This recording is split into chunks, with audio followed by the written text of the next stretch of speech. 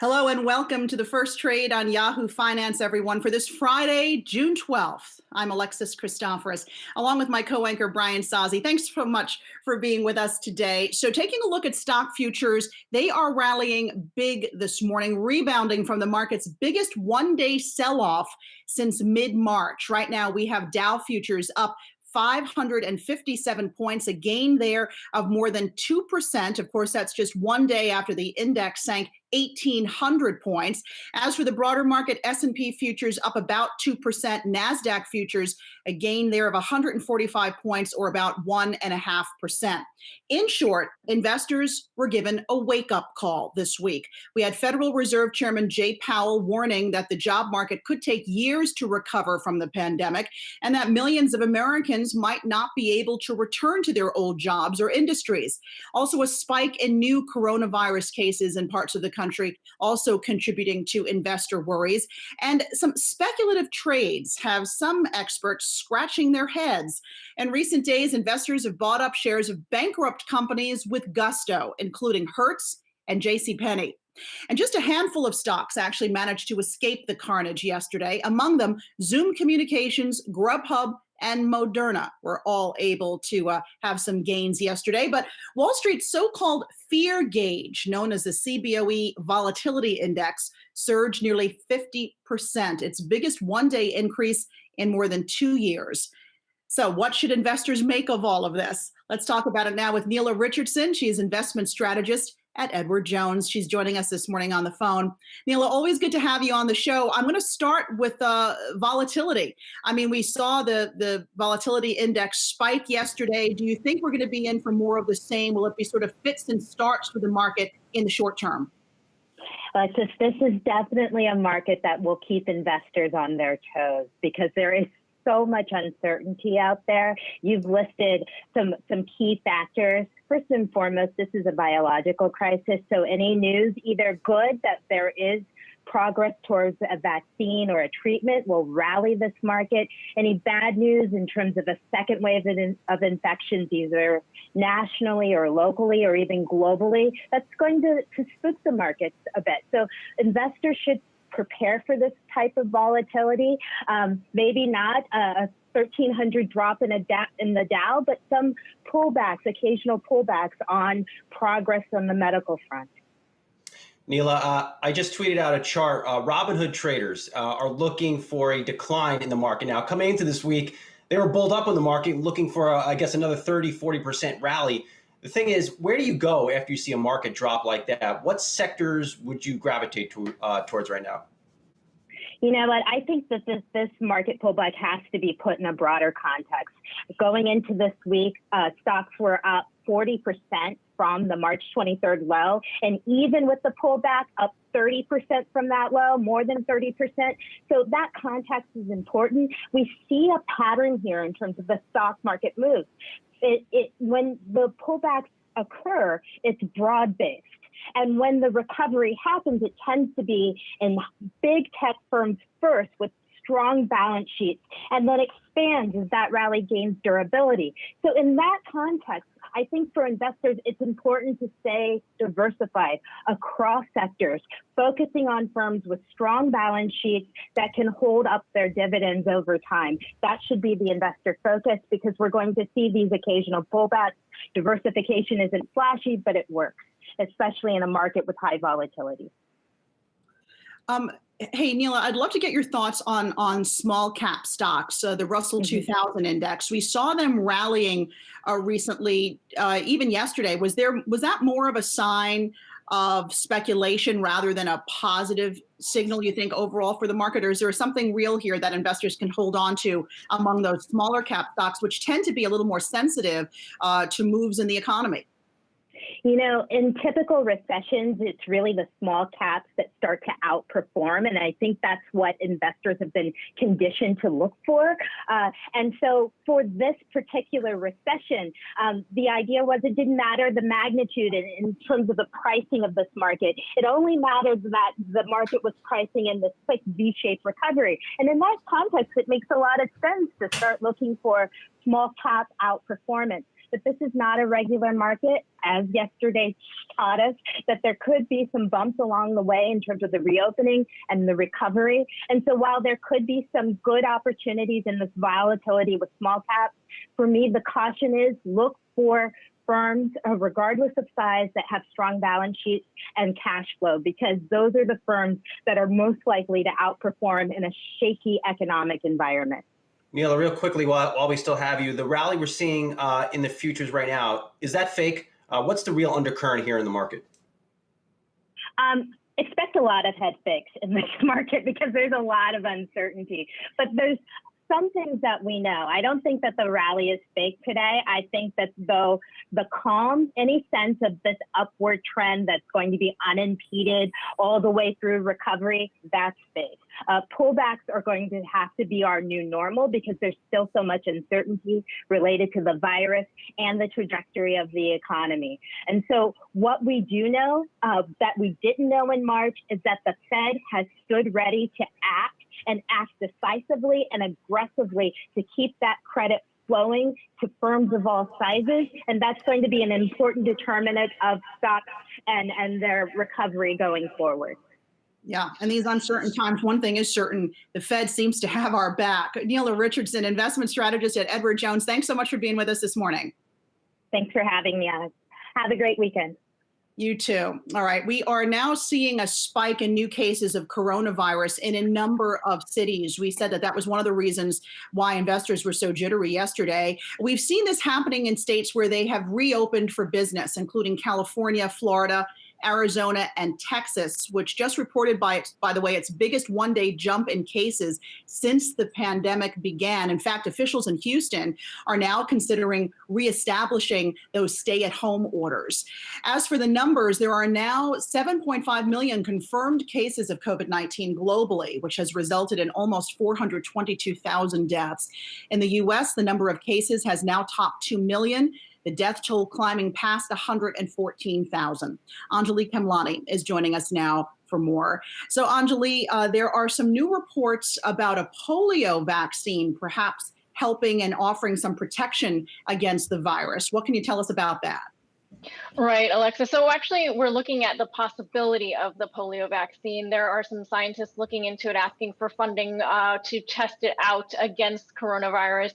We've already seen this. There's a clinical trial for tuberculosis. And so we're looking at existing vaccines and what the potential is. And the idea behind that being that they've seen a lot of, especially in some African countries, they've seen a lot of reduction in infant mortality and childhood mortality when they are vaccinated with these vaccines. And so they seem to believe that there is a wide range of immunity that these vaccines provide and are looking to test that against the coronavirus.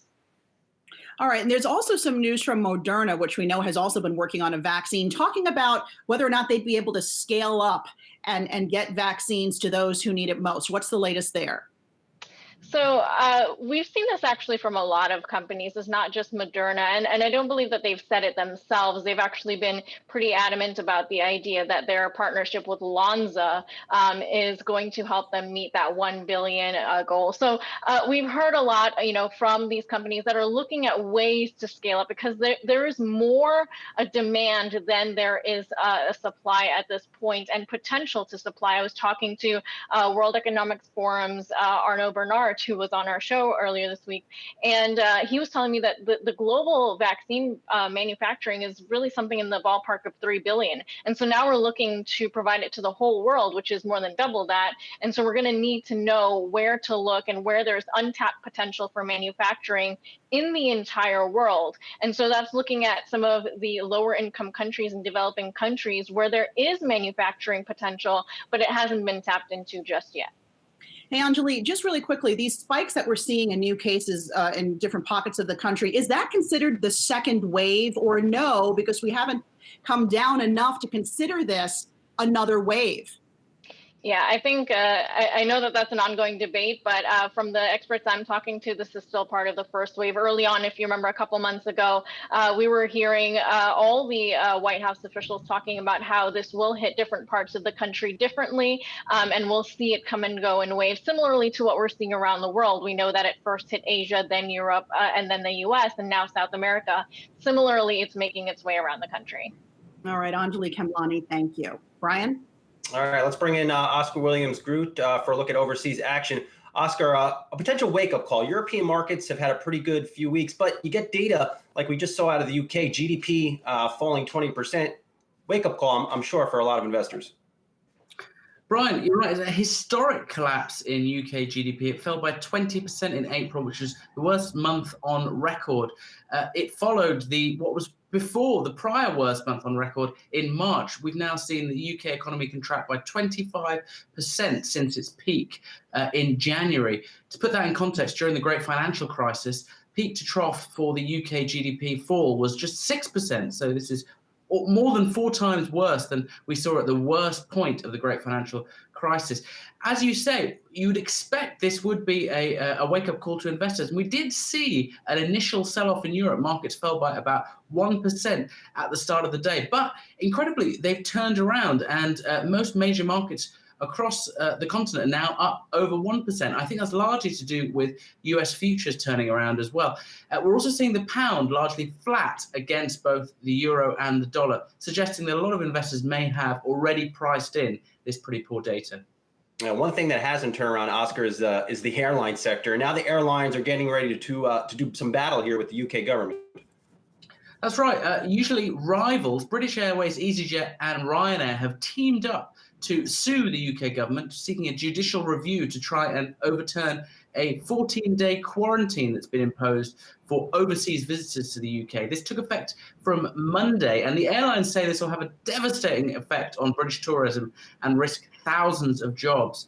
This policy has actually been widely unpopular here in the UK, even with Boris Johnson's own Conservative Party. But so far, the government is standing by this quarantine policy, saying it's the right thing to do for public health.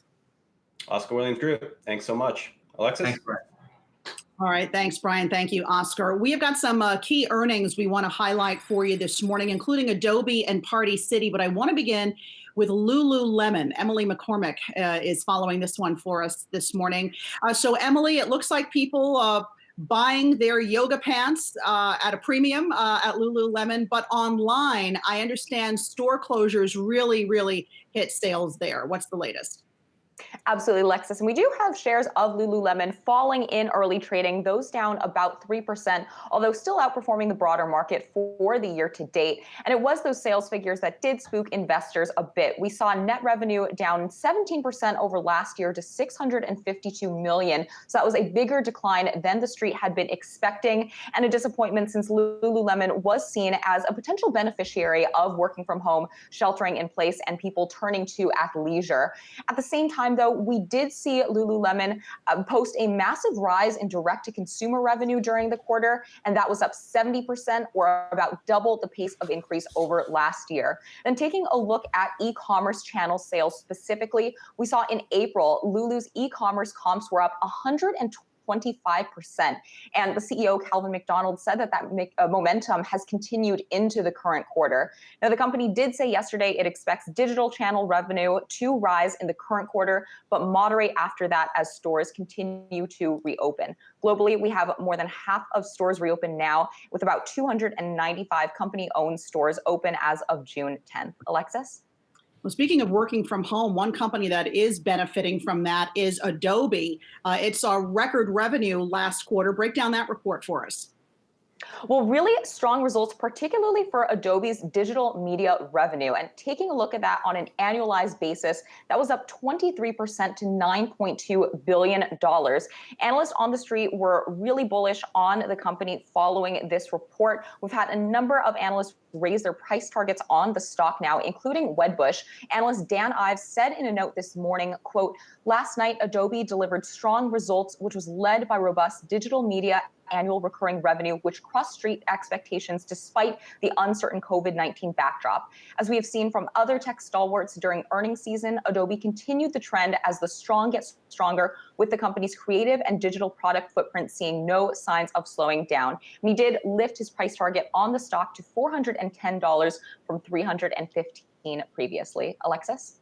All right, and finally, Party City. What's really making headlines coming out of that report this morning is actually a possible bond deal that could cut Party City's debt significantly. The stock rallying big time because of it, right? The stock is rallying about 45% in early trading, so really getting a boost here from that portion of earnings statements. But taking a look at Party City's first quarter results, those are actually pretty weak and really highlighted the tough environment it's operating in given the pandemic. We saw comparable same-store sales down more than 17%, far steeper than the 1.4% drop we saw last year. Also swung to a loss of 28 cents a share versus earnings of a penny last year. So still down pretty significantly for the year to date, but at least getting a pop in early trading because of talk of that bond deal. Alexis? All right, Emily McCormick, thanks for that this morning. And stay with us. Coming up next, all of the social unrest in our country right now. Why isn't it playing out more on Wall Street? We're going to talk about it coming up.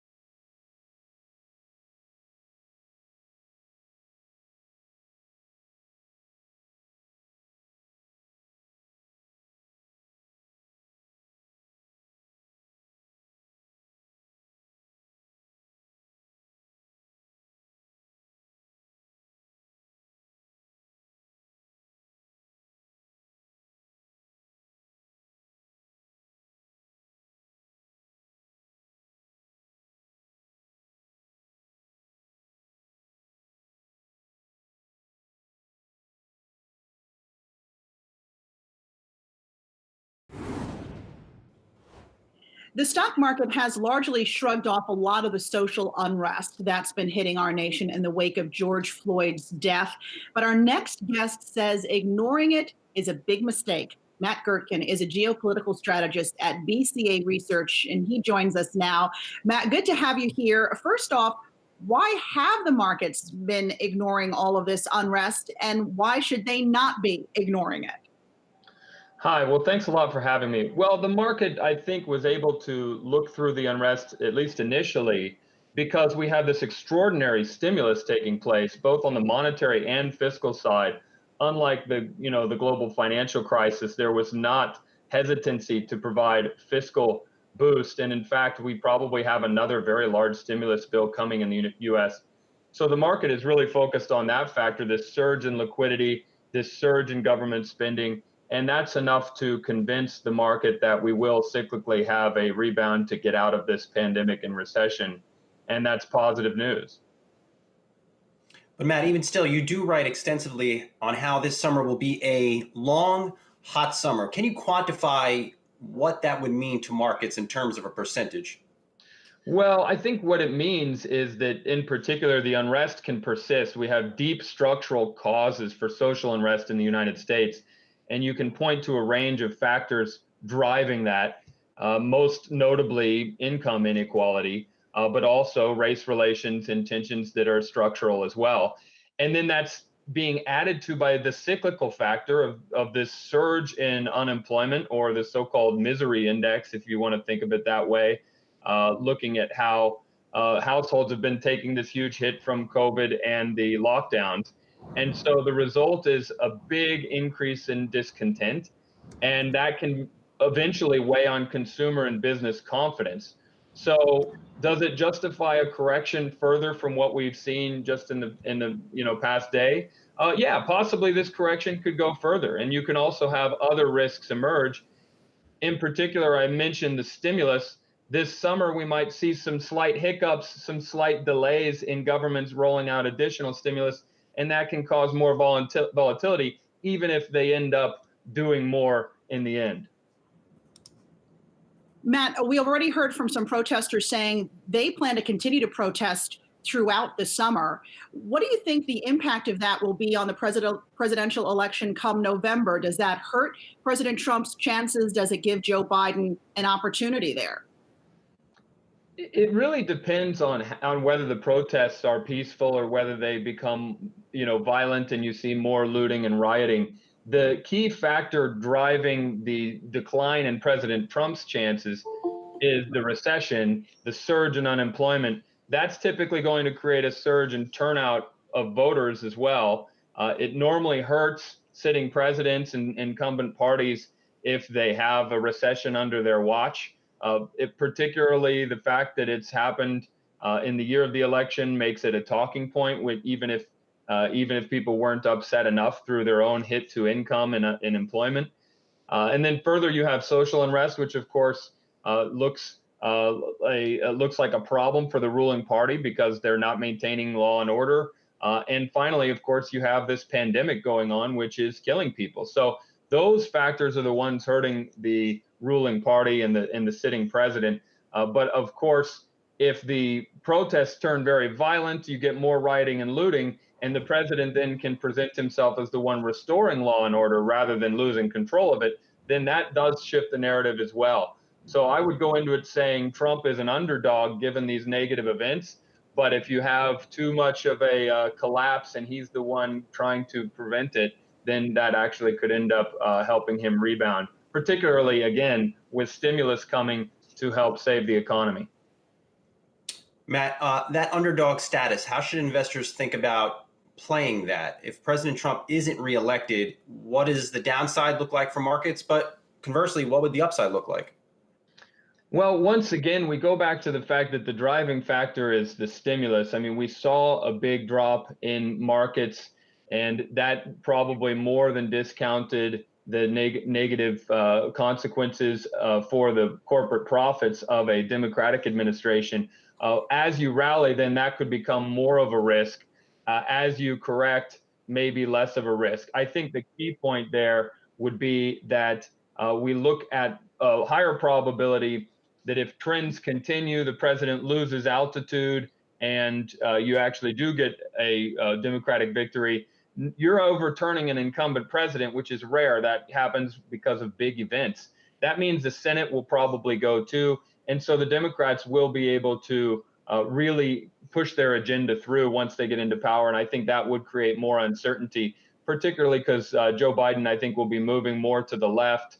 His party will want him to be moving more to the left, particularly if they get that big of an opportunity. So I would say the market, it will experience volatility. And over the 5-month period, you can see that this will increase uncertainty clearly. Normally, markets do rally after elections. There can be a relief rally. Over the long run, this huge injection of liquidity is going to help global growth recover. So look at it as essentially short-term problems, noise, volatility, but over the long run, you would want to stay invested. I think you said it, Matt, volatility. I think it has definitely reared its ugly head again. All right, Matt Gertken, BCA Research, thanks so much for being with us this morning. Thank you. Thanks for having me.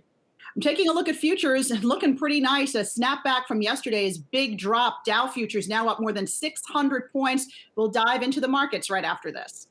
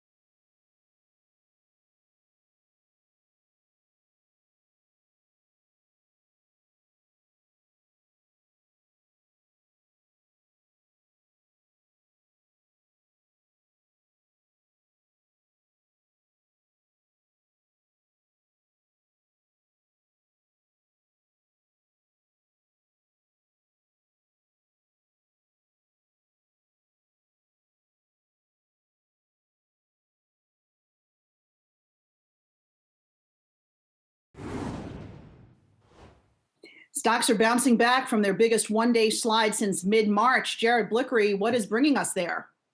Well, we got a snapback from yesterday, not surprising given the breadth of the decline. Worst day since mid-March, as you pointed out earlier.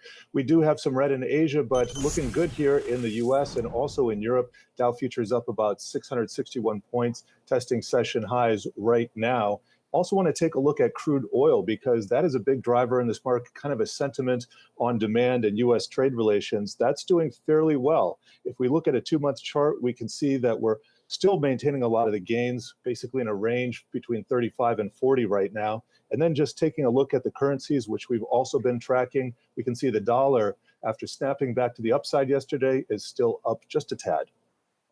All right, thanks so much, Jared. Stay with us. We have the opening bell happening on this Friday morning at the New York Stock Exchange right after this. We'll be right back.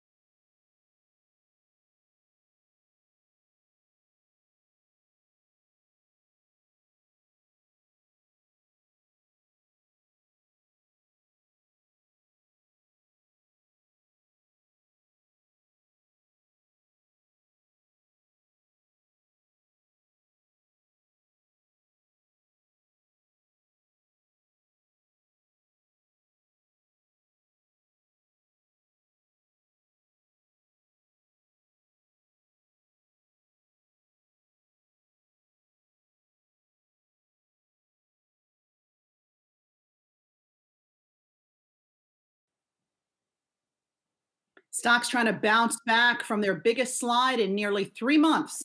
Here's the opening bell.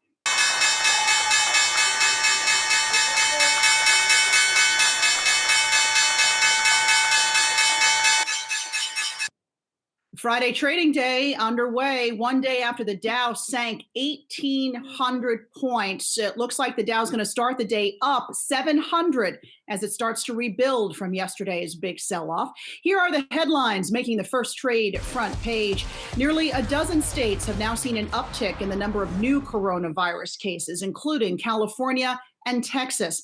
And the Trump administration is telling people planning to attend rallies that it can't be held accountable if they catch COVID-19.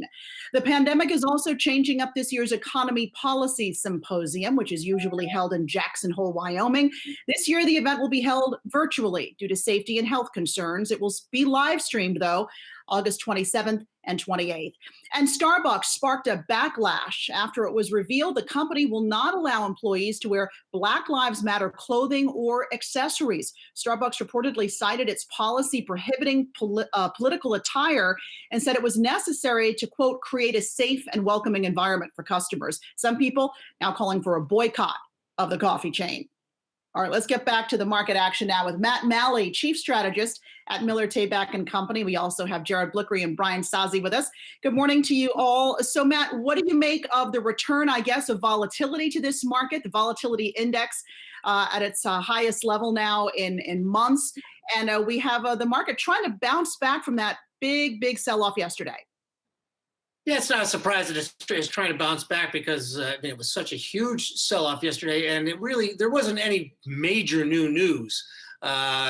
So the fact that it's bouncing back a little bit is not a surprise. But at the same time, the market had become very overbought. I think it gotten ridiculously ahead of the underlying fundamentals, even if you're looking past 2020, and with all the uncertainty that's still out there. We're going to have a little bit of a rough time. I mean, whenever you see a big pickup in volatility like this, it usually lasts for a little while. It usually doesn't just last for a day or two. So we need to be careful as we move through the rest of this month. Matt, does it make sense to you to hold stocks into the election? The divisiveness I think we're about to see, at least to me, is just underpriced in this market that has rallied so hard off the lows with really no indications we're past COVID or anywhere past social unrest, you name it. Lots of concerns out there. No question, and I believe this whole thing with the tensions between China and the U.S., which has gone completely off the headlines, or it's off the front page, I should say, over the last week or so. Those are not going to go away. And to be honest with you, the way this whole civil unrest has not gone well for President Trump. You see what's happened in the polls, and he's going to come. A winning issue for him has been China.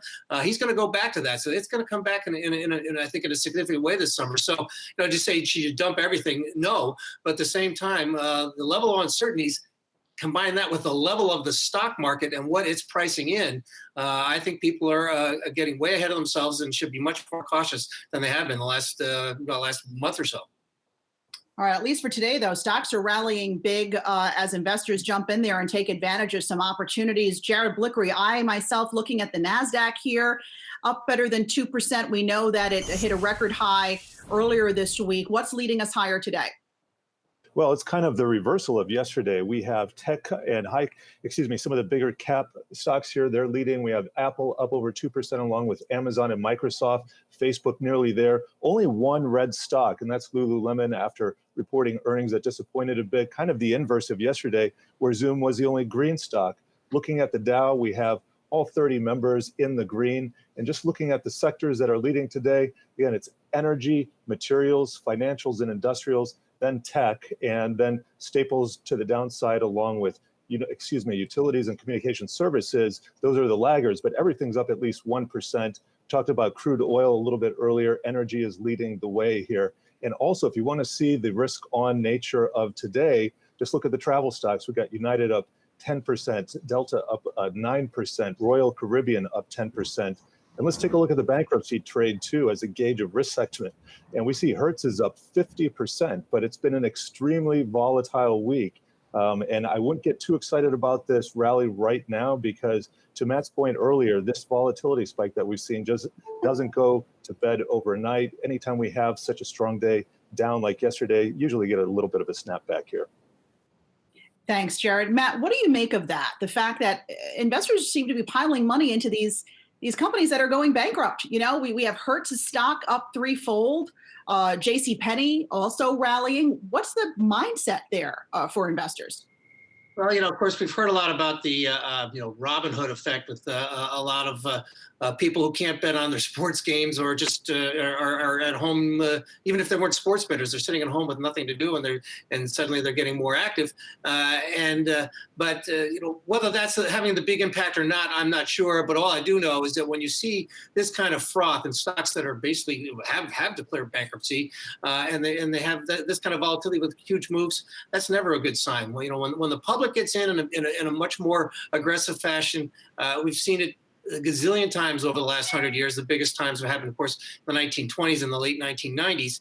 It's, I don't know, we're back to that level, but we're certainly on the kind of speculation that by people who really are not used to being involved in the market, I'm going to say amateurs, that's usually a very poor sign for the length of a rally, continuing for a whole lot longer. Matt, you're a veteran of the battles. What's your best advice headed into the week and for that retail investor? They came into the week expecting a sizable rally. Now you have those Robinhood traders looking for a market decline. They're going to see a lot of negative headlines over the weekend, I am sure. What's your best tip to them? I think you need to raise some cash. Take advantage of this little bounce. I mean, the market is still well off its lows. And we really have to question. The big thing that people are banking on is the Fed. And I understand that the Fed's liquidity is very helpful. But, the Fed's liquidity in the past has fixed both situations. It's fixed both the problems with the market freezing up and helped the economy recover, because the problems it was facing at the time in the last 12 years have been financial. This time it's a healthcare issue that they can't solve. The economy is not going to bounce back. Chairman Powell basically told us it's not going to bounce back the way the bulls think it's going to be, that we're going to see a big return in 2021. They're talking about unemployment 9-10% at the end of the year. That's not in a consumer-based economy. That's not going to be enough to get the economy to bounce back to the levels that it was at in 2019, which really wasn't all that great anyway. To be honest with you, the market was already expensive. It's now even more expensive, even though it's lower than where it was in February. So I think you should take some chips off the table, look for because that's going to give you the ammunition you need to take advantage of opportunities like we saw in March. Hey, Matt, real quick, now Treasury Secretary Mnuchin saying perhaps more payments to individuals will be coming down the pike later this year, talking about another check.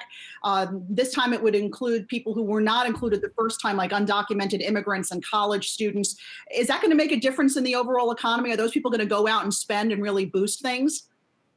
Not in the long term. This is the worst thing. I mean, I understand why they did it the first time, and do we need some more checks? But we can't keep doing this. The fiscal stimulus has to go to things that are actually going to be turned into self-sustaining income. The stimulus has to go to things that will create jobs, so that once the stimulus has been pulled away, people can actually have incomes on a continual basis. If you're just asking for handouts continually, once the handouts end, they stop spending. That doesn't work on any kind of intermediate or long-term basis. Yeah, absolutely. Matt Malley, Chief Market Strategist at Miller Tabak & Company. Always great to see you. Have a wonderful weekend. You too. Thank you. Coming up next, the CEO of DocuSign joins us right here on The First Trade. Don't go away.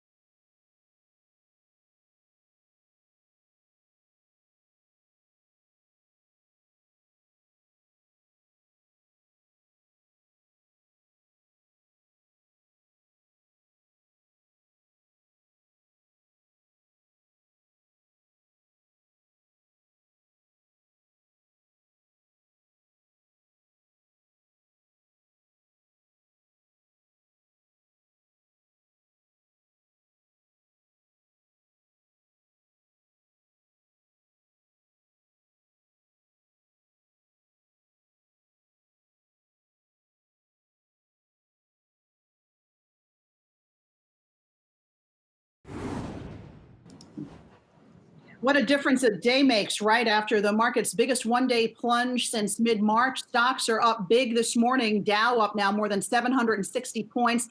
Nasdaq up 250 and S&P up about 80. Those big cap tech stocks helping to lead us higher. Well, with millions of us still working remotely, there has been a huge boost for companies that help us work from home, like DocuSign.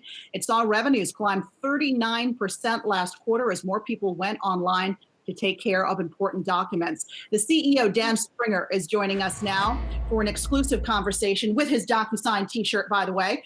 Dan, good to have you here. Let me ask, do you think that this transition to online work will be permanent when we do get back to some kind of normal and we do get back to the office? Yeah, we absolutely do, Alexis. I think we feel what's happened is a lot of people have accelerated the digital transformations that they already had planned on their roadmap, particularly for our enterprise customers.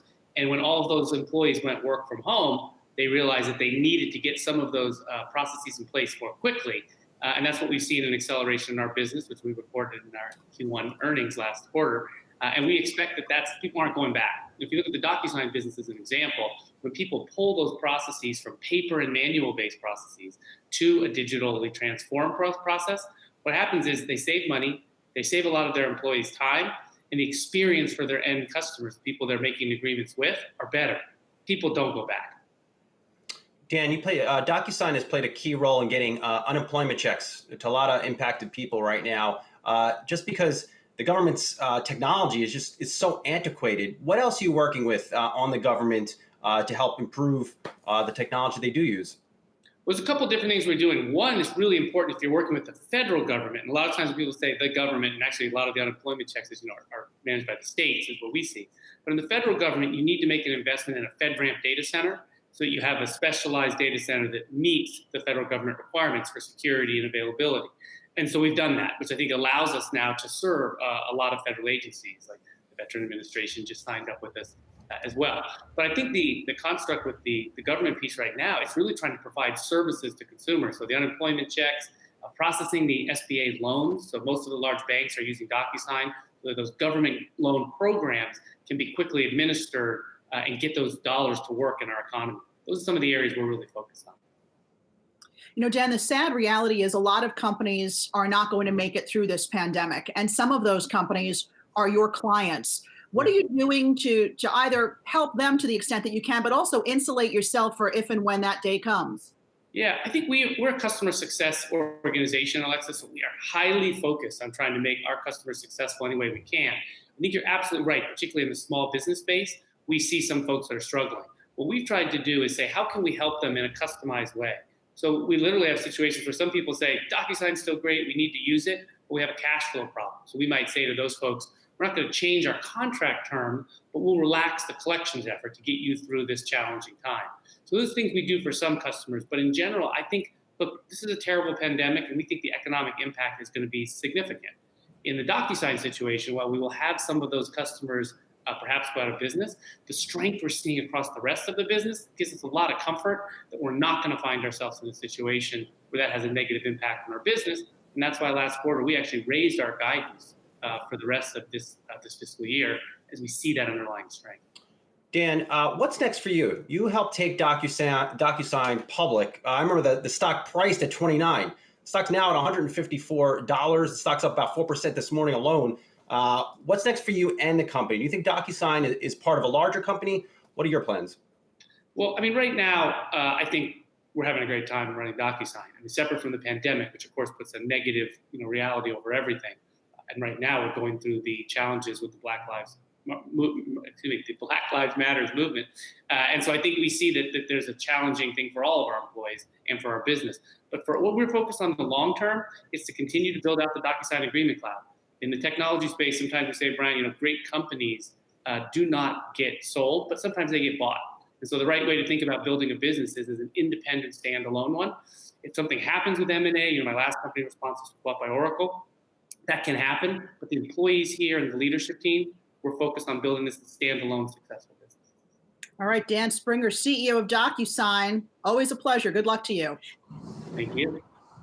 And coming up next, we are going to hear from the president of the Ford Foundation about the unrest sweeping our country. Stay with us.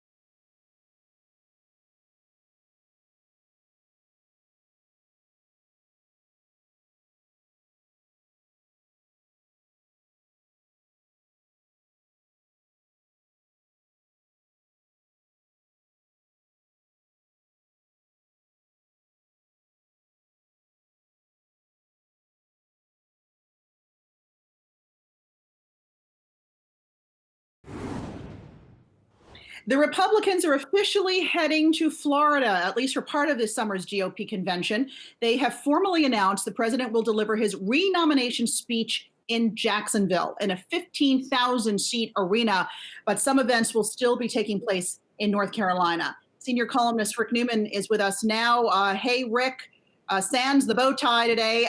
This is what most pundits expected would happen. So who wins here? Did President Trump win?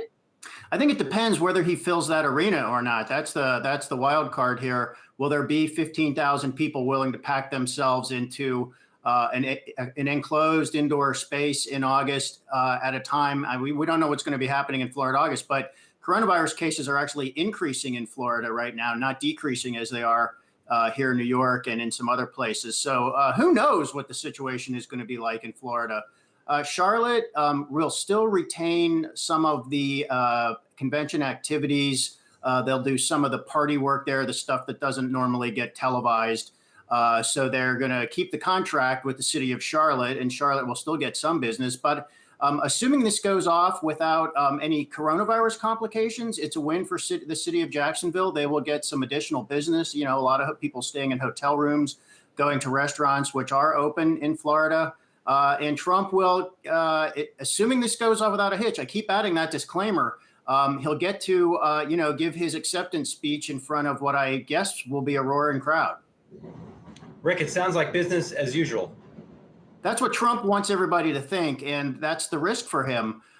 He wants to be able to demonstrate that he is moving about the country as normal. He wants that to be, symbolic. Look, the country is reopening. I'm out here proving it.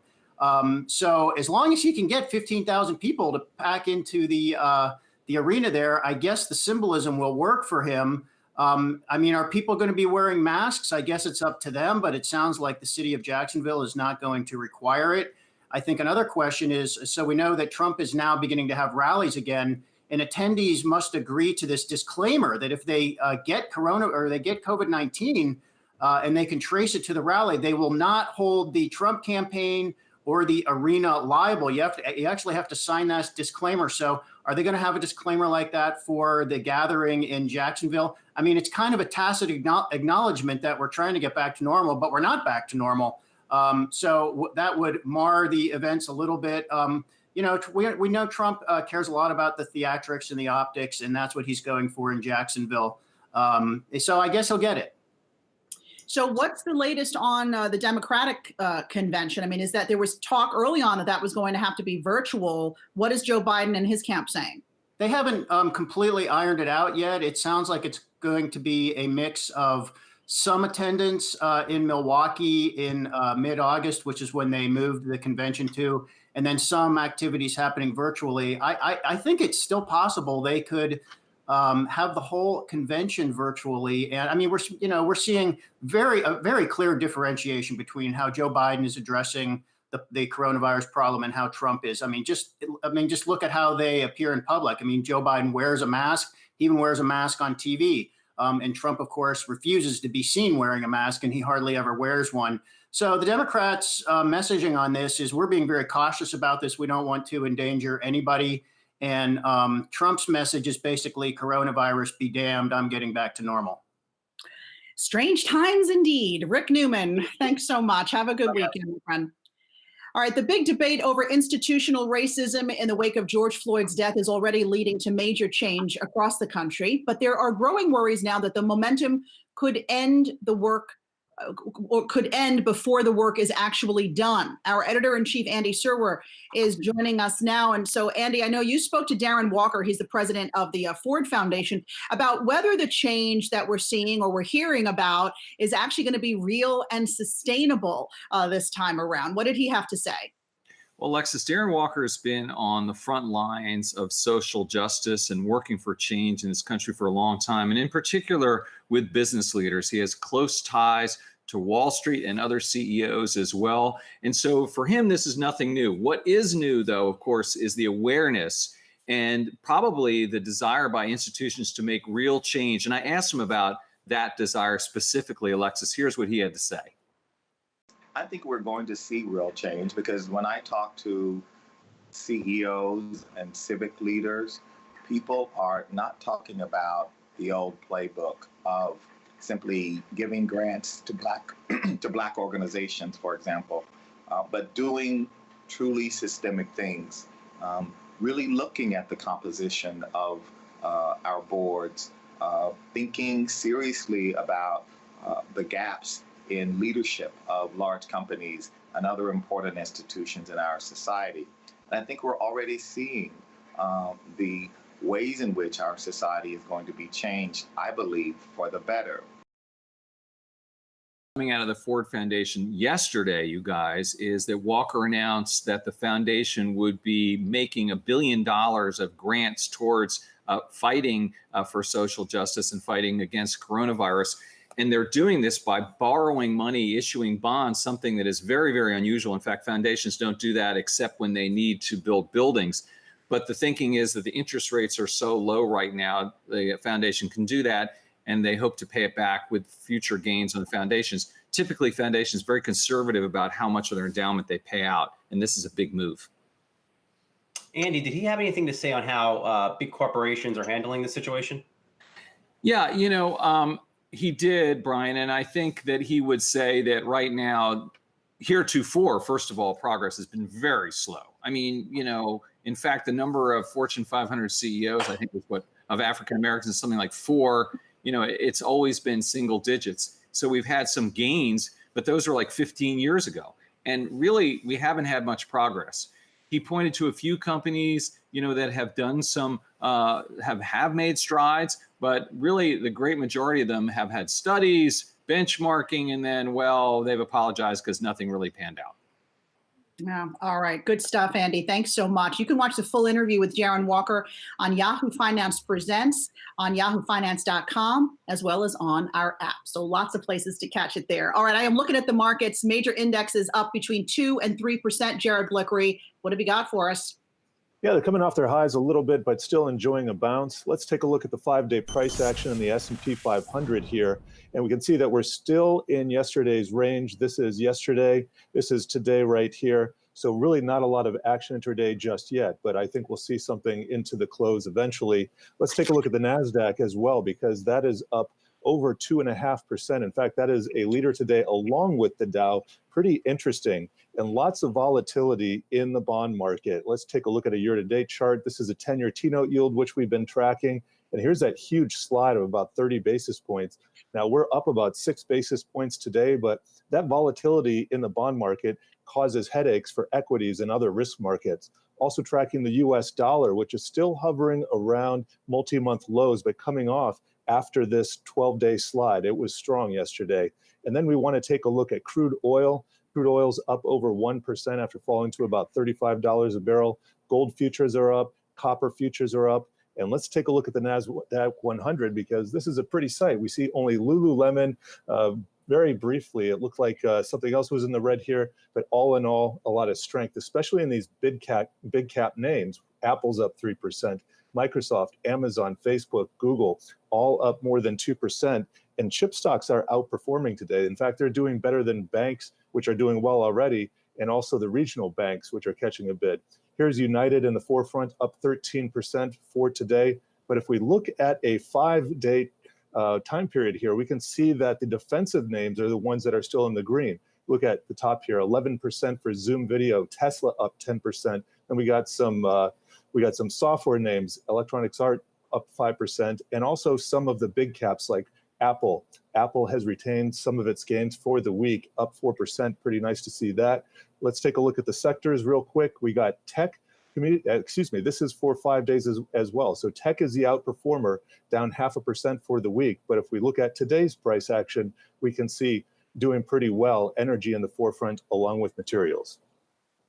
All right, thanks so much, Jared. And as I take a look at the Dow, all 30 Dow stocks higher right now. We've got Boeing, Dow, and Cisco Systems leading us higher there. And stay tuned to the final trade. We've just started the day, right? Okay, Facebook is facing a new investigation in the UK over its planned purchase of Giphy. We've got that. Plus, we're going to continue to dissect this volatile market for you right after this.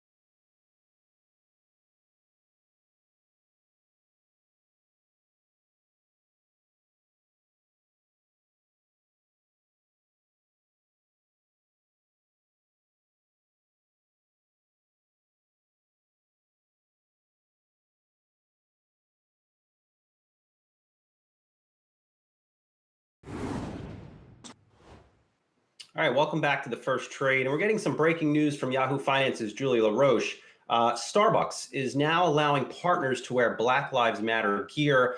They are awaiting the arrival of 250,000 shirts speaking out against racism. This follows a social media uproar yesterday regarding Starbucks' earlier decision to not let its employees wear Black Lives Matter gear. But switching gears to the markets, we're seeing the Dow up more than 700 points right now after yesterday's pretty sizable sell-off gains pretty much across the board. Let's get right to Inez Ferre for a close look at the markets and some stocks. Inez, Lululemon, store sales not so good in the most recent quarter, but online sales on fire. Online sales in the month of April, Brian, soared 125%. The company's digital business came in strong, making up 54% of total revenue. However, net revenue was down 17% for the last quarter, year over year. Taking a look at Adobe, that stock is up more than 2% after Adobe reported a record revenue last quarter of $3.13 billion, adjusted earnings of $2.40 a share. Also saying that the tectonic shift towards all things digital across all customer segments globally will serve as a tailwind to our growth. And then looking at Zoom, which yesterday was the only Nasdaq 100 component in the green, today up 3%. Zoom responded to a controversy about having suspended some accounts related to a commemoration ceremony of Tiananmen Square. One of these accounts was in Hong Kong. Two of them were in the US, and this was at the Chinese government's request. After this was revealed, the company said it has come out to say it has reinstated the account, and going forward, Zoom will not allow requests from the Chinese government to impact anyone outside of mainland China. Overall, we're seeing a risk-on environment today with energy, materials, industrials leading the gains. Brian. That's right. Thank you. Let's stay on the markets here and bring in Eric Schoenstein. He's portfolio manager at Jensen, where he runs the Jensen Quality Growth Fund. Eric, good to see you this morning here. The market just melted down yesterday. We're seeing some of those gains being recovered today. What's your take on the action here? Well, Brian, it's nice to see you. I think that what we're seeing is just some continuing volatility that has frankly been a hallmark of the market since the downturn. And, I think there was probably some real concern. If you think about where we were literally Monday, the market was essentially flat for the year, despite a pandemic and devastation economically. And I think, that probably has led some folks to rethink where they've been. And now we're seeing a little bit more volatility, risk on one day, risk off the next. This is the ride that we've been on, and it's probably one we're going to continue to be on until we have more substance in terms of economic and fundamental performance. Eric, how should a retail investor play this market right now when you see volatility sort of all over the map? We talked about earlier in the show, the VIX index up 50% yesterday, the so-called fear gauge on Wall Street. And we know from apps like Robinhood that the retail investor is out in full force right now. So what are they to do in this environment of such volatility? Yeah, I think from our perspective, it's really important for investors to know what they own. I mean, when you really understand how companies function, what kind of competitive advantages they have, their ability to internally generate cash flow that funds their growth, those are businesses that will have resilience, they'll be more consistent, and they'll help protect when things get tough, but still be able to grow when things are going quite well. I think that's different than if you think about what's been going on more recently. It's really been more driven by speculation. The entire market is seemingly focused on some very, very large companies and on a prospect of a V-shaped recovery that in theory should be happening, and yet the S&P is projected to be down 37% from 150 something to 110 in terms of dollars of earnings. That doesn't support some of the market moves we've seen, but it does support the idea that if you have good companies, quality businesses, you can actually make proper investments for long-term value creation. Eric, we've been having this discussion all week. If we are in a second wave or if we are still in a first wave, and the consensus seems to be we are still in the first wave.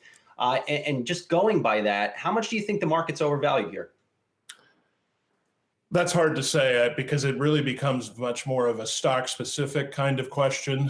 When you have, I think earlier this week, we looked at some data and noticed that Microsoft and Amazon were now 15% of the entire S&P 500. I mean, clearly that's a concentration that would indicate that those two stocks, whether they're specifically overvalued, is sort of more of a measure of what you think the long-term free cash flow and opportunity is. But a lot of companies have been left behind and still are being left behind. And I think that's what's leading to some of the volatility you're seeing yesterday and today. If you've got good companies, I think there still are some good valuable opportunities out there. But I think it's really more about doing your homework. And again, as I said before, knowing what you own. And that requires research and thought as opposed to sort of speculation. Bouncing off that, can you talk a little bit about those companies or maybe those sectors that have been left behind? Because many of our guests have been talking about how the concentration has been focused in just a few names and how that really isn't healthy for the overall market. So where are you seeing some of those, maybe they're underdogs, we'll call them, in the market right now? Well, I think, you know, for businesses that do have advantages in their platform, they will be able to come out of this on the other side, but it's going to take some time. So you think about, you know, some of the healthcare names where procedures are not being done. You know, somebody like Stryker, for instance, which makes orthopedic implants, with the delay in procedures, deferrals of non-elective or elective procedures. They've had a real struggle in terms of fundamental performance, and yet those procedures will eventually become necessary. And so that's a company that we think will be fine in the long run, but it's been going through some pretty difficult times in the short run. And I think, you know, there's names in the consumer staples space, there's names in the healthcare space. Frankly, there still are some good names in the technology space that maybe have not kept up in the way that some of the big 5 or 6 companies have, but still have advantages in the long term. Eric, what are you telling clients right now that you may talk to and say, you know what, Eric, we're worried about social unrest sweeping the country. We're worried about election season. And we think the gains have come on too far, too fast. Do you raise cash? Is that the recommendation? We are fundamental investors in equities. So for us to be in a position where we're thinking about raising cash would really be more about the fact that we don't see any opportunities anywhere within the markets. You know, what we're talking with clients about is understanding what their long-term objectives are, understanding how they're doing against their long-term goals that they have, and really sort of setting aside, sort of watching the markets daily and focusing on what their neighbors are doing or their benchmark that they're looking at is doing, and thinking about what do they want to try to achieve, and do they have an appropriate allocation of risk in their overall portfolio to be able to meet those longer term objectives. And if they focus on that, that can frankly relieve perhaps some of the pressure that people feel on a daily basis. But Eric, even looking longer term, who is the riskier candidate? Is it a President Trump? Is it a Joe Biden? Because I think the thesis out there on Wall Street is that a Joe Biden win means higher taxes, but you re-elect President Trump, and who knows what you get?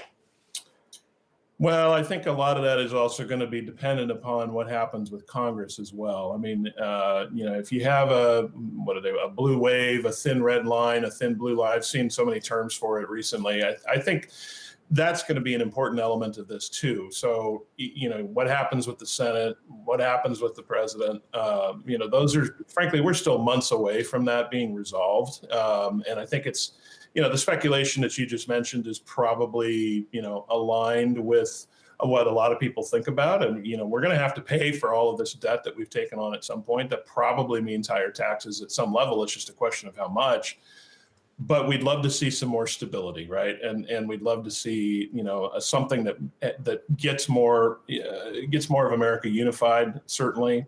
But I think we've got some time to really work through some of that, and some of it's also going to be dependent upon what happens with the virus as we go forward, the handling of that, and it's certainly, you know, some of the other issues that we're facing. I think these are all going to come to the fore more so as we get to late summer, and we can really start to think about that.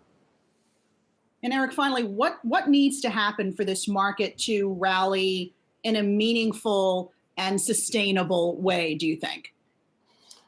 Well, I think one of the things we need to see is real data. I mean, if you know, I mentioned a minute ago that the forecast for the S&P 500 in terms of earnings this year is to drop from 157 to 110, and yet the markets are essentially not reflecting that kind of drop. And in part, it's because we haven't had most of the actual fundamental earnings data provided that has shown how difficult this has been. And that has, I think, with that vacuum of knowledge or data out there from companies where they've pulled their guidance, they haven't told us what's really been going on, that speculation about how much they're recovering or how fast they're recovering is sort of what's driving some of these market moves. And I think once that starts to play out and we get into second quarter earnings being reported in July and August, then you'll start to hopefully see more of a connection to the fundamentals of what is happening. Now, some of that is going to be masked by the fact that we've had so much stimulus put forward from the Federal Reserve and Congress, so that it's underpinning things sort of similar to what happened with the financial crisis. But nonetheless, more fundamental earnings data, more real business data will start to help, we hope.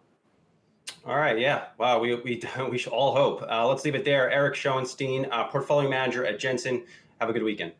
Thank you. You too. All right, I see our very own senior columnist, Rick Newman, in the Hangout channel. I can tell he's very excited to talk about this next topic, Twitter taking down Chinese propaganda. Stay tuned. That's on the other side of the break.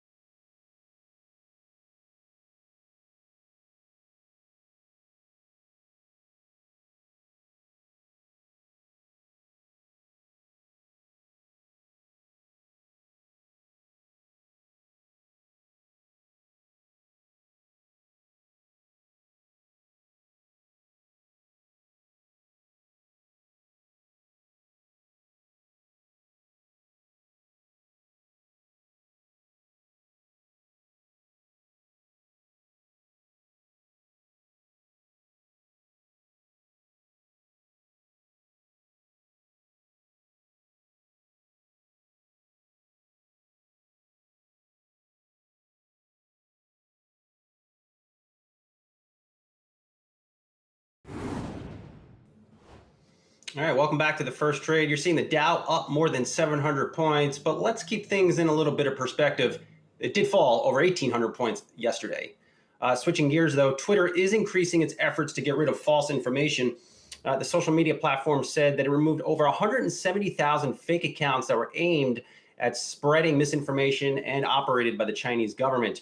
Yahoo Finance senior columnist Rick Newman is back with the details. Rick, did these accounts have big followings?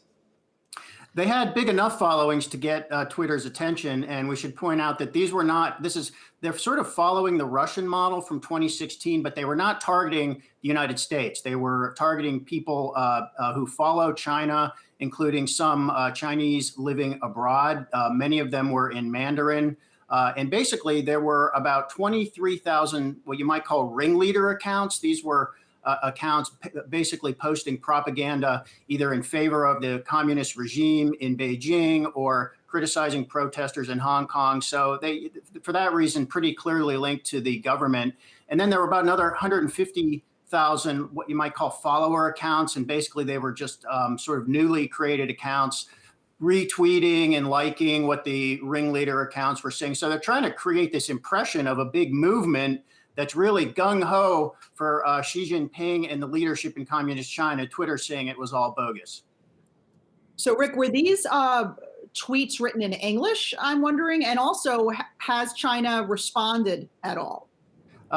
They were not mostly in English, and they were in Mandarin, but they were in a bunch of languages. I mean, so trying to reach people who are following what's going on in China in a bunch of different ways. Worth pointing out, Twitter is banned in China, so it was not targeted at people using Twitter in China itself. It was targeted to people in Hong Kong, where people do have access to Twitter, and other areas. So basically, they're just using this as a propaganda tool to try to generate more support for hardline policies coming out of Beijing toward Hong Kong and other issues. And Twitter put the kibosh on it. Rick, how does this fly under the radar of Twitter? The people inside the company monitoring the platform. These are a lot of accounts here. I'm going to pat Twitter on the back for this one. I think the fact that they rousted these out shows that they're paying more attention to these kinds of accounts than they did before. And this is different from the big conversation we've been having about Twitter doing fact checking of people like President Trump and Facebook refusing to do the fact checking. That is policing content by legitimate accounts. And that's not what happened here. What Twitter was able to do was just run the analytics on a lot of these accounts. And it's not that hard to tell if it's a fishy account. For one way you can tell is if one computer creates a bunch of different accounts. So it looks like you're kind of creating a bot network. A lot of these accounts, I mean, anybody who's on Twitter knows that if you look at these accounts and there's no believable biographical information, that you can't tell who it is, and they just joined Twitter 3 days ago, and there are a bunch of these bot type accounts retweeting each other, that's probably fishy. And I think Twitter has a pretty easy time fishing that out. They're going to be busy, I think, for the next several months, especially. I mean, it's only reasonable to expect we're going to see more of this type of activity actually targeted at the U.S. election here in the United States, much as happened in 2016. You know, Rick, I haven't gotten a retweet from you in quite some time. Would appreciate it. I put out some good stuff every day for you. I'm on it, man. Look for it in the next 15 minutes. All right, Rick Newman, thanks so much. Bye, guys. All right, do stick around. We'll dive into the latest trends in the cloud space on the other side of the break.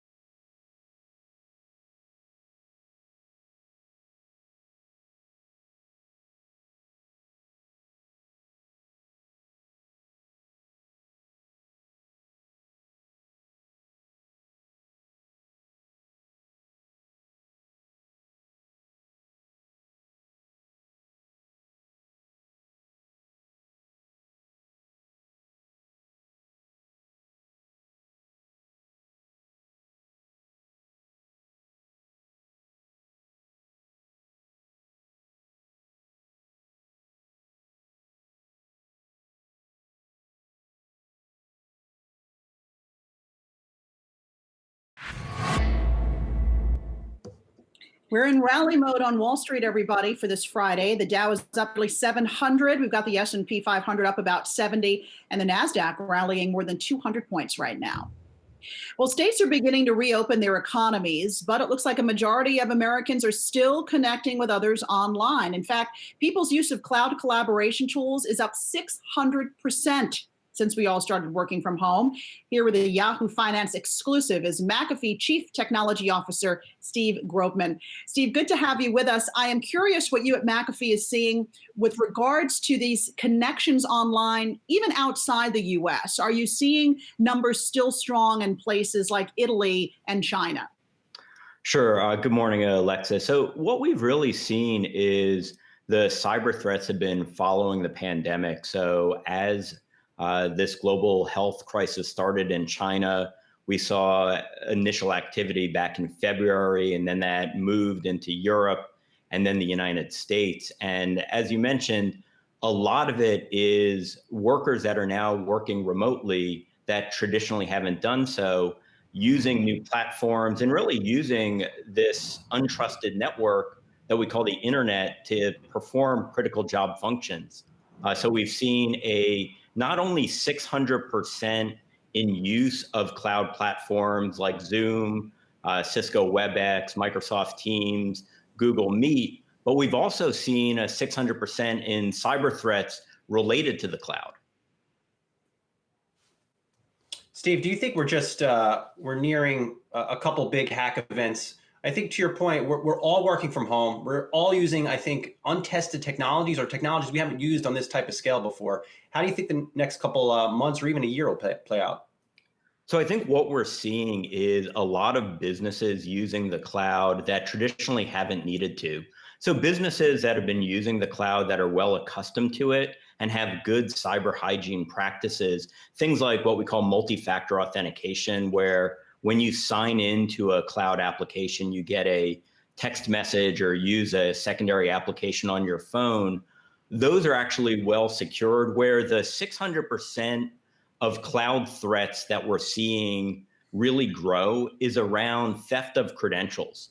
So businesses and organizations that are using things like Microsoft O365 for business productivity, but then having their cloud credentials stolen, possibly by bad actors in other countries, in order to exfiltrate company intellectual property, other sensitive information.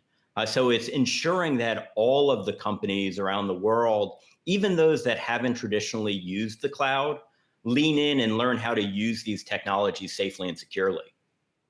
I want to expand on that a little bit, Steve, because you talked about clean cyber security hygiene. I like the way you put that.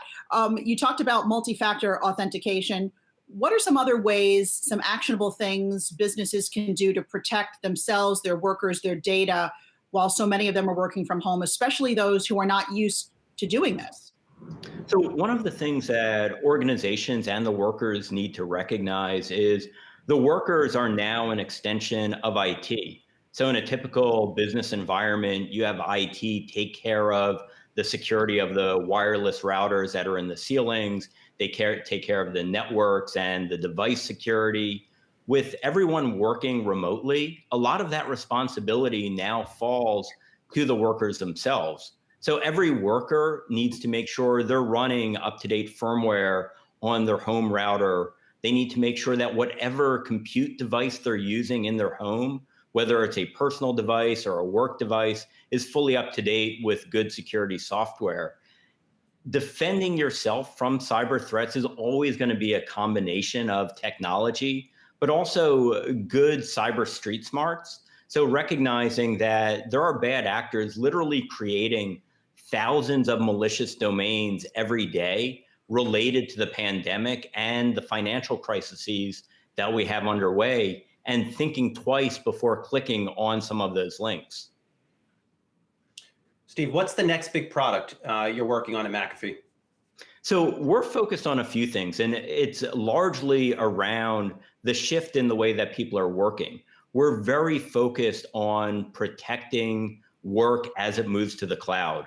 So we have a large offering that's called our Cloud Access Security Broker. That's all about being able to use the cloud safely and securely, both from those SaaS applications like O365, but also as businesses move to run their environment in the public cloud environments like AWS, Google, Microsoft Azure. We're also looking at how can we protect knowledge workers from working remotely securely to ensure that not only are they protected from threats, but also that critical data isn't leaked or exfiltrated to places that it shouldn't go.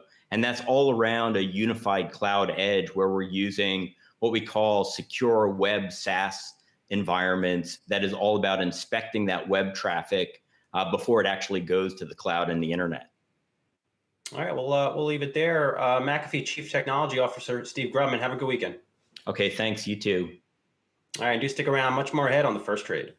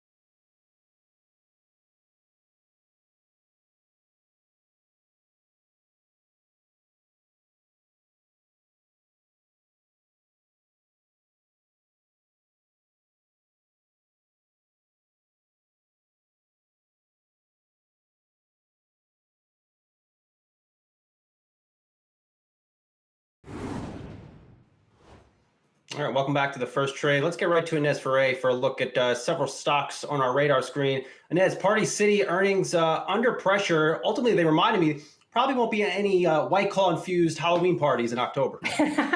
That's right. The company's sales really getting hit by the pandemic. The stock, though, is up more than 26%. Take a look. And this is primarily because the company announced an agreement with bondholders that, if consummated, would reduce the company's debt by more than 25% and raise more than $100 million in new capital. Taking a look at the airlines today, those are seeing double-digit percentage gains. What a change from yesterday. Really volatile for these airlines. Credit Suisse upgraded Southwest Airlines to outperform from neutral. Also, it downgraded United Airlines, though, to neutral from outperform. Also, taking a look at the cruise liners, those today are seeing gains after sharp sell-offs yesterday. Remember that for cruise liners to be operating again, the CDC has to lift restrictions on sailing. Right now, that expires at the end of July. And also, people have to feel comfortable to go on those cruise liners. And then take a look at what's happening with Hertz. Up 43%. Remember, this is a company which filed for bankruptcy on May 22nd. A lot of volatility with this stock over the last 2 weeks. The company is now looking to capitalize on the recent rally on the stock, that speculation that you're seeing in the markets, raising $1 billion in share. Hertz is asking a judge to approve a deal with Jefferies and allow the sale of more than 246 million shares. Brian? That's bizarre stuff. All right, Neth, thanks so much. Let's stay on the markets here and bring in Jonathan Corpina, Meridian Equity Partners Senior Managing Partner.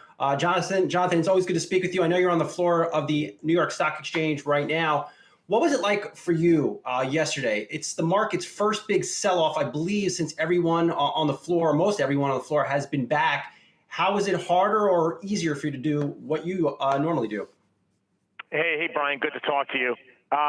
Listen, it's been different being back down here on the floor with not full capacity and not everyone, all positions are back down here. But clearly we are happy to be here. But yesterday's sell-off was something that I think, I don't want to say we were fully expecting, but with the market trading and trending the way it was, there was going to be at some point a catalyst for a sell-off, and clearly the COVID numbers increasing in some metropolitan cities, it was that catalyst that was there. Yesterday's activity seemed somewhat orderly to me. Not a lot of fear, not a lot of panic.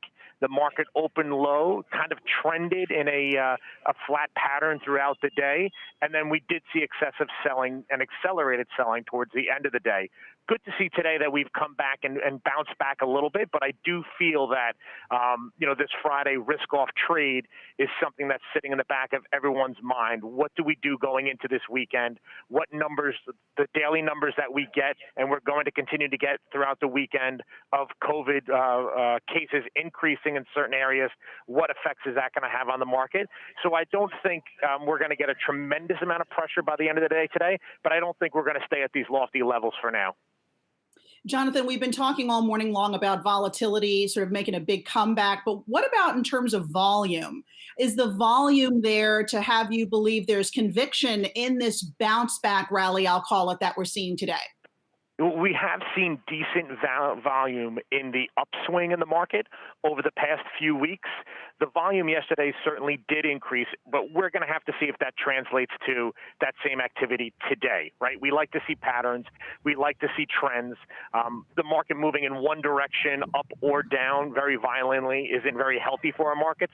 So we're going to have to see how this pans out today. And once again, as I'm back on the floor and back driving into work with less cars that are on the road, I kind of get the sense that Friday participation is going to be less today than we've seen in other activities, other trading sessions throughout the week. So as we get on the later on in the day, I think we'll start to see that. But as of right now, I don't think that there's enough volume here to sustain this rally. Jonathan, we're seeing that the VIX is down today. You're saying that you don't think there's enough volume to sustain the rally. As far as looking into next week, the following weeks, are we expecting to see some more pullbacks? And what is it going to take for the markets to sort of stabilize? Yeah, and that's something that we certainly have been looking at. And rewind the clock back 4 months, and all we were really talking about was U.S. and China. And now every headline is all about COVID, and the market is strictly moving off of that. And we see it this week. Earlier in the week, COVID numbers were getting better. Phases in different cities were moving from phase 1 to phase 2. We were feeling that positive effect right here in New York. But then as the week went on, the numbers have seemed to get worse in some areas that where we've seen protesting and congregations getting together. So I think there is that fear now, later in the week, that we're going to continue to see that trend and get more numbers. We did talk and have conversations as far as market and market trends.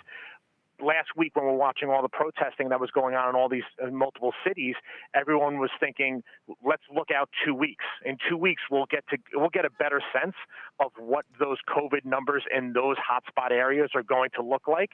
Early indications are that the numbers are trending higher, and I think our market's going to get affected from that. So heading into next week, I think we might see a little bit of a sell-off towards the end of the day today, but we're going to continue to finish in the green.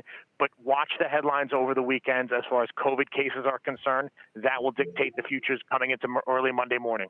Jonathan, what have you heard in the past 45 minutes? To your point, we're seeing the Dow tick down about a couple hundred points off the highs. Did something happen? Yeah.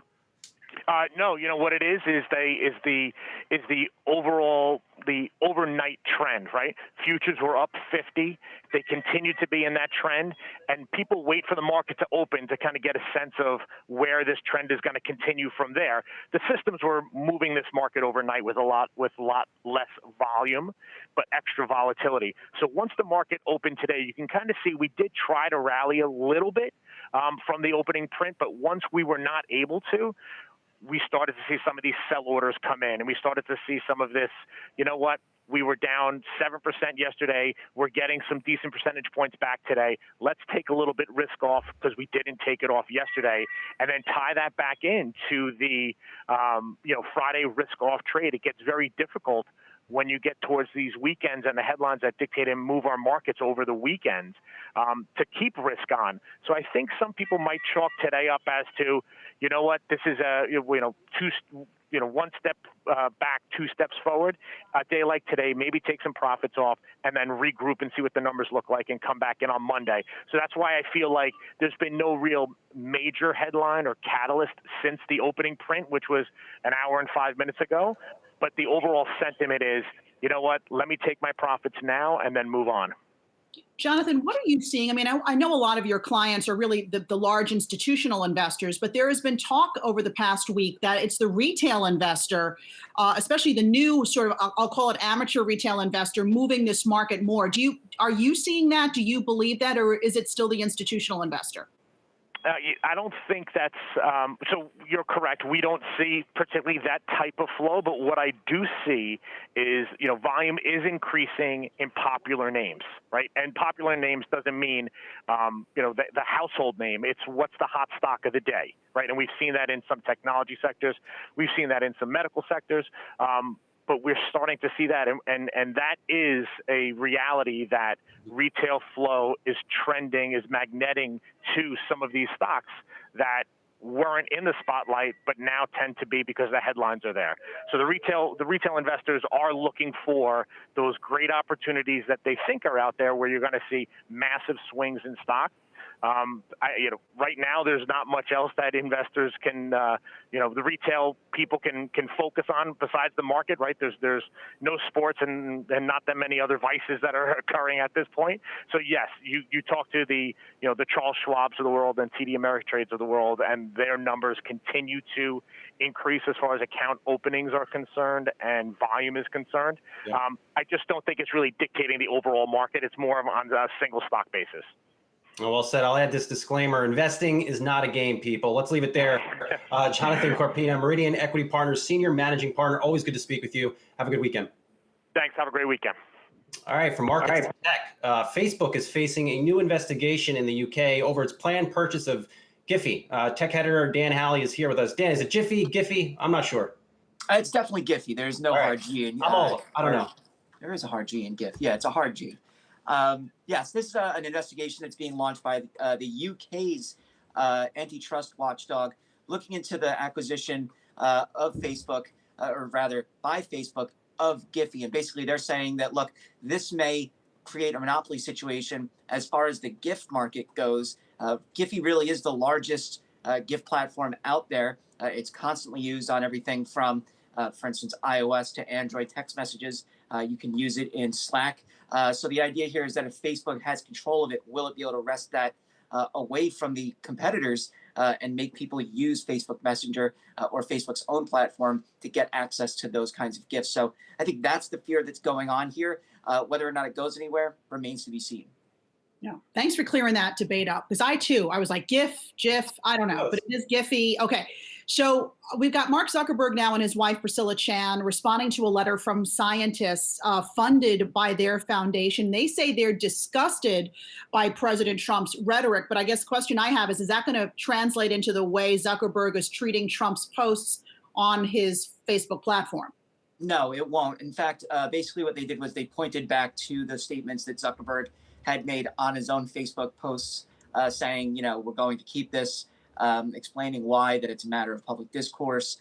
People should see what politicians post. And I think the scientists were looking for something more concrete, but they're just not going to get that from Zuckerberg. Though he did say later that they would look into their moderation policy as far as statements like President Trump's goes. But, this follows Twitter putting up a warning saying that the tweet itself glorified violence, and then Snapchat moving to remove President Trump's profile from the Discover section. So obviously other sites are taking action, but Facebook, and let's not forget Instagram, where President Trump's post also appeared, not doing anything as far as taking it down.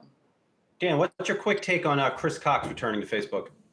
It's actually really interesting. When he originally left, it was going to be kind of a letdown for the company, seeing the chief product guy for the company take off. But now that he's come back, I don't know what it says as far as the leadership goes right now with Facebook. We saw, there was kind of strife as to what the direction the company was going.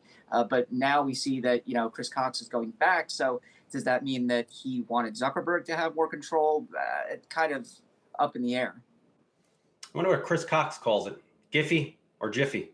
We'll have to ask him sometime. All right, Dan Halley, thanks so much. All right, do stick around. Much more ahead on the markets on the first trade.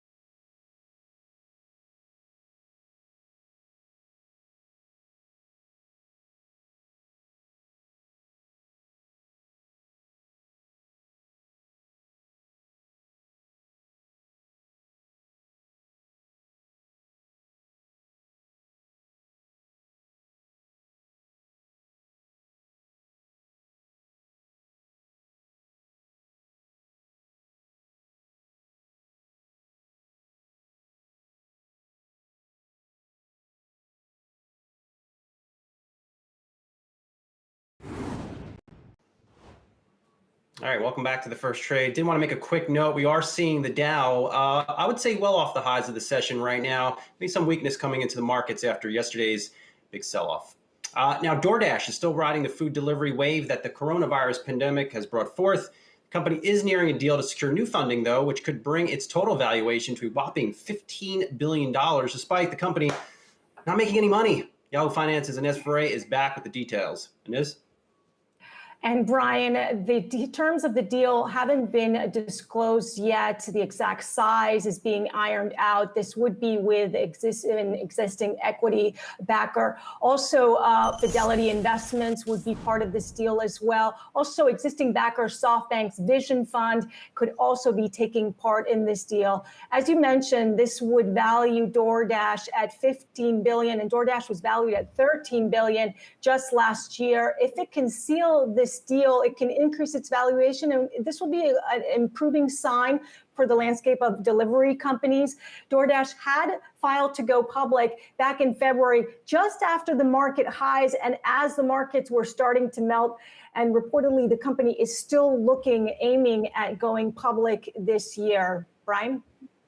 Hey, Inez, what do you see in the overall home food delivery business? I know I'm looking at Grubhub. It's up another 1% after that deal with Just Eats over in Europe. What are you seeing for the overall sector? Yeah, overall, look, Grubhub, you can take a look at the 5-year chart, take a look at the movement there when the news was announced that it was going to be joining forces with Just Eat Takeaway.com. And that deal is valued at $7.3 billion. The acceleration of food delivery services has been accelerated because of the pandemic, because of COVID-19. It's very interesting because Rich Allison, CEO of Domino's Pizza, had said last year that there would be a major shakedown in the food delivery. There would be consolidation in the food delivery space. This has just been accelerated by the use of food delivery platforms because of COVID-19. Brian, I'm sure you have thoughts on that. Yeah, it was just a matter of time. Papa John's, Domino's, even Pizza Hut, winners of the future. We'll leave this one there for now. And as for A, thanks so much. Retailers are on the road to recovery after getting hit by COVID-19. One of the firms looking to help lead the way is AlixPartners. Here to discuss is the CEO, Simon Freakley. Simon, good to see you this morning. I have followed AlixPartners for some time, and I know right now you're in the trenches working with the JCPenney, working with the J. Crew. For these companies that have been under so much pressure, what are the outlooks? What happens to them? Well, Brian, thank you for including me this morning. The truth is that retail as a sector is being profoundly disrupted even before the pandemic came along. So pre-COVID-19, retailers were dealing with extraordinary disruption in their sector, and there were winners and losers. The pandemic then came along, of course, and things ground to a halt. And then, of course, it really depended on whether people had developed omni-channel strategies or online strategies, and we see the effect of both. So, for instance, Amazon sales have gone through the roof. Primark, who had no online strategy, just closed and made no sales for 2 months. There are winners and losers, but you're right, retailers are coming out of the pandemic. Those with the strongest leaders and the most deliberate strategies are making good progress. So then how do you guide these companies, Simon, those who maybe were very focused on brick and mortar? I mean, for instance, we just saw Lululemon out with earnings. Their online sales were through the roof, but it was hardly, not even the beginning of enough to offset the drop they saw in their brick and mortar sales. What are companies like that supposed to do if they're already behind the 8 ball by so much? Yeah, what's so interesting, Alexis, if you look inside these companies, the ones that have omni-channel strategies, you say, well, they must be fine, right? Because they can keep on making sales online. But what isn't obvious to people is that the cost of fulfillment, the marginal cost of fulfilling an order online, is much bigger than the cost of selling an item in a brick and mortar store. So for these companies where the revenues have stayed stable or even potentially gone up, we've seen their EBITDA drastically going down because the cost of fulfilling those sales is so much higher.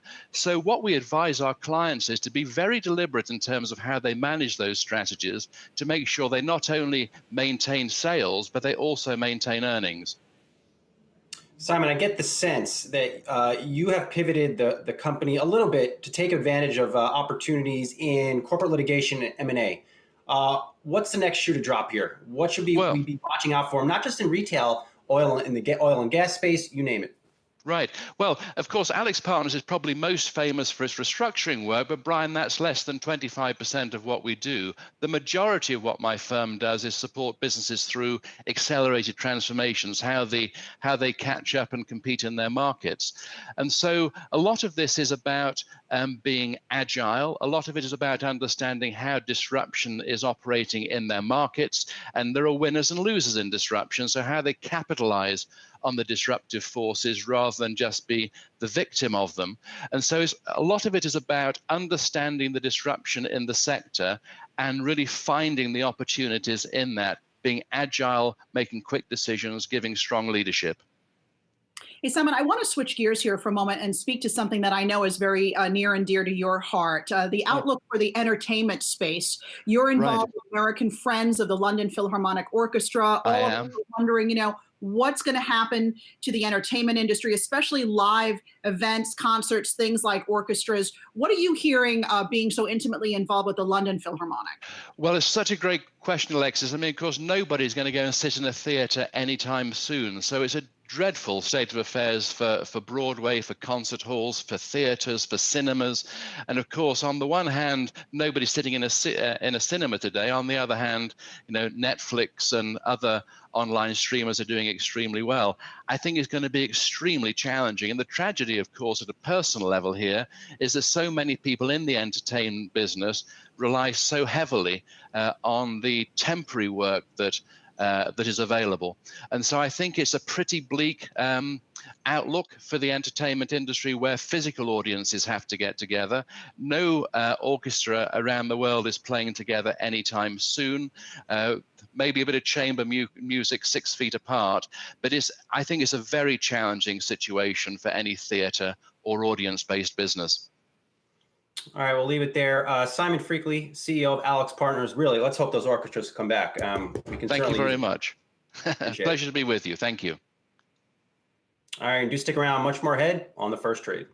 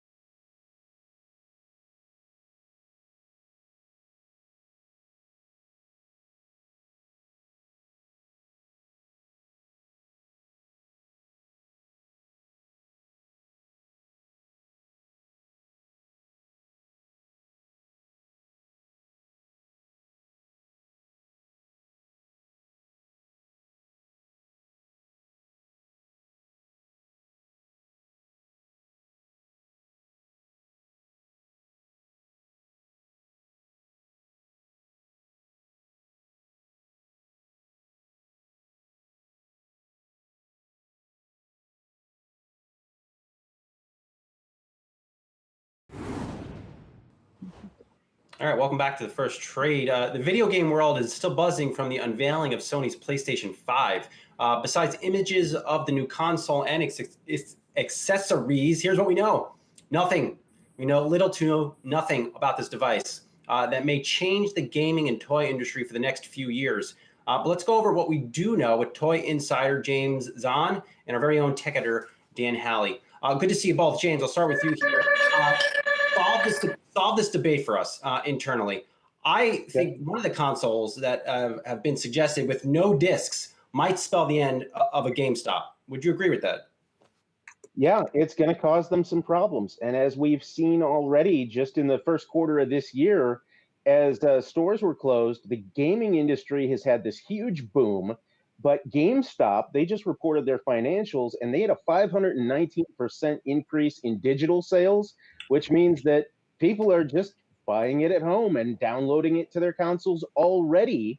So what use is going to a physical store? And now that Sony is offering a PS5 in what they're calling a digital edition that doesn't have that optical drive on it, I don't see any reason, because also Sony is really pushing to have the games then installed on that SSD drive that they've got to take full advantage of the power of this new system.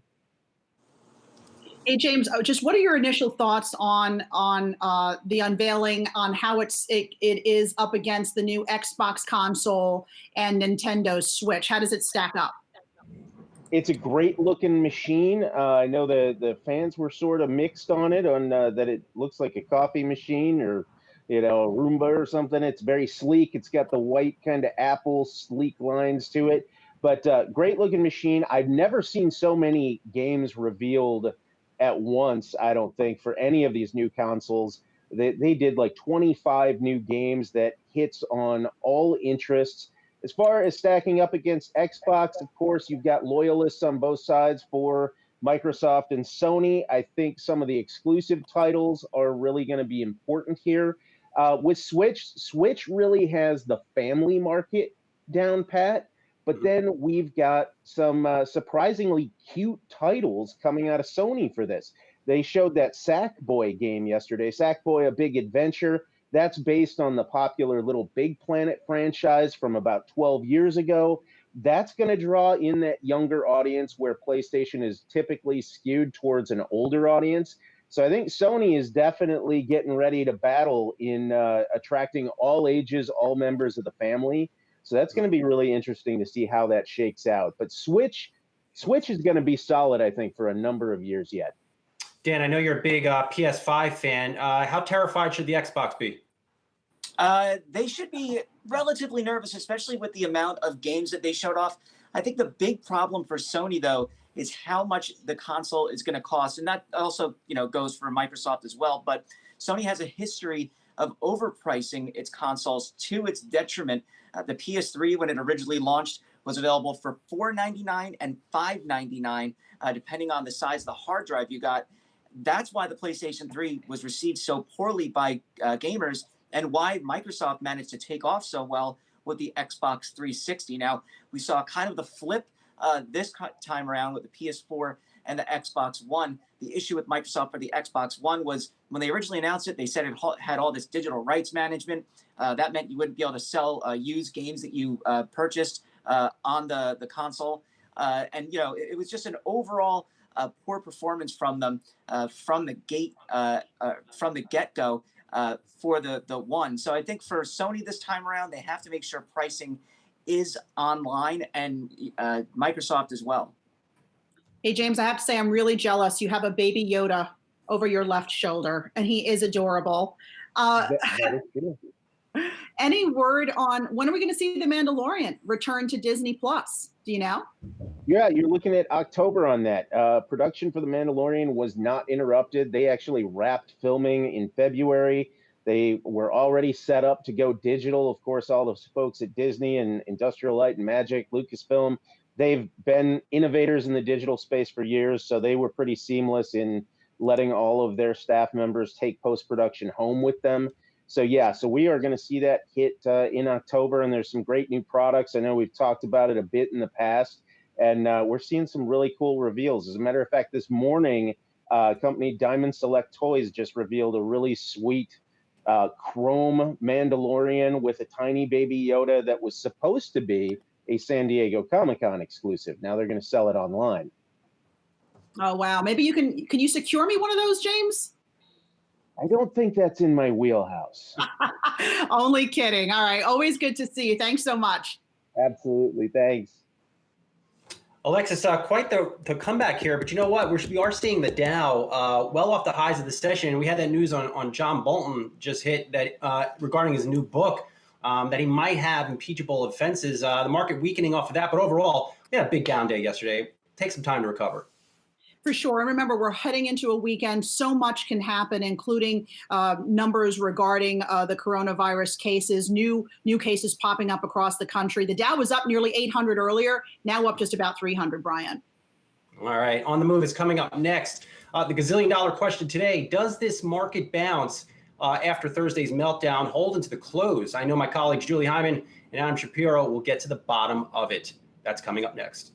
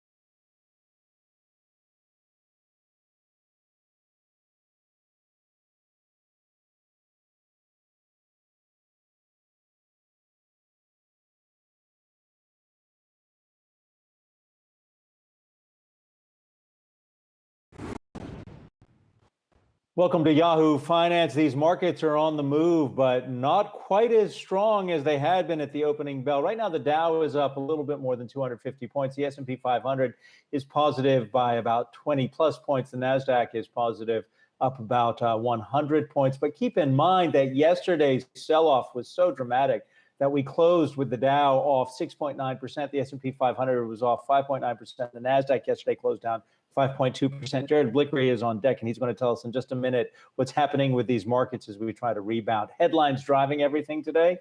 American Airlines is forecasting a 90% drop in its second quarter revenue, but said it expects to cut its cash burn rate to about zero by the end of 2020 as travel demand returns. Currently, they're at about 40 million a day. President Trump retweeted a tweet from his former acting director of national intelligence, Richard Grenell, who says Microsoft should be banned or barred from federal government contracts over their refusal to sell facial recognition software to U.S. police departments until laws are enacted that govern the use of the technology. Starbucks announced on Friday it's going to allow employees to wear apparel in support of Black Lives Matter. Julia LaRoche has a big story about that, and she's going to join us right here to talk more about that. And an analysis from the Associated Press shows cases of coronavirus rising in nearly half of the United States, with hospitals in Arizona nearing capacity. We will speak with an expert about steps medical centers can take to prepare for what could be a second wave of infections. Cases worldwide, 7.5 million people testing positive, with more than 422,000 dead. In the United States, 2 million have tested positive. The number of dead now exceeds 113,000. We have Akiku Fujita as well as Dan Roberts standing by to talk about everything happening with these markets. But right now, let's go to Jared Blickery, who has the latest for us. Jared? Yeah, we're seeing a little bit of a bounce back, but markets are off their highs, as you noted earlier. Just looking at the Wi-Fi Interactive, we can see the Dow is off over 200 points now. It's still up about 8%, or excuse me, 0.8%, but it had been up 3% early on. Nasdaq holding on to 1% of its gains or thereabout, and the S&P 500 only up about 65 basis points. Just checking out the price action for the week, we can see this huge decline yesterday. We've had a lot of pain because just looking at what's happened in this rally since those March 23rd lows, we've now broken a trend line that's been in place from the bottom. And so we sold off basically from a retest of it, 3,080, pretty soon after the open. And I mentioned the pain, and that's because there's all this volatility in the bond market. So we're going to take a look at the 10-year T-note yield. We've been tracking this bullish pattern. Well, it was a bullish pattern, and it looked like we were going to get above 1%. We hit about 95 basis points and sold off here, at least in terms of yields, as bonds spiked. And now we have broken an important trend line. All of this is making it very difficult for institutional investors to invest. Tech has been leading over the last 4 days, but value and cyclicals really have been leading over the last 20 days in this rally. And if we just take a look at the Nasdaq 100 today, still seeing some green here, but let's take a look at the price action for the week. And if we sort by performance, we can see all the green stocks are pretty much those tech defensive plays like Zoom, Tesla, Take-Two, Activision Blizzard, and the travel stocks really just taking it on the chin this week. Marriott, Align Technology, Expedia, United Airlines, all to the downside, off more than 10%. And here are the winners and losers for the week. All of them losers, but tech is outperforming, and energy is the biggest loser at down 13%, Adam. All right, Jared, we're going to keep this discussion going. Not only are institutional investors might having a difficult time, but retail investors trying to figure this out as well. So to help all of us understand what's happening, let's invite into the program Sarah Ketterer. She is the Causeway International Value Fund Portfolio Manager. Good to have you here. Thank you. So let me ask you a question, because we heard Jared talk about cyclicals, and you have said cyclical stocks have led prior market recoveries. This one is no exception. When we're talking about cyclicals, I mean, simply put, correct me when I get it wrong, we're talking about stocks that tend to do well when markets are booming and tend to fall when markets are not. If that's accurate, as an investor in this market, how do you determine that? Yeah, think about a cyclical stock as economically sensitive. And right now we are in recession. So clearly cyclical stocks should be under a lot of pressure, but markets anticipate recovery long before we see it in economic data. And the cyclical stocks got hit the hardest. You made reference to software. It has sailed through, many of those stocks have sailed through this COVID crisis unscathed, and some of them are even higher than they were before they went in. The cyclicals, however, whether they're in any type of economically sensitive business. I think banking is a great example. It's extremely sensitive. Those stocks, many of them halved or worse down to the bottom of markets in late March, but many of them, not all, but many of them have had very significant recoveries, but they've only just started, and that's really the message. In the last several crises, the consumer discretionary, the materials, the industrials, the financials, they all led the markets on the way up. So when we look at what's happening, we want to point out, Jerry just sent us a note that the S&P 500 briefly went negative since we came on into the stream. When you're looking at this market, all of this makes sense, and we look at the past as at least a guide to what could possibly happen. But this moment in time, this pandemic is so unique to any of us in our lifetime experience. It's not a financial collapse. It's different in so many ways. It seems to me as if caution should have kept us from having the rally we experienced over the past couple of weeks.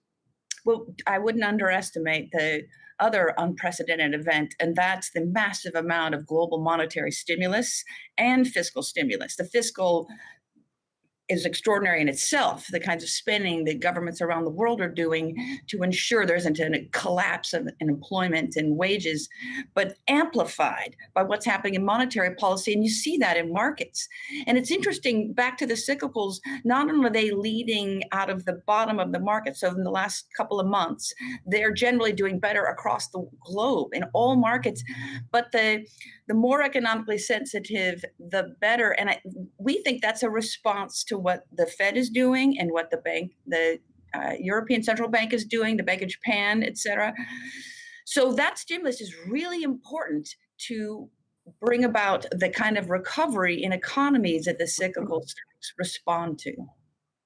Sarah, how should we be looking at the retail play right now? There's been so much talk about these stocks, the airline stocks, even the bankruptcy plays like a Hertz, how they have pushed higher, during the recent rally. And I'm wondering if the retail play is being exaggerated, or is that actually a thing right now that's really changing the dynamic in the market?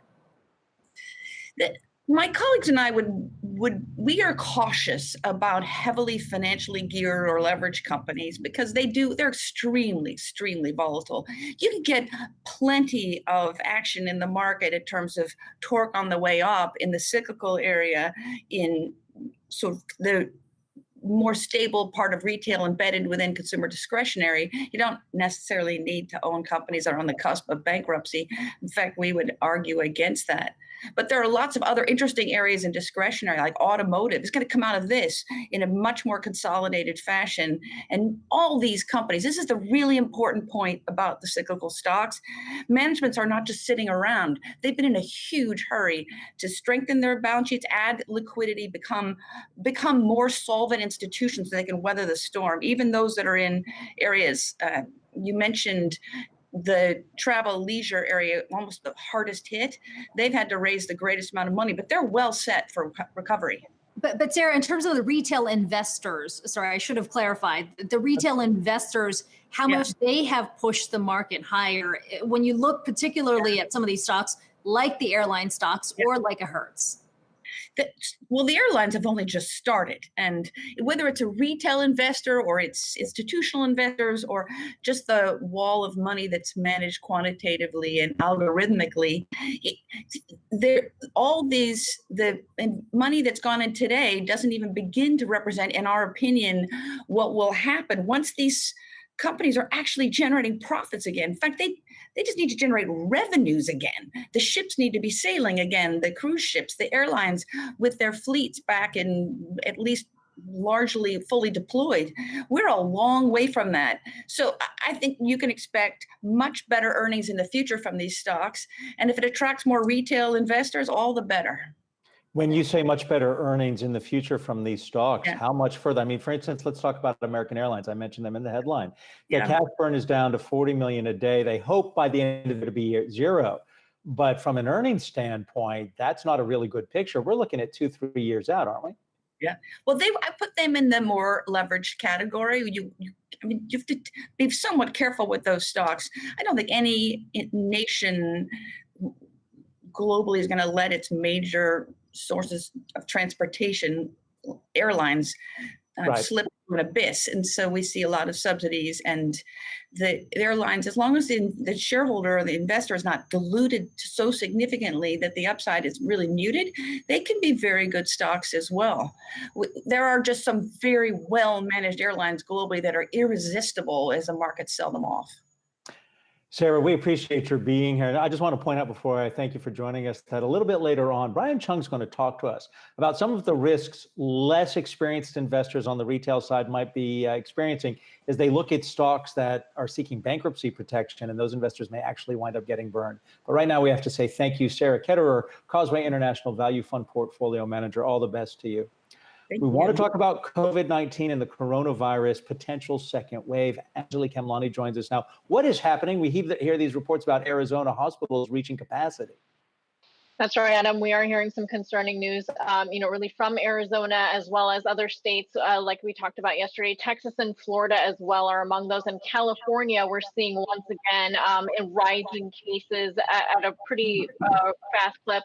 And so that's one of the things that I think is concerning public health experts, is that we're seeing as we, as the country eased restrictions and as more people are really, engaging with each other, we're definitely seeing the results of that. What the specific reason for some of these are is still being worked out. But we also know Texas, for example, recently said that they're reaching a disaster level. And so it really is concerning.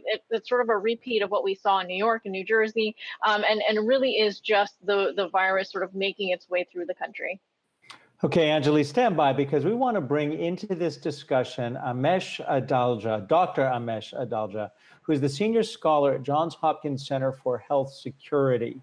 And a lot of us worry about our hospitals being ready to take an influx of more patients. So what steps can places like Arizona take if they're already behind the curve, if they're not where they need to be now? Well, they need to really think about reactivating their emergency operations plans. And that might include trying to convert parts of the hospital into ICU bed space so that they can take care of the patients that they're going to get. They may need to be more judicious about their scheduled surgeries, which are colloquially called elective surgeries, to decide which ones need to go forward, which ones they can postpone a little bit. They need to think about their staffing, their personal protective equipment, all of the same types of considerations we heard about in March. That has to be back into play now as they get inundated with cases. And then they have to work very strongly with their health departments at the state and local levels to try and stop this spread from occurring, get better at contact tracing, make sure that that's all robust, because that's the only way that we're going to get out of this, is by trying to keep those cases to a level that is manageable by the hospitals. And when they get in trouble, we're going to see these types of consequences. Dr. Adalja, Dan Roberts here. In your expert opinion, as we look around the country now and we're seeing troubling numbers about spikes in cases, Texas had its highest number of COVID-19 hospitalizations that it's had since the beginning of the pandemic, I think on Tuesday. For people who are starting to think about traveling, especially if certain states are, reopened and restaurants are allowing outdoor dining, and in many areas even indoor dining, as long as you have a mask or as long as you socially distance, do you have any advice or caution? I mean, should people not be traveling? Should they not be venturing out to the extent that they have been doing so? Are states reopening too quickly, in your opinion? So this is going to be something that's not a one-size-fits-all type of answer. It's really going to depend on the local dynamics and transmission of this virus, what's going on in that area, what do the hospitals look like, and what's your personal risk tolerance and your risk factors for severe disease. So the important point to remember is the virus hasn't gone anywhere. We really had enforced social distancing to preserve hospital capacity. So in many states, hospital capacity is okay. We're worrying about Arizona and some other places, but in many places it is fine. And it's going to really fall to individuals to decide what's best for them. And there are some common sense types of measures you can take by trying to maintain social distancing, by washing your hands frequently, touching your face less, trying to avoid very crowded places, sitting outside if you can. And I think that's going to be how we move forward in this pandemic, that it's really going to be learning to live with this virus, reducing the harm that the virus causes, but realizing that it's going to be with us in everything we do until there is a vaccine. Anjali here. I know that one of the concerns originally was that there would be some of this sort of spiking and rise in cases as restrictions ease. And so we are seeing that. What is your opinion of where that is coming from and what the sort of the underlying issues are? Well, you know that any type of social interaction is going to be an opportunity for the virus to jump from person to person. That's just a simple biological fact. We're going to get more cases and hospitalizations. And as people travel, as they start going out, as they start interacting with people, enlarging the circle of people that they've been interacting with, as businesses start to open, you're going to see this virus transmit.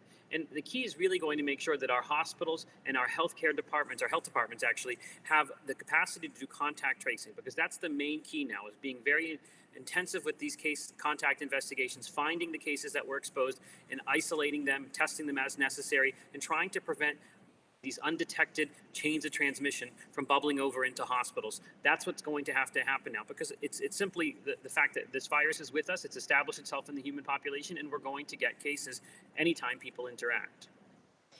Amesh, one of the things we haven't talked about, I feel like in weeks, is critical supplies and where we are in terms of hospitals getting a handle on that.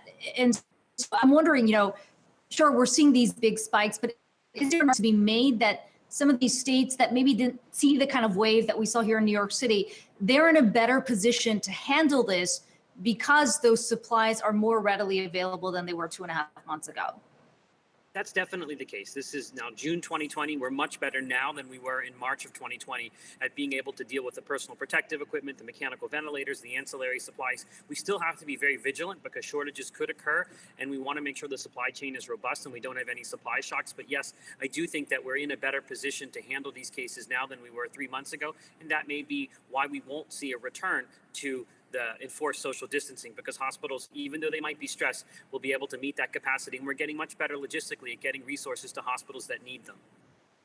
Amish, how does this affect us as we're looking for that fall winter, right? We've had all the White House advisors and leading experts saying that. What are your thoughts on how this sort of resurgence, if you will, around the country is going to affect preparations for later this year? Well, I do think that we're going to see intensification of spread as we get into respiratory virus syndrome season in the fall and the winter. And this is sort of a trial run. This is what we're going to be dealing with, these kind of periodic spikes and waves that kind of go around the country in dysynchronous times. It's not going to be one homogeneous outbreak. It's going to be little hotspots pop up here and there, and we're going to have to be able to put the fires out. And this is exactly what we're going to have to be getting used to as the new normal, as this virus is with us until there's a vaccine. And I do think that we really need to make sure that we don't get into this kind of trouble in the fall when we're contending with influenza at the same time, which is going to be competing for the same resources.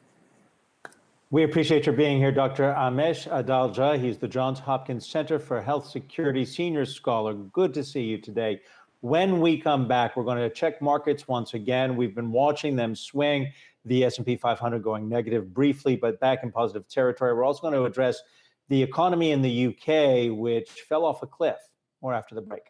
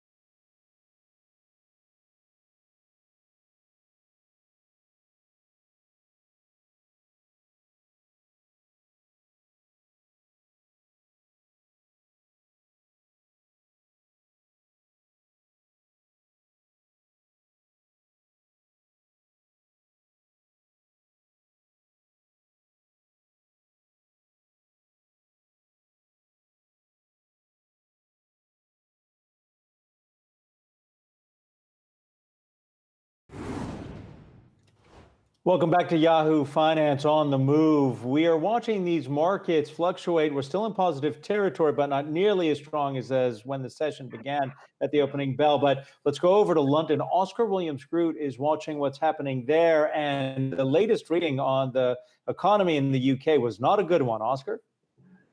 Not at all. We had an absolutely historic collapse in UK GDP in April, the first full month of lockdown here. The Office for National Statistics said this morning that UK GDP collapsed by an almost unbelievable 20.4% in April alone. That was the biggest drop on record. And it in fact broke the record set just the month before. In March, the economy contracted by 8%, which was the previous all-time record. It means since the peak in January, UK GDP has now fallen by 25%. To put that in context, during the great financial crisis, the peak to trough for GDP there was just 6%. So an order of magnitude worse this time around, and a lot quicker as well. Now, economists are also warning that even though lockdown is beginning to ease here in the UK, it'll be a much slower recovery than the very stark fall we've seen in just a few months. That's partly because lockdown is taking a lot longer to be eased than it is in other countries, but also because we've seen a spike in saving, a decline in borrowing, all signs that consumers won't be rushing back to shops when lockdown is fully eased, which is bad news for such a service and consumer-led economy as here in the UK. Perhaps unbelievably, though, we haven't seen a huge market reaction. The FTSE 100 is still barely positive for the day, and the pound has been largely flat against both the euro and the dollar, although it is selling off against the dollar in just the last few hours. Oscar, we appreciate the update. There are lessons for what's happening in the UK with what is happening here in the United States. And to help us approach all of that is Gus Foucher. He is PNC Financial's chief economist. He is joining us from Pittsburgh. Thank you for being here, Gus. Thank you. I want to talk to you about the labor market, but something that we just heard Oscar say about people saving and holding on to money is something I want to start with. Many of us are old enough to remember when American citizens were criticized for not saving enough. Now it seems as if everybody's being criticized for saving too much. Can you help us understand why saving too much is a problem as we try to get this economy back on track? Sure. Consumer spending accounts for about 2/3 of US GDP. So if consumers aren't out there purchasing, that means that economic activity in the United States is going to be weaker. We saw consumers saving a lot in March and April, more because they didn't have the opportunity to spend than anything else. We actually saw income go up because of the tax rebate checks and because of the expanded unemployment insurance benefits. But I do expect that as we see restrictions on movement lifted, that we will see consumer spending pick back up and the savings rate decline again over the next few months. Okay, so that leads me to the question about the labor market. You believe that the worst in the labor market appears to be over, but even with what you just said about things opening up and consumer spending picking up, the labor market's still in terrible conditions. Even the Fed, they're expecting close to 10% unemployment by the end of the year. So why would a consumer not be made afraid of that and still hold on to their money?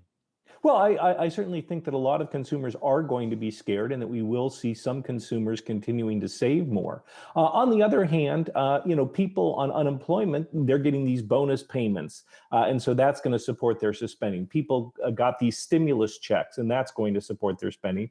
And I think for most workers who still have their jobs, now that the worst is over, they're going to say, okay, we made it through. Yes, I'm going to be a little more cautious, but now that I can get out, I'm going to go out, maybe go on vacation this summer, that type of thing. So that's how recoveries start, by consumers just feeling that little bit of extra confidence so they feel like they don't need to save as much and can gradually increase their spending going forward. Gus, there's still a lot of questions about how much the PPP loans have actually led to rehiring. Now we've got a little more flexibility within how these businesses use those loans. Does that suggest that you think these companies, or especially small businesses, are not going to hire or rehire at the pace that they would have under sort of the previous restrictions? Because at the time we were looking at 2.5 months. Now they've got several more months to go. That's right. And that does create some uncertainty there. Certainly, I was very encouraged by the fact that the U.S. economy added 2.5 million jobs in May, and we saw the unemployment rate decline. But that's the big question. I mean, we've lost so many jobs in March and especially in April, more than 20 million jobs, huge decline in employment. The question is are businesses going to hold on to those workers and work their way through to the other side? If we see temporary job losses, I think that's okay. But as more and more of these job losses become permanent, that means that people will struggle to be rehired. That is going to depress their spending, and that would slow the recovery. So it's still an open question. Certainly, I mean, you want the flexibility because that encourages businesses to stay open over the longer run. But at the same point, you want them to retain their workforces. And it's tough. They need to try to figure out that balance there. But that's going to be very important for the recovery later this year and in 2021. Gus, Dan Roberts here. Yeah, if we stick with the possibility of a recovery, Wall Street Journal just came out with its survey of economists, and I was surprised by the optimism there. Something like 60-something% said we're going to see a recovery in the third quarter, and then 36% or so said the recovery already began in the second quarter. Look, we're 14% unemployment, and then even if things start to bounce back because of a little bit of positivity, I understand what you're saying, that would give some momentum. But it's hard to imagine a very good holiday shopping season come November and December. Even if some people are starting to head back to work, you hear a lot of people now, we were playing the game of will it be a V-shaped recovery, U-shaped? A lot of people now are saying, a Nike swoosh. What do you see as the likeliest recovery? And then is the biggest thing standing in the way of that another spike in cases? Because then people aren't going to venture out. Yeah, so I actually participate in that Wall Street Journal survey, and I do think that we are probably in the early stages of a recovery now. That doesn't mean that the economy is good. It simply means that it is actually growing again, but we're in a very big hole. We still have a long way to climb out of that hole. I think we'll see something like a check mark where we see a very steep contraction and then solid growth, steady growth, but not getting back to where we were over a period of just a few months. I think it's going to take a couple of years for employment to come back to where it was at the beginning of 2020. I think the unemployment rate is likely to remain, it may get down a little bit below 10% by the end of this year, but is going to remain elevated for a few years. And I do think that will weigh on consumer spending growth, but we're in such a low level with consumer spending in early 2020, in the spring and in the early summer, that I think there's really nowhere to go but up. But it is going to be a long road back, even if we see strong economic growth, strong job growth. We have to make up 20 million lost jobs, and that's going to take an extended period of time, even if we add 2.5 million jobs per month. Gus Foucher is the PNC Financial Chief Economist. We appreciate your insight, but also before we invite you back, just want you to know our senior producer would invite you back simply because you're from Pittsburgh. He loves the city. So we appreciate your being here. All the best to you. Thanks. When we come back, we've got to talk about Hertz because a lot of retail investors are expecting Hertz to put them in the driver's seat, but there's a big old pothole straight ahead that could scare the pretty off of Kristen Bell. We'll talk about that when we come back.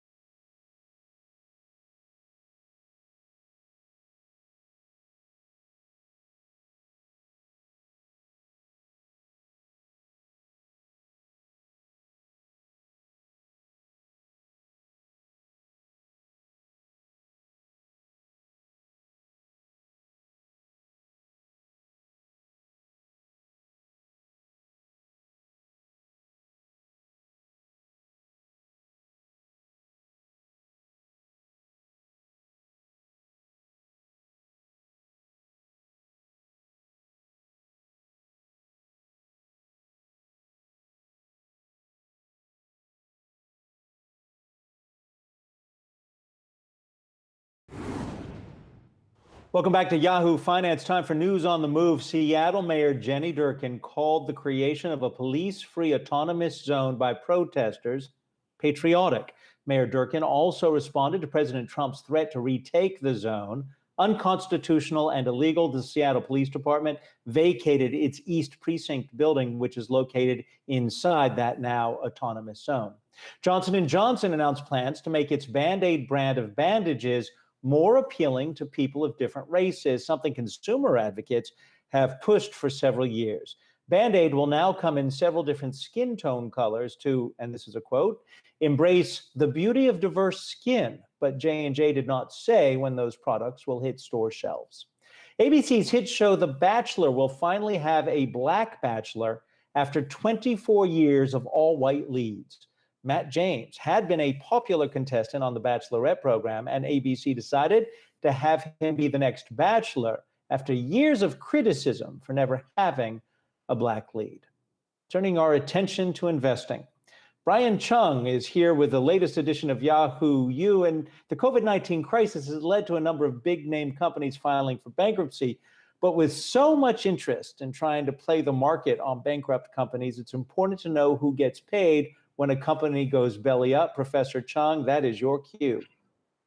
Well, Adam, the names that are filed for bankruptcy are quite big, right? Gold's Gym, JCPenney, Neiman Marcus, Hertz. These are big names that have fallen into bankruptcy. But what actually happens when a company goes bankrupt? Who ends up holding the bag? And these are critical questions if you're considering investing in some of these fallen bank stocks, which appears to be the case, at least for Hertz. Now, at first, we need to understand why we're talking about this in the first place. So I've got some data to show you that will hopefully illustrate a little bit of the details here. So what you're looking at is the U.S. speculative grade default rate. This comes from S&P Global Ratings and S&P Global Market Intelligence. And this maps out the default rate among speculative grade U.S. companies or those with corporate debt that's rated BB+ or lower. And as of March 2020, you can see that the default rate was only about 3.5%, quite low when you compare it to other peaks that we've seen in previous crises. But S&P Global Ratings research says we're not out of the rut yet. In fact, if anything, we might not even see the spike just yet, that it's going to come. They actually expect the default rate to hit 12.5% by March 2021. In a pessimistic scenario, they say that could even be higher, maybe as high as 15.5%. Now, in an optimistic scenario, S&P says maybe it could be somewhere around 6%, but that would still be much higher than where we are right now at, again, a default rate of 3.5%. Now, either way, this means that the increase in default is going to raise questions about what happens to stakeholders, especially if a company goes under. So if a company goes up in smoke, this is what the capital stack looks like.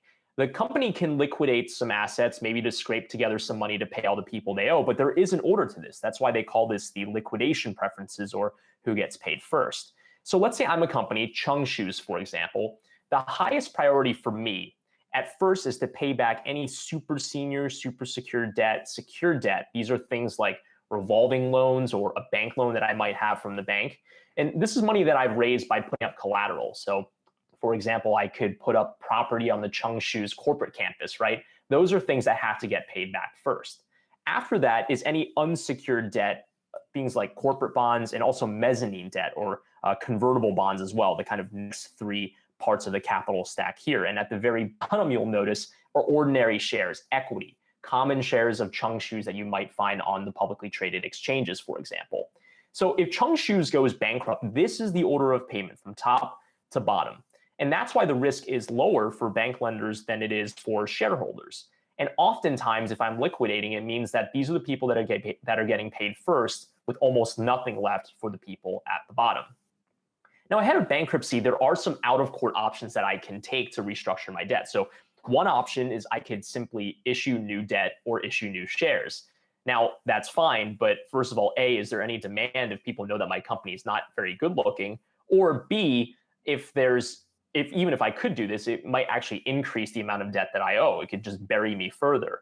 Secondly, I could waive or amend my existing debt agreements. So for example, my bank loans have contractually defined clauses on subordination saying that I have to pay them before I can pay anybody else.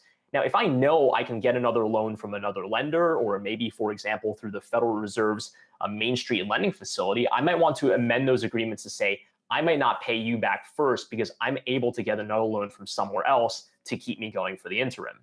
Now, if none of that works and I can't fundraise from anywhere, I'm going to have to start selling stuff, right? Maybe parts of my business, a single factory, for example. If none of that is enough, well, I might just have to sell the whole thing, sell it to another company that's interested or to private equity, as is pretty commonly the case. Now, those are all out-of-court options. Then there's also in-court restructuring. This chart shows you Chapter 11 reorganization filings from the American Bankruptcy Institute and from Epic. Now, Chapter 11 filings have been on the rise amid COVID-19, so it shows you the pressure on these companies. In the last month, for the month of May, filings were at 722. That's well above May 2019, when only 487 companies had filed. Now, the number is quite high, and I want to note that this is not all public companies, so it's not all the Hertz's and J. Crews of the world. These are companies that could be small businesses on Main Street, for example. But regardless, bankruptcy is a big, buzzy issue right now, and you always want to know where in the capital stack you are. You want to know your liability, and you always want to make sure that you're protected if you are making these investments. Brian Chung is going to stick around as we talk about a big issue with Daniel Roberts and Akiko Fujita about Hertz, because they want to sell up to, what is it, $1 billion of new shares as they are in the middle of the process of bankruptcy protection and reorganization. And some of us might think of this as, wow, how could they do that? On the other hand, it's not out of the ordinary for a company to seek financing from a bank. So why not seek financing from shareholders who might be willing to take that risk? Dan, you usually have an opinion on these kinds of things. Well, I want to start off by mentioning, Adam, the Robin Hood effect here. You know, we didn't talk about it earlier in the show when we were discussing some of these recent bumps for not just Hertz, but the airlines saw that, and also bizarrely Luckin Coffee. So these are names that in some way were troubled. We know what happened with the airlines, and they're not going anywhere, most of them. But with Luckin, it was actually halted due to possible fraud. And then, of course, there's Hertz, which is filing for bankruptcy. All of these names saw huge spikes on the trading app Robinhood in the last week or so, which is usually a good indication of where young and, sorry to say, not very schooled and well-informed investors go. It's the millennial stock trading app. You can buy shares with a swipe. It's like on Tinder. And so that's been really interesting to see. And it's a sign that at some point, the type of investors, retail investors who use Robinhood, figured out, actually, when a company files for bankruptcy, A, it doesn't mean they're going out of business necessarily. And B, it might actually be a good time to buy if I pay attention and do my homework and I'm ready to sell soon enough. Because, of course, if you're still holding the shares later on, you're probably going to lose your shirt. But that has been really remarkable to see the spike in Hertz, especially because it isn't as though the company is likely to avoid. I mean, it has already filed bankruptcy. And it's also a company, I want to make sure someone mentions, that was in a lot of trouble before coronavirus came along. You know, I think coronavirus was just maybe a death blow. But really interesting, and a reminder that Robinhood, for all of its maybe issues, it's a larger story, but it's always interesting to look at Robinhood data when you can get it. This week, Hertz became more widely held by Robinhood users than Netflix. And to Dan's point, it is important distinction to know that a company that files for Chapter 11 reorganization does not mean that the company is going to go away forever. Many companies have reemerged out of Chapter 11. The reason why is because they're able to find financing. Now, in many cases, that's because when they file for Chapter 11, the court helps work with the company and its debtors to figure out an agreement for what's the best way that the debtors can end up with some of the return and the company can still survive in one piece. Now, when it comes to Hertz, a very interesting situation that they still have the option, as I lay out earlier, to issue equity in this situation, because in almost all cases, because of the sheer virtue of the fact that they are filing for Chapter 11 bankruptcy, there's no demand for equity. But this is a weird situation where, because maybe of the Robinhood traders that Dan was just mentioning, the company's looking at its stock price and going, there is a demand for my equity, even though I've already filed for Chapter 11 bankruptcy. No one seems to care about that. So if people will buy our stock and there's no worry about dilution here, let's just issue new equity. So a very unique situation that shows you there's many different ways you can get out of a bankruptcy. The question is whether or not those investment opportunities are good for investors. All right, we're going to take a pause there. We'll check markets when we come back. We're also going to talk about steps that Starbucks is taking to allow its staff to show their support for Black Lives Matter.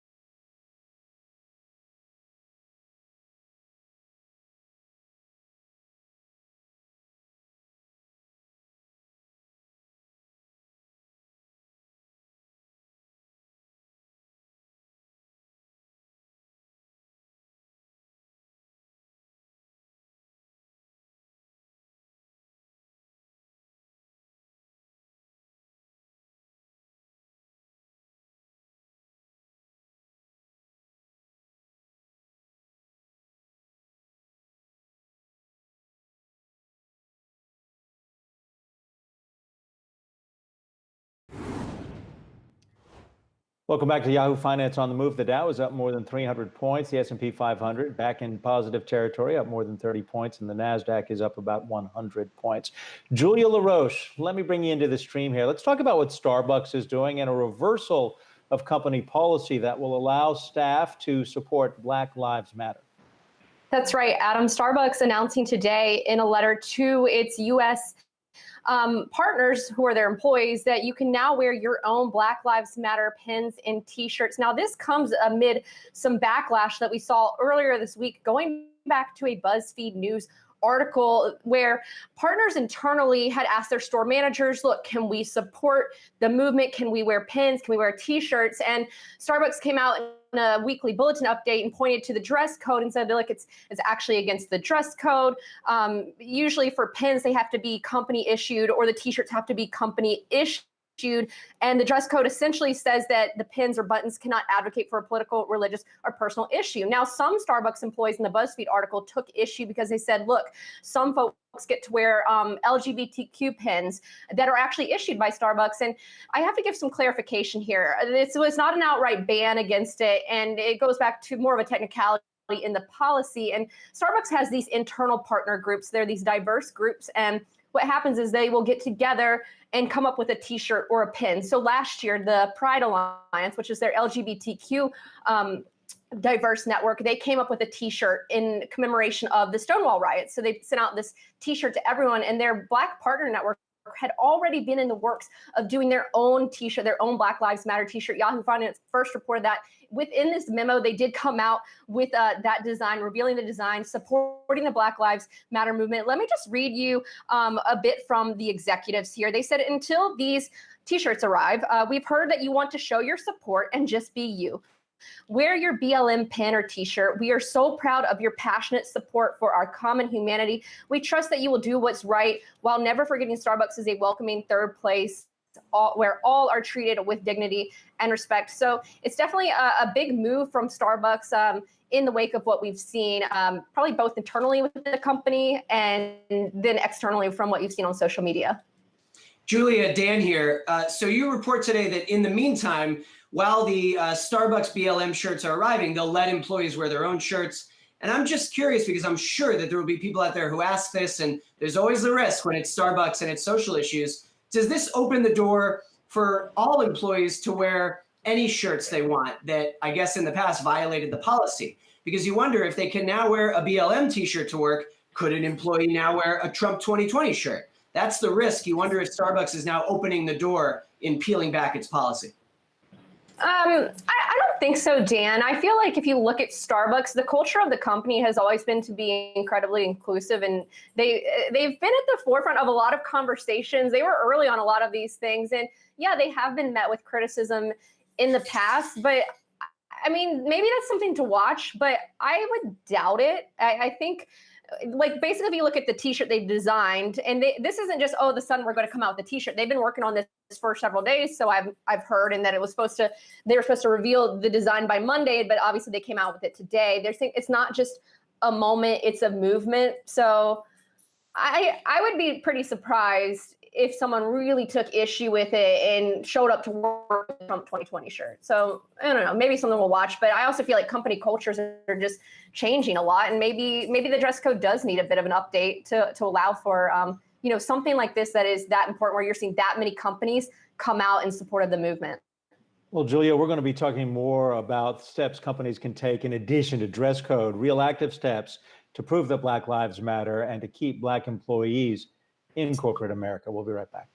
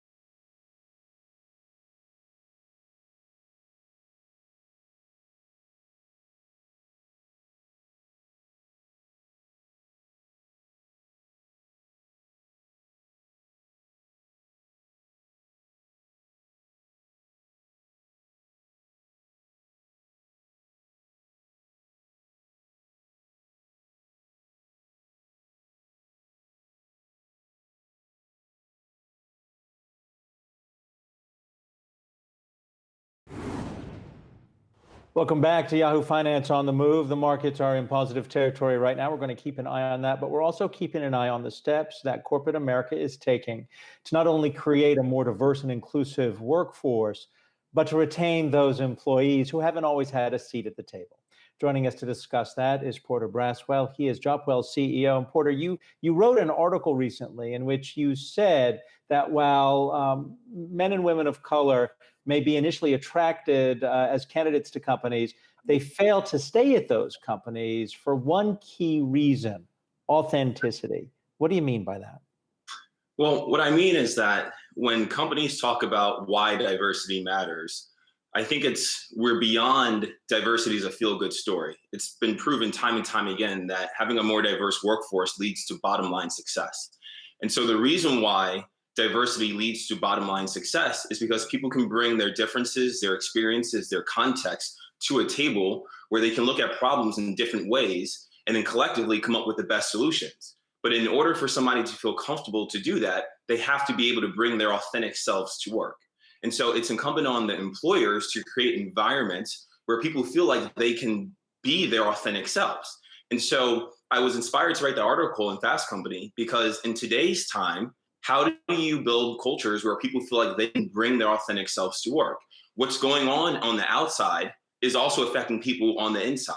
So how are you addressing the inequality that exists within the American democracy within the context of your workplace? And if you're not addressing that and talking about it, then you're missing an opportunity to allow your employees to bring their authentic selves to work to get the most out of them. Porter, we've heard a lot of companies over the last several weeks come out and commit themselves to diversity. And yet this is something that we've heard before without a lot of movement. So you look at big tech companies, for example, they started releasing these diversity reports back in 2014. You look at where they stand today, sure, it's a little more diverse, but it's definitely not on par with what represents where the US workforce is today. So I'm wondering if you think there needs to be consequences in place as well, in addition to these markers these companies have set out, because there's got to be some pressure on the other end for these companies to move, right? Yeah, so I think there are a few things at play here. One is that this time it feels different. There's something different about what's going on in this country right now, where again, it's no longer this feel-good story or blanket statements of what companies are going to do. I think white America is going to hold people accountable now. And I think before there was that lack of accountability from the majority culture. And this time, allies are stepping up and saying, enough is enough. I'm going to be a part of the solution.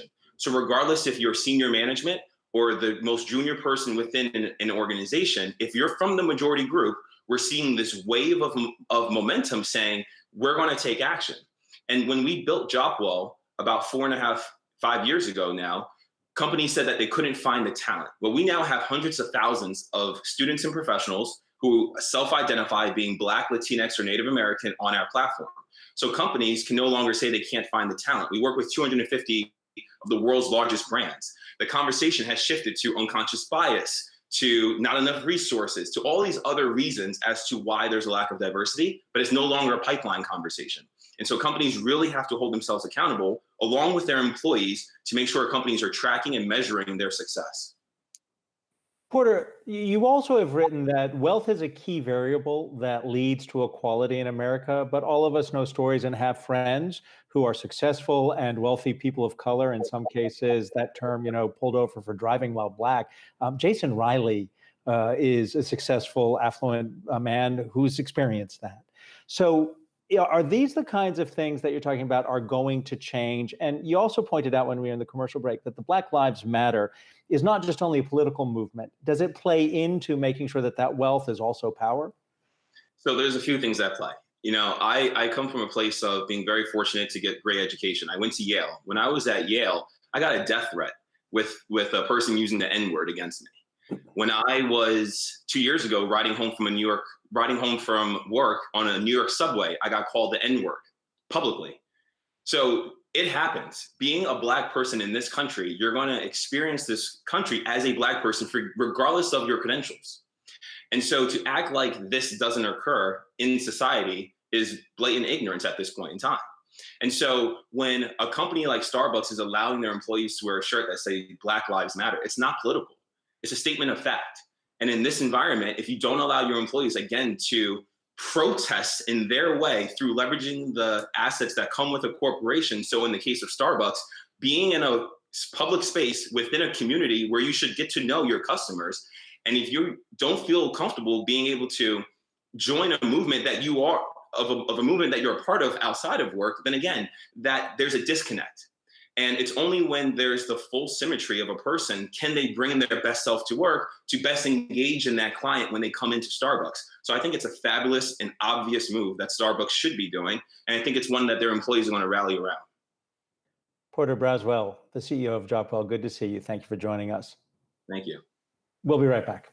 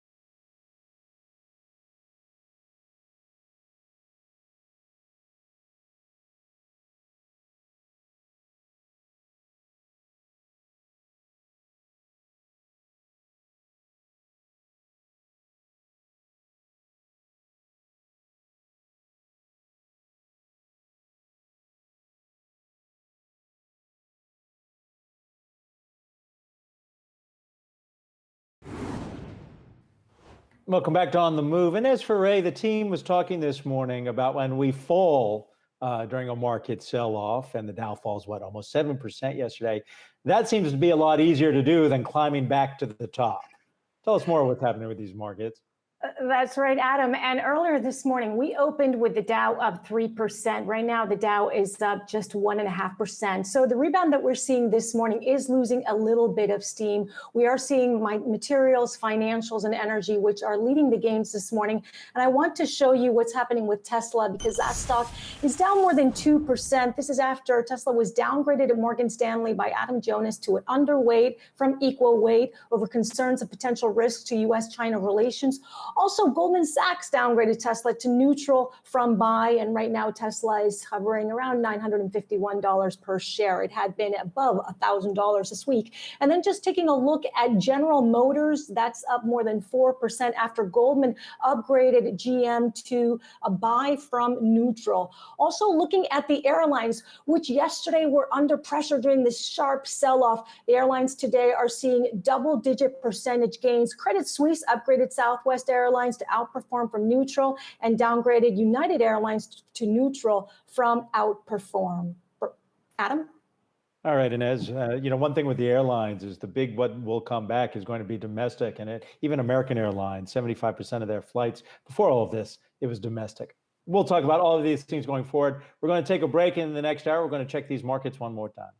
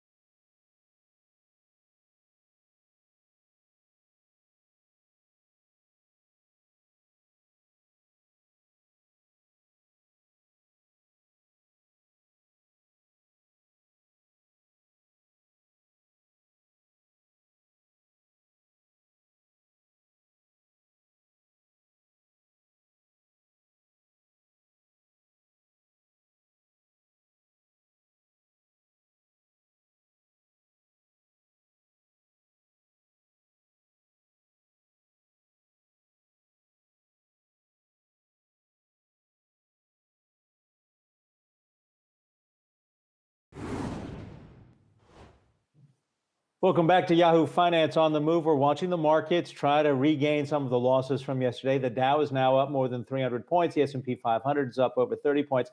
The Nasdaq has fallen a bit from its session highs, but it is up just about 99 points. Some of the headlines that we've been looking at that are driving these markets today, as we discussed in the last hour, Starbucks has announced that it's going to allow employees to wear apparel in support of Black Lives Matter. We're also watching the airlines, which are doing very well today. Among them, American Airlines, which, although forecasting a 90% drop in the second quarter for revenue, does expect that their cash burn rate to hit about zero by the end of the year. They've got it down from 100 million a day to about 40 million and on a trajectory again to zero. One last thing about corona cases worldwide, 7.5 million testing positive. The number of dead worldwide, 422,000 plus. In the United States, we have more than 2 million people who have tested positive for the coronavirus. All of this obviously driving markets, and to understand what is happening economically and where we are headed as we go next month into earnings season once again, want to invite into the program Anik Sen to help us make heads or tails and understand as investors what we do in times that none of us have ever experienced. Thank you for being here, Mr. Sen. Thank you. My pleasure. Thank you for having me. And I should point out, you're the global head of equities at PineBridge Investments. So when you look at this tug of war, as you've described it, regarding earnings, and I realize that American Airlines is unique. Not a lot of companies are going through what the airlines are going through. But as an investor, I've got to look at past earnings. But the past is so far in the rearview mirror, given what we're experiencing now. How do you make a decision going forward? Adam, you're absolutely right. I mean, what we're going through is obviously totally unprecedented. The mistake that I think a lot of people make at the moment is to draw parallels with history. And obviously, there are no parallels, right? And so, what we see today is a dramatic exogenous shock. But there are some lessons from the 2008 crisis that are being applied extremely well right now. Notably, the coordinated responses by the central banks and the treasuries around the world. This time around, the lessons that were learned was, go big, make sure that the solution is much bigger than the problem, be quick and be coordinated. I think this time around, we've seen upwards of 40% of GDP coming into the markets extremely quickly. And the markets have obviously reacted to that. So where we are in the markets today is that all of that stimulus expectations and what we've seen today is in the price, largely in our view. But from here on, it is really about the demand recovery. It's about the pace of demand recovery as lockdown gets unwound gradually. So that's where we are at today. Hey, Anik, Rick Newman here. We've had many guests on Yahoo Finance pointing out that the S&P 500, for example, seems to be pricing in earnings way higher than they're likely to come in. So there's this big gap. Do you agree with that, first of all? And if you do, how does that get rectified? We are in a very fascinating situation right now because companies have essentially stopped giving guidance. I don't remember a time, when you've seen this. So obviously, the dispersion of earnings expectations in the markets have absolutely spiked. So the way I kind of describe it is that the market inefficiency right now is never higher than in the last 10 years. So we've got a very wide range of earnings expectations at the company by company level. So that's one thing. The level of uncertainty, not just for 2020, but way out to 2022, is extremely wide. The second thing that you've seen sell-side analysts do is to bring down the numbers extremely sharply, also at a very unprecedented rate. So when you look out at 2022, earnings expectations for the S&P 500 have come off by about 15%, which is huge. So in a way, the market today right now is not really trading on fundamentals. The market is trading a lot, if you will, on technicals. So where the market is today is making the call that the recovery is going to be faster than what estimates are currently saying. And that to us is the big call right now, is the pace of earnings recovery. So when you turn it back to your question on, where is it trading on valuations, today the market is extremely wide in terms of where those mean estimates are. If you take the analogy, if your head is in the oven and if your feet are in the fridge, on average, you're okay. In other words, the mean makes no sense. Anik, I just want to ask, as far as a second wave goes and the idea that we may see re-shutdowns of different economies. We're looking at Houston talking about that now, potentially using that the football stadium as a new or reopening the football stadium as an emergency coronavirus facility. What could that possibly do to the economy right now? I mean, we're seeing stocks start to react to that already, but if we see a firm order, what do you think we could eventually see?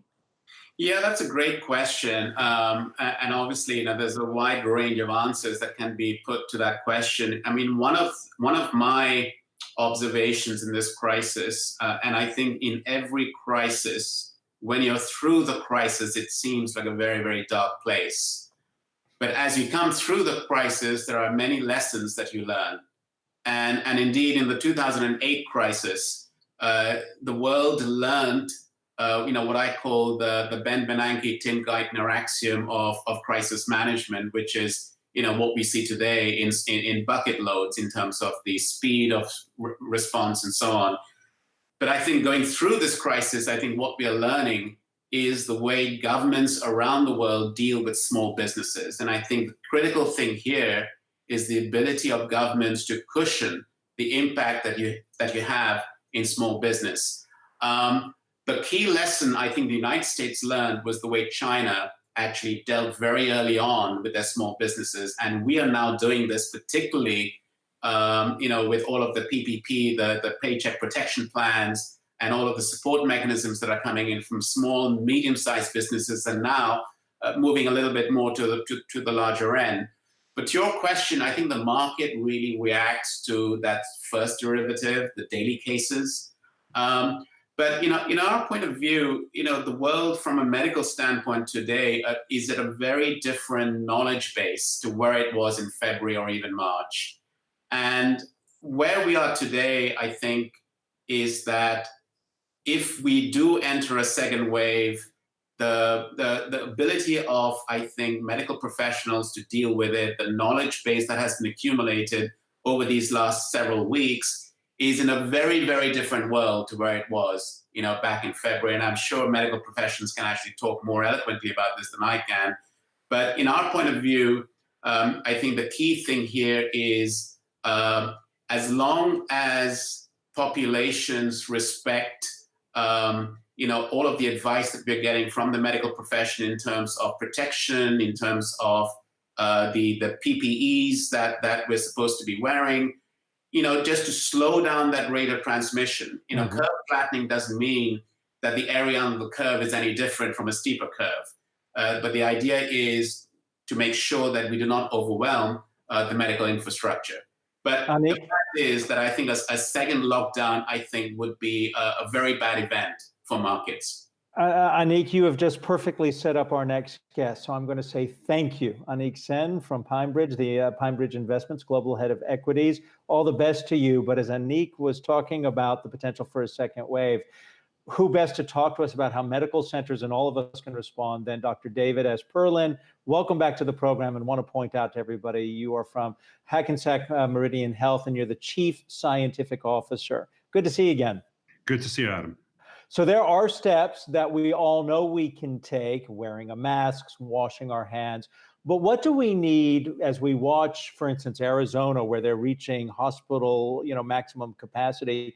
What do we need to do in those situations to avoid the fear we had going into the first lockdown, which was the hospitals couldn't deal with it? Yeah, I think these are different times, and I think Anik made an excellent point that we have a knowledge base today that we didn't have back in early March when we were beginning to see the surge. So in New Jersey, our healthcare system saw more than 50% of the patients in New Jersey. It was just an overwhelming event. And the key deficiency we had at the time was testing. came on your program early on and talked about the testing that we had developed for our healthcare system. And it was true then, it's true today. The difference is that we have many more platforms. They're reliable. We know how to utilize them. We can mobilize resources more effectively. And so the states and cities that are encountering surges now, hopefully they've seen and taken advantage of the lessons that we learned with our healthcare system and in the New York area and elsewhere, how to manage large influxes of patients. And that takes on sort of different levels of sort of evaluation and implementation of resources.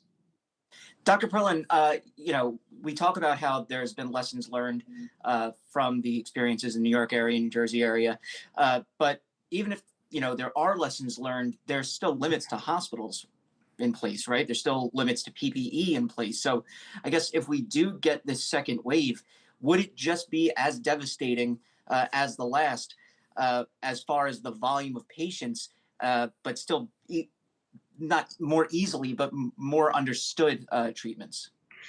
There's no question that if we see a surge of critically ill patients and we have to service them, we'll have to go back to where we were back in April, where we were converting public spaces into essentially ICU wards. And then we're going to have to take large venues and convert those as well.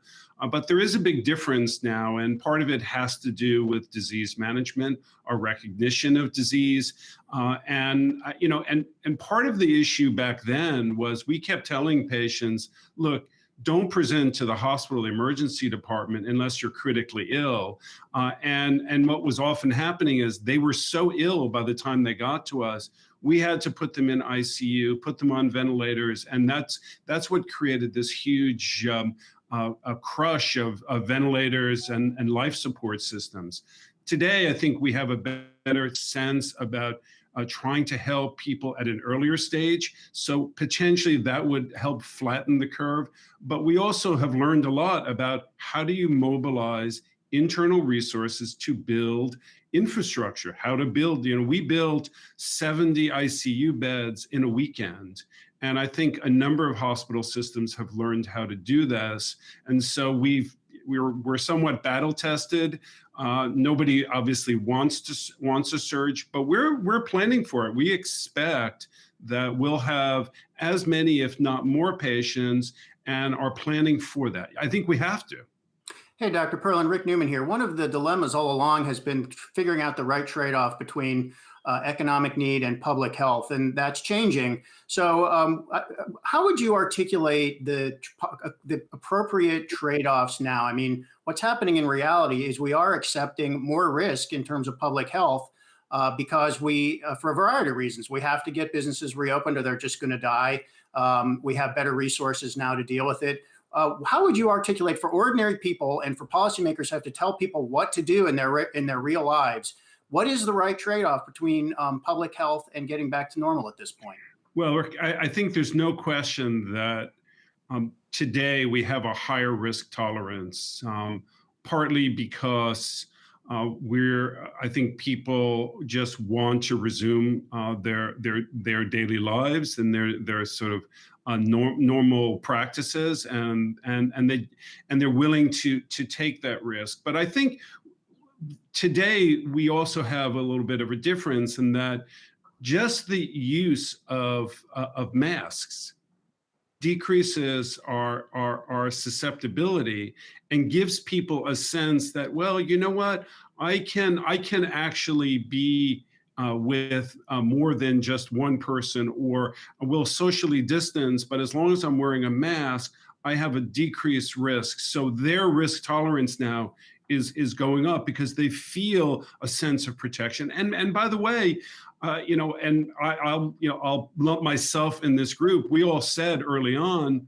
well, maybe it's not so important to wear a mask because you're not going to be ultimately protected. But the biggest and I think most important aspect of wearing a mask is preventing transmission of yourself to somebody inadvertently, it doesn't matter. And so now I think that overall, there's a sense that, you know what, we understand there's disease out there. We understand there's transmission, but we can help mitigate the risk. It doesn't mean there's zero risk. There is no such thing as zero risk. And in fact, we're all at relatively high risk, but we can help mitigate that. And I think that's where risk tolerance is changing in the general population, and why people feel more confident. And hopefully, they won't see the surges that we saw in the hospitals and the mortality that we were experiencing. And I think as long as those images are not in the daily view, people will tend to take more and more risk. All right. Dr. David S. Perlin, Hackensack Meridian Health Chief Scientific Officer. We know we want you back. We're going to stay in touch, and we appreciate the insight. I think a lot of us are a little nervous about that comment about a worse wave, possibly preparing for that. But sir, thank you for joining us. Thank you. Let's turn our attention, though, because COVID-19 is a risk in so many ways, and President Trump now wanting to hold a rally in Tulsa, Oklahoma, and there are all kinds of issues with this, Alexis Keenan, because Tulsa was the site of the horrid, 1921 riot in which white citizens attacked black citizens, and now we've got the rally that the president wants to have and signing waivers because of COVID-19. Yeah, Adam. So this particular waiver, it came out on Donald Trump's campaign website. It's really listed by the entity that manages his campaign. And it lists not only that entity, but also two others. It also has the BOK Center. That's the Bank of Oklahoma Center. It's a 19,000 seat venue where this rally is supposed to be held, along with ASM. They're the manager for that venue. So these kinds of waivers, you have to think of those waivers that you see on the back of your ticket when you go to a concert, you go to a baseball game, that says that you assume the risk if you attend this event. If you're injured, if you die, it's not our fault. However, they don't always hold up. Now, the breaking point for these things is really when the venue conducts itself in kind of a way that would constitute gross negligence. And that's really handled on a state-by-state basis. So this would be managed under Oklahoma's own tort laws.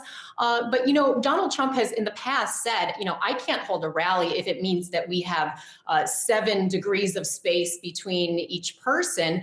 And so he seemed to intimate there that he has no plans for social distancing. I'm sure his lawyers are recommending that, and the venue as well. The lawyers for the venues are probably saying, hey, you better implement something here, because we don't want to rise to that level of gross negligence and do away with this beautiful waiver that is crafted on the website. But it's there for now. Would be no surprise, of course, if the venues themselves wanted this in there, not just the Trump campaign. Hey, Alexis, can anybody be held legally liable for just being stupid?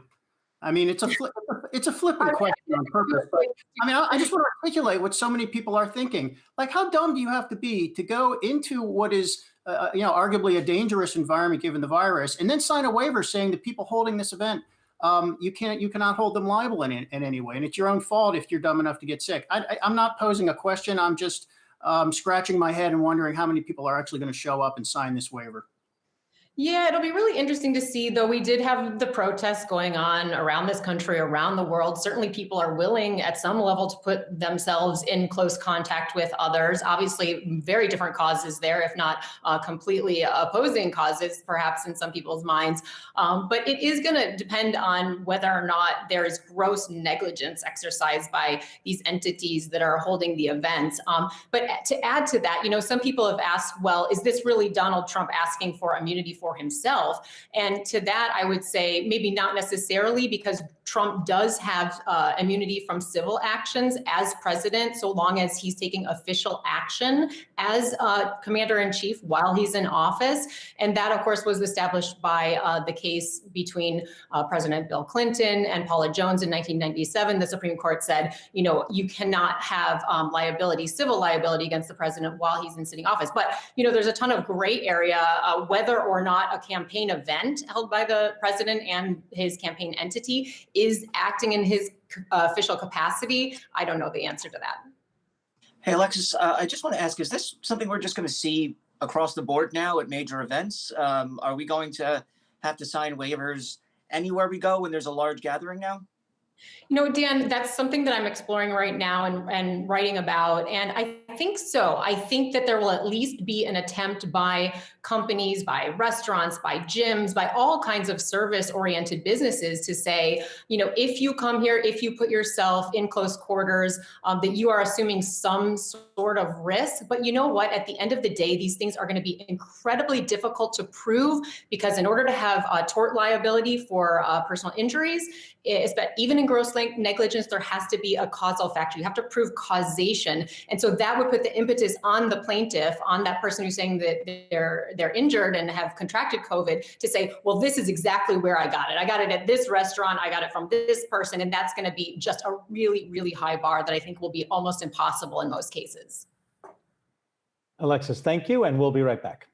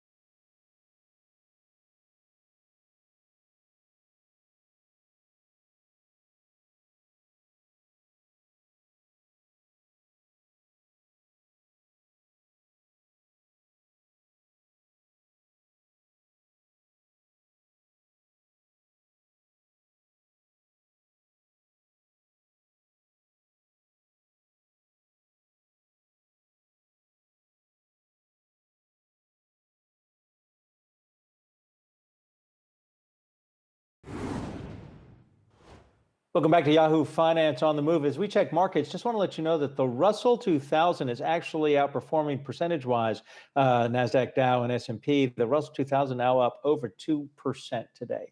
Also want to welcome back Julie Hyman. She had an event today with Hans Vestberg, our CEO, as well as Bill Clinton. But we're going to turn our attention right now to tech issues and, of course, China. Twitter making news that it's taking down accounts that are linked to China, which have been spreading disinformation. Julie, you want to weigh in on this? Well, it's interesting what we're seeing with Twitter making this move, because it has sort of stepped up, as we know, even just in the past week, in taking what some might call more of a political stand generally, right, in terms of flagging some of President Trump's tweets, for example. So this sort of brings up the debate of political activism on the part of the various social networks. And there's really been a spectrum in terms of how far they have been willing to go. It looks like Twitter is one of those that's a bit further on the spectrum right now. Yeah, Julie, I just want to point out that, Twitter has done a lot, as well as Facebook, it's worth pointing out, despite the criticism it receives over leaving up President Trump's post recently. But both companies are working to kind of take down these different misinformation and disinformation campaigns launched by the likes of China and Russia. We saw this with COVID-19, where they were trying to spread disinformation and misinformation related to groups who were against masks. If you saw a bunch of those on Facebook or Twitter, those social posts were, bulk of them coming from these actors from Russia and from China, trying to sow more discord within the US population. And I think Twitter taking down these disinformation campaigns on Hong Kong is just more proof that these companies are, yes, working on this, but still need to come up with more concrete ways to capture the large scale breadth of these kinds of efforts. These are nation states that are doing this. It's easy for them to dupe the systems to create accounts. So they do that, and then they try to get their misinformation, disinformation spread, and it's pretty easy for them. Holy! I haven't got to howl at you lately, so there we go. You know what? I think there's actually a role for the federal government here to provide some top cover. I mean, what we have is companies dealing with China and what they're trying to do to repress information one company at a time. So Twitter's doing its own thing. And by the way, we should point out, Twitter isn't even allowed in China. So you can't, this is not even at Twitter users in China. It's aimed at Twitter users.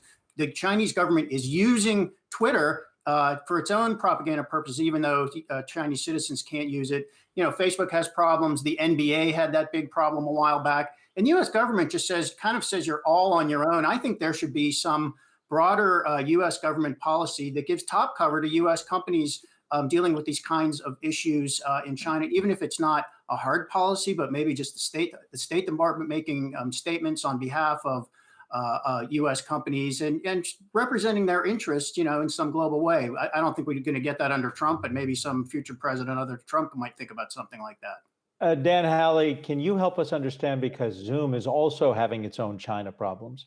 Yeah, they're in trouble because they took down the accounts and censored a few meetings based on discussions about China. And really what this had to do with was a humanitarian group based in the US.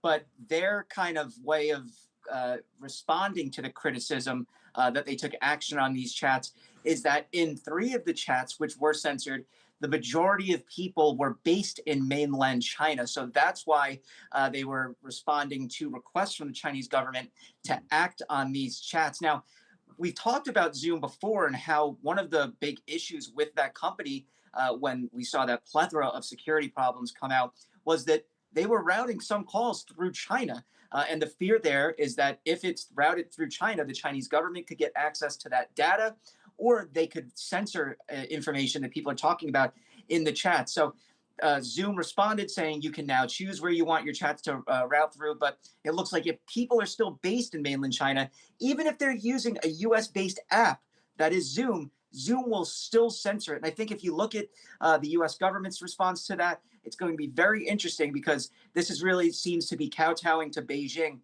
and how they kind of want to have their thumb on these tech companies. We're going to keep the tech discussion going a little bit later. And before I throw to this next interview and our commercial break, I want to let everyone know that Jason Ware is on deck, the Albion Financial Group partner and CIO, talk about tech issues. But first, let's talk about this. Yahoo Finance's editor-in-chief, Andy Serwer, spoke with Darren Walker, president of the Ford Foundation, and they discussed the lack of diversity across American C-suites. In fact, they were shocked by the numbers of African Americans in CEO and C-suite positions, or lack thereof. Here's his outlook on those figures. I think when you look across the leadership of corporate America, it is rather startling. There are only 4 African American CEOs. In fact, the numbers have gone down. The number of large public companies that have no African Americans in their C-suite is also astonishing. And I am beginning to hear, I've spoken to at least a dozen CEOs in the last 10 days. Everyone is concerned, everyone is worried, and everyone is thinking about specific interventions, which, in my view, are interventions such as setting targets for increasing representation on boards, being serious about diversity in the C-suite, managing your talent pipeline to ensure that you have a bench and not waking up one day and realizing that you don't have a bench because you haven't nurtured it. Having relationships with civil society with representatives of communities is very important. So I think this is an awakening for corporate America. I think most CEOs want to do the right thing and are looking for help.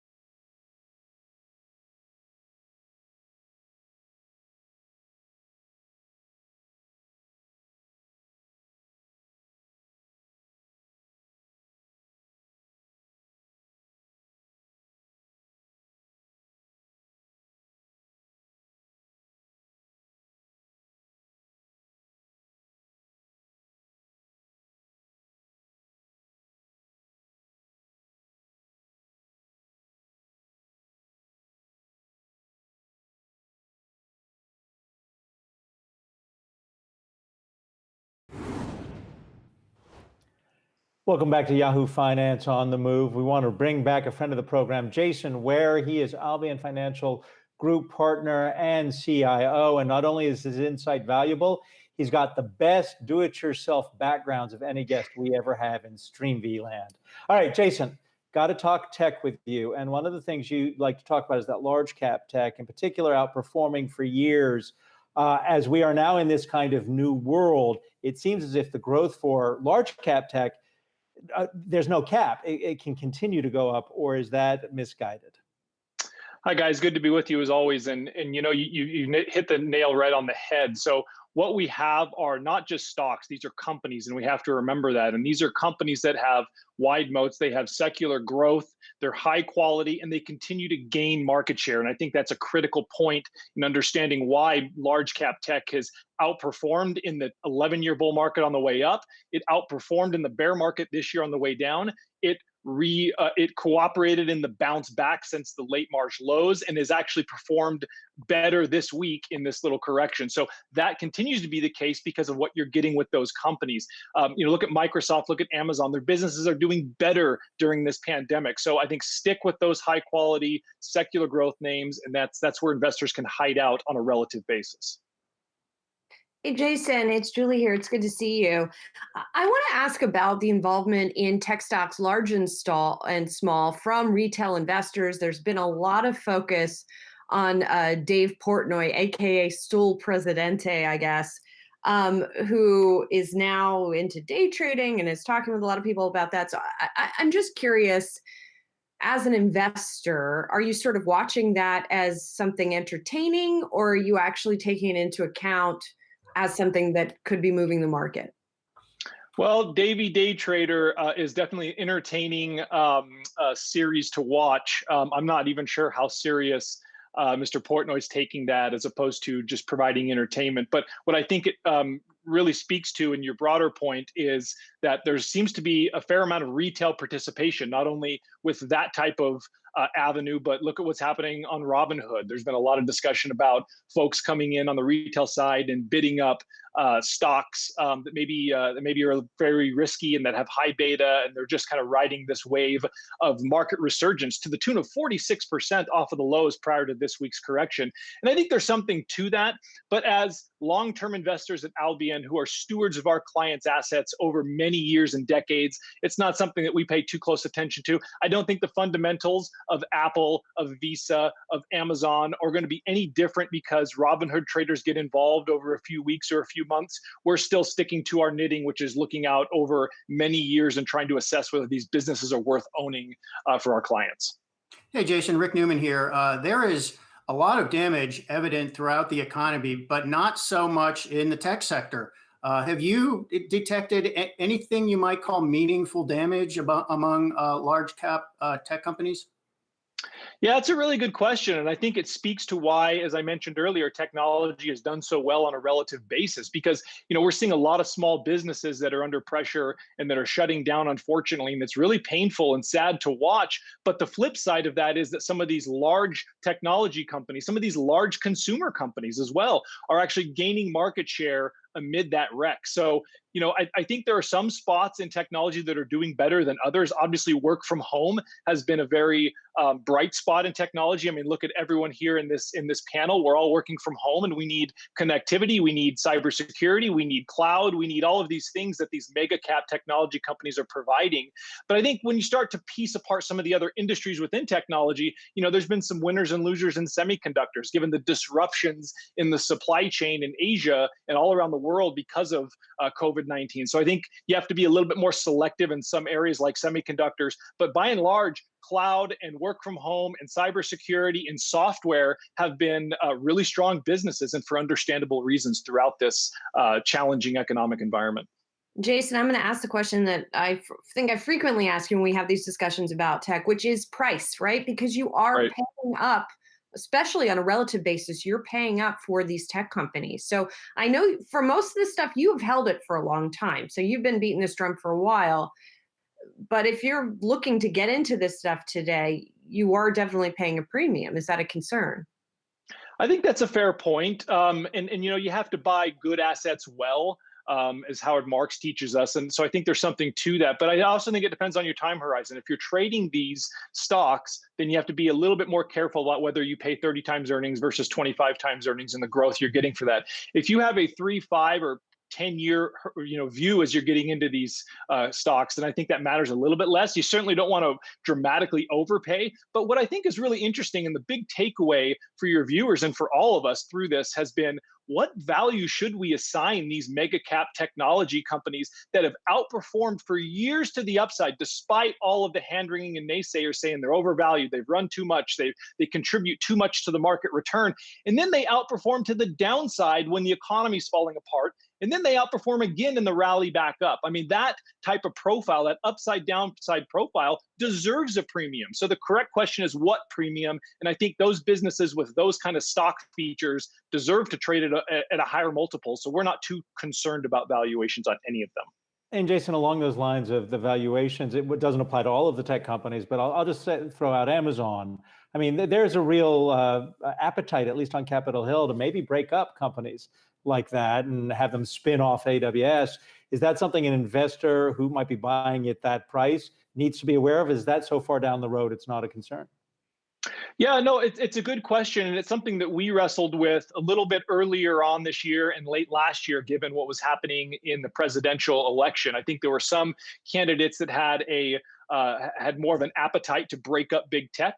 And I think there was a bigger risk among some of these big technology companies when those folks were in the race. We haven't narrowed down to President Trump and Joe Biden, both of which I don't anticipate have a strong appetite to go in and break up big tech. There might be some additional regulation, but the reality is, as we've seen with Facebook, both in Europe and here, the more regulation just means higher hurdles for small technology companies to compete against them. So I think short of breaking them up, there's very little regulatory risk there. And with the two folks that are running for president and the makeup of Congress likely on the other side of this, we don't think that's a major risk. In fact, we added to our position in Alphabet recently on the fact that the political outlook seems to be a little better for these technology companies. Jason Ware, it's always good to see you, Albion Financial Group partner and CIO. And might I say that the weather in Salt Lake looks really good today. That shot looks amazing. Beautiful, 90 degrees. We're going to be right back after this.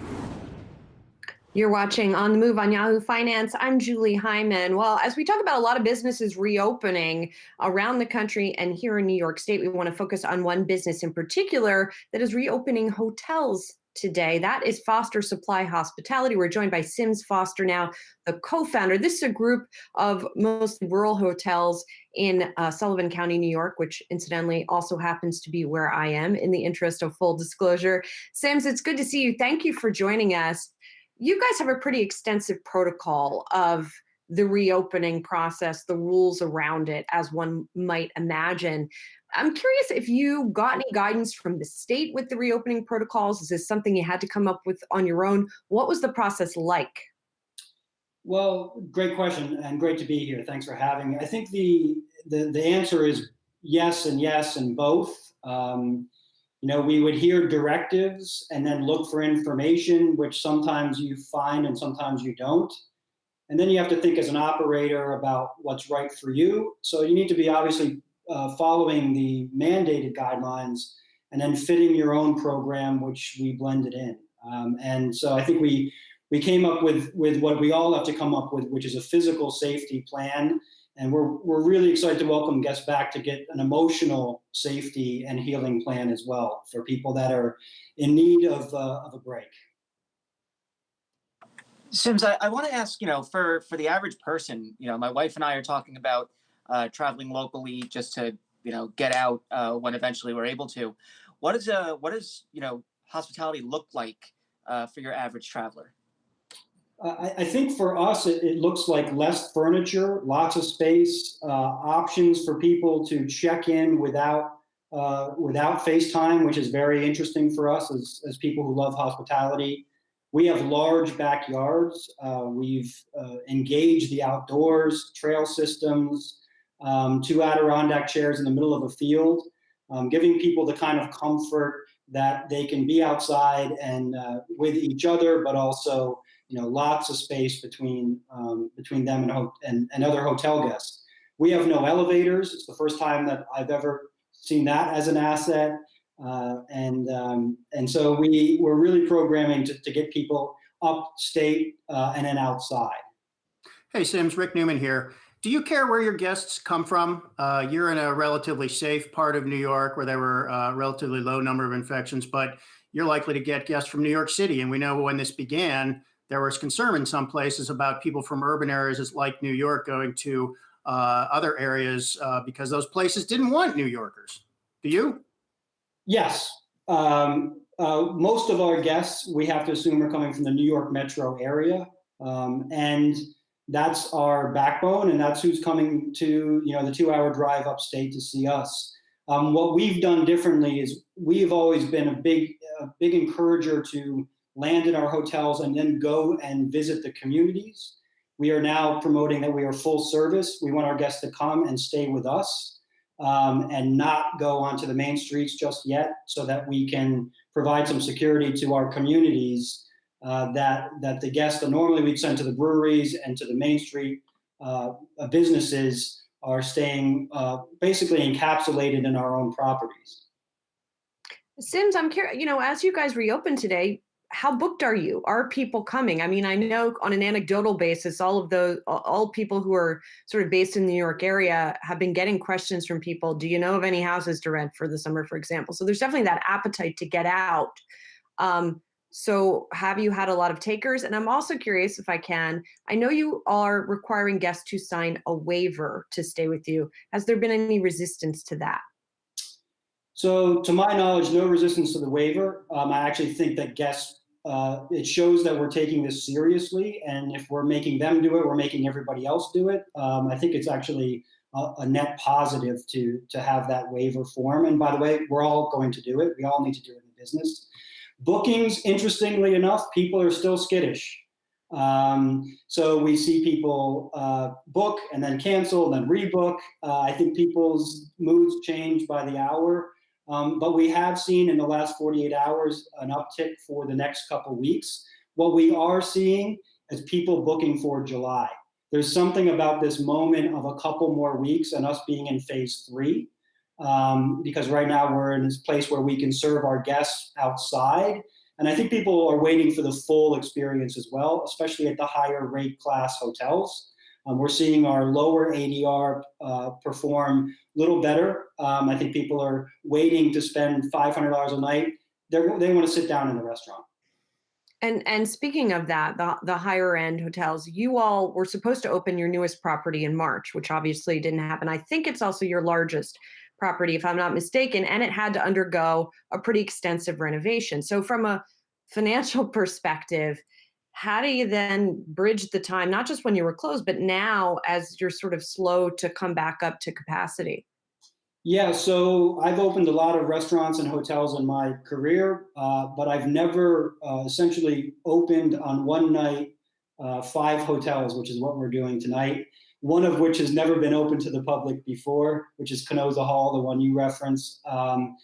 And so our normal game plan of how we promote pre-opening, also the media landscape, we've lost a lot of some media pieces because understandably people are covering differently and they're not showcasing new hotels because everybody is reopening.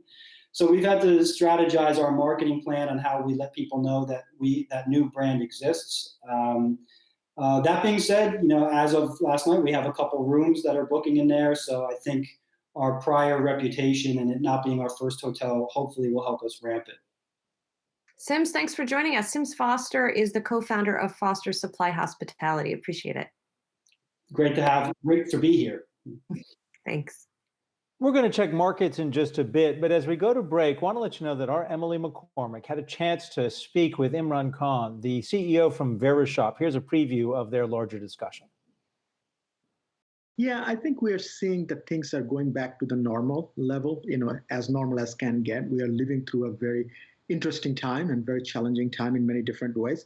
But I think we're seeing more normalizing level. But our home and beauty category still continues to do pretty well and doing better than they did pre-COVID. But business is becoming much more balanced now. Yeah, look, I think we saw in April our business grew 30% month over month, compared to March. In May, our business grew 33% month over month.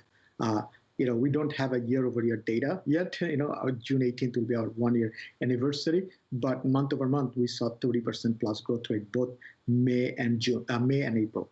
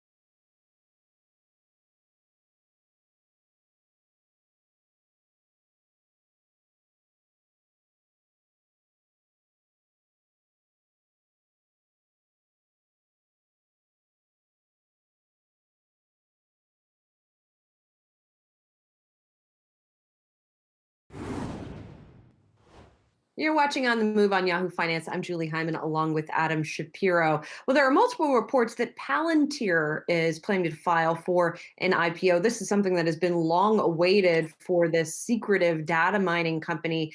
Dan Howley, Palantir has an interesting reputation, shall we say, because it is so secretive, because it works with governments. Nonetheless, I think the latest valuation was 20. It was high. What was the exact number? I'm not remembering. It was 20 billion in 2015. Yeah, and it's an interesting company, but it is akin to a big brother almost. What they do is they mine data from personal, public data, commercial data, and they use that to build profiles to help law enforcement look for criminals, look for terrorists, and they also moved into the banking sector. But really, this is kind of the ultimate data mining company. You think of something like Facebook and you think, wow, they know everything about me.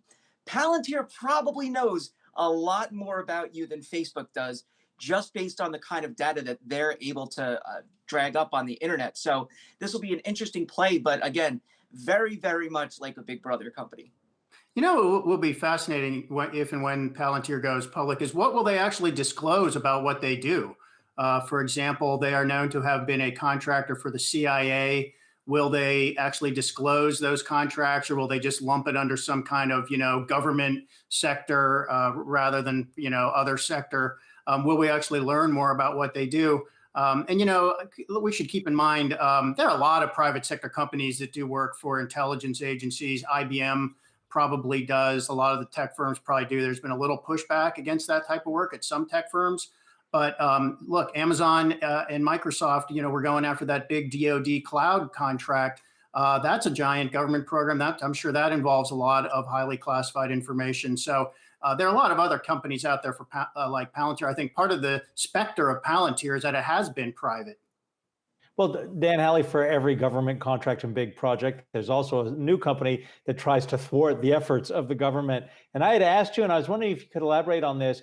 Do the people who use VPNs to try and hide from advertisers collecting data about you, does that protect you from what Palantir is doing? It should.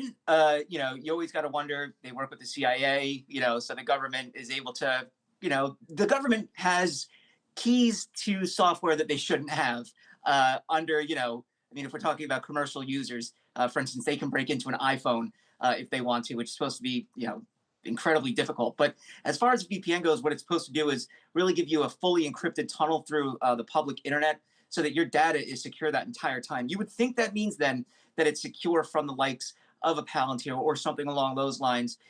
But it's kind of up in the air. I would err on the side of caution, but I think that for the most part, your data would be safe. A couple comments as well about Palantir seeking its IPO now, because as I mentioned, this is something that's been talked about for years. It's one of these, perhaps not as high profile as an Airbnb because it's not consumer facing, but it is one that has been private for a long time and seemingly has not been in a particular rush to go public. So it's interesting that now, as we see a pickup in IPOs, Zoom Info, Vroom, for example, recently coming to market and seeing some success, that Palantir is now encouraged to do so. Dan Halley, I don't know if there are any other big ones you're waiting for. I mean, there is Airbnb, obviously, that could be coming down the pike also. That's the big one is Airbnb, mostly because it's public facing and because I've used Airbnb a bunch of times. So I'm just excited to see it go public and what happens. But Palantir, I think, one of the things that it has going for it and against it is that it's from Peter Thiel. And Peter Thiel obviously has a history of working in libertarian circles. He's been a close ally of President Trump. So there's the fear that, he has these inroads with the government. He's worked with the CIA, with Palantir, and that's kind of what gives it that, almost shadowy edge that it has, that as well as the fact that it is so secretive. So when this goes public, it'll be interesting to see how people react to it and what investors make of it, if they even understand what Palantir really does. All right, so we have reached that moment where we're going to say thank you, Dan Howley. And how about Rick Newman? Can you give us one more Howley howl? Oh! Thank you, Rick Newman. Julie Hyman, good to have you back, even if limited. I'm sure Bill Clinton was fascinating. We're going to be talking about a whole lot more, but we're going to keep an eye on these markets for you. Hertz, by the way, we were talking about Hertz, even though they're in bankruptcy, they want to sell $1 billion worth of shares. And right now, Hertz is up 40%. We're going to watch the markets with you as we move into Wi-Fi PM here on Yahoo Finance.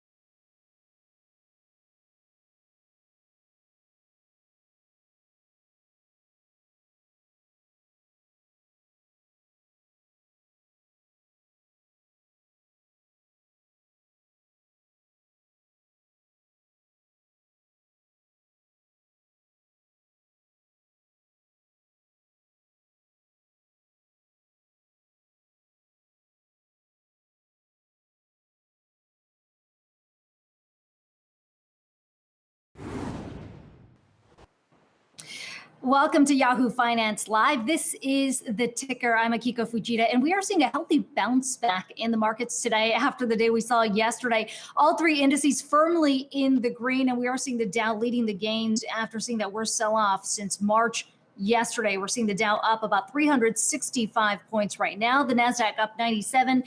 The S&P 500 up 34 points there. The financials and energy stocks leading the gains today, although we are seeing oil headed for its first weekly decline since April. In terms of the big names we're watching today, a lot of those stocks that we saw pummeled yesterday in the sell-off, seeing a bit of a comeback today. Let's start with Boeing. That is up more than 8%.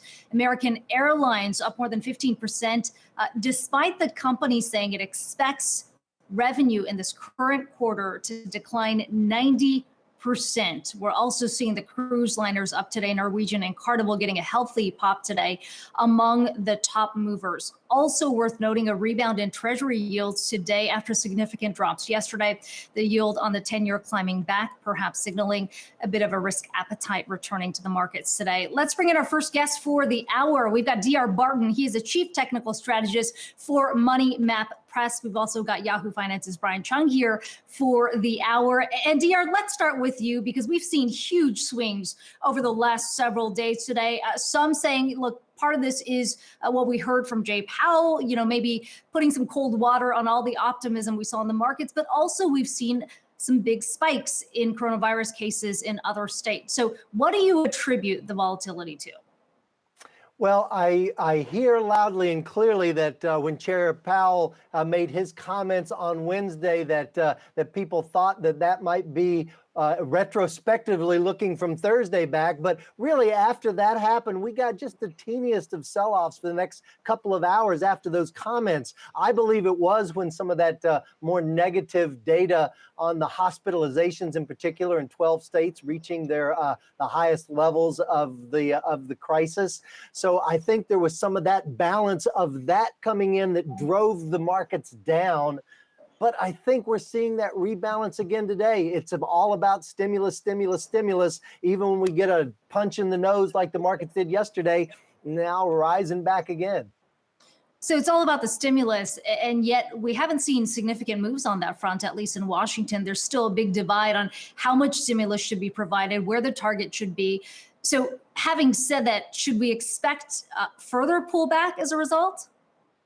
Well, I think that, we don't need to get additional stimulus every other day for the markets to keep rising because of the existing stimulus. We already have the Fed saying, look, we're going to backstop high yield corporate debt. We're going to buy high yield exchange traded funds. They've put a safety net under those portions of the market. With that happening, along with the money that's going to continue to flow, it's flowed into pocketbooks. It's flowed from consumers. There've been some spending, a little bit of spending from the levels that we were seeing before. All of that's going to continue to bubble up. And we're going to keep getting headline risk from China, from the coronavirus, that's going to keep this market really volatile like we're seeing right now. But I have to say that it seems that for the intermediate term, that stimulus is still winning, and I have an upward bias for the market going from here. DR, what do you make of all the talk of these retail investors getting in on the market? Those who are on Robinhood, potentially looking for some stocks like the airline stocks, even Hertz. I mean, are we over exaggerating the impact from those traders jumping in on the market? How should we be viewing that? Yeah, I don't think it's over exaggerated. I think they are having an impact on those names. And I think then savvy institutional traders are following, just saying, hey, if they're going to be in there pitching, we can do it too. I'll tell you, Kiko, I heard my favorite saying, we know for a long time there's an old Wall Street saying, sell in May and go away. I heard a friend say last night for the Robinhood traders, it's buy in June, retire by noon. And I think it really is having an impact, and it's keeping me shorting things like the airlines when they take a 15% pop in one day like today. Buy in June and go away at noon. That's an interesting one, a new one, I guess. Let's talk about some of those stocks, though, that we have seen these retail investors get into. One that's being talked about a lot today is Hertz, asking a bankruptcy judge to sell $1 billion worth of stock. I mean, I think I know what your answer is, but number one, would you buy this stock? And, what do you think the play is here? Yeah, I'm pretty sure that that our Robin Hood friends are not going to outduel Carl Icahn in the long run. He stayed by Hertz's stock for a long time, but I don't think that is the play. And I think floating a billion new shares, I can't see a billion new shares of dilution in Hertz of where it is already is going to do any good. And I think they're going to be much like the rest of the travel industry, that we've got some hope that reopening is going to help, but I think it's going to come, but I think it's going to take a lot longer than we believe for all of those stocks to see revenue, earnings, and cash recovery. So I'm not interested at all right here, unless to short on a strong pop like we're seeing today. So having said that, DR, how have you allocated your position? I mean, are you shifting things up right now? It seemed like the last few days we saw rotation out of these reopening trades. We're seeing some of the airlines, the travel stocks bouncing back today. Where do you stand on positioning for some of those names? Yeah, well, let's look. There's two distinctly different time frames here. One, I'm talking about shorting the airlines is a trade, is a short-term trade, not a long-term nest egg retirement money kind of positioning for the long term. I think with that kind of money, with that nest egg kind of money, you've got to buy quality names whenever you get a pullback. We had a big move down yesterday, and actually for a few days in a lot of the big mega techs, the Amazons, the Microsofts et al., buying those on pullbacks is still very valid, because going in the longer term, when we look out beyond coronavirus, beyond the third and fourth quarters, they're still going to be the winners. They're still making double-digit revenue gains during the crisis. After the crisis, they're going to continue to be strong. So positioning for those things for the long term versus trading in and out of these fancy sectors in the short term, these value plays that people are running up for a few days, that's kind of a very different trade, one that I really like to do, but I really want to position in a different way for that longer term with those quality names. Yeah, when in doubt, go back to tech. That seems to have been sort of the ongoing theme over the last several months, or you could argue much longer than that. DR Barton, Chief Technical Strategist for Money Map Press. Good to talk to you. Thanks for having me. Well, spikes in coronavirus cases are continuing to weigh on the market as well. We've seen a huge spike in Texas, hitting a new daily high in terms of the cases on Wednesday. Over in Arizona, there are reports of ICUs being overwhelmed, capacity over in Phoenix now operating at 90%. Let's bring in Dr. Charlene Brown. She's a public health physician expert as well as an Everly advisor. She was also formerly at the FDA as a medical officer in the division of antivirals. We've also got Anjali Kamlani joining in on the conversation. Dr. Brown, let's start by those huge spikes in cases we've seen so far. Certainly a troubling development, but how should we be viewing this? Is this an extension of the first wave that started back in March, or is this the second wave that many had feared? Hi, happy to be here. I'd like to say that we can't call it an extension of the first wave or a second wave, because each jurisdiction, each area is different. In some cases, this huge surge in cases is due to an increased availability of testing. In other cases, it's due to the enjoyment and activities people had over the Memorial Day weekend. And in other cases, it's due to the reopening. But there's not a single second wave. It varies by jurisdiction, and there are many factors to consider. So having said that, how do the approaches differ now? It seemed like back in March when we had this huge wave, we had the shutdowns. We had a lot of the states moving forward on that with a complete closure. Now what you're hearing, whether it's from the governor of Texas or Arizona, is that we're just not going to shut down the economy. So that's not to be expected. Are we going to see a more fragmented approach now?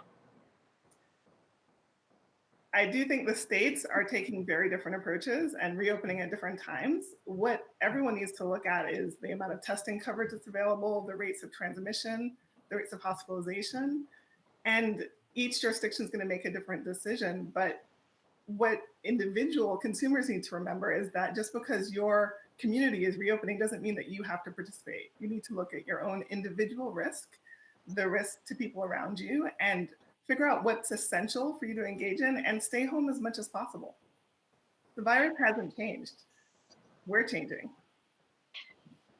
Angela here. So looking at what's going on in the testing sphere, obviously those tests are being attributed to the higher accounts, but as well, the FDA has been approving more at-home and point-of-care tests, which brings into the question of accuracy. I know there have been studies about mid-nasal swabs and how accurate, or even lower nasal swabs and how accurate those are. But what are your thoughts on just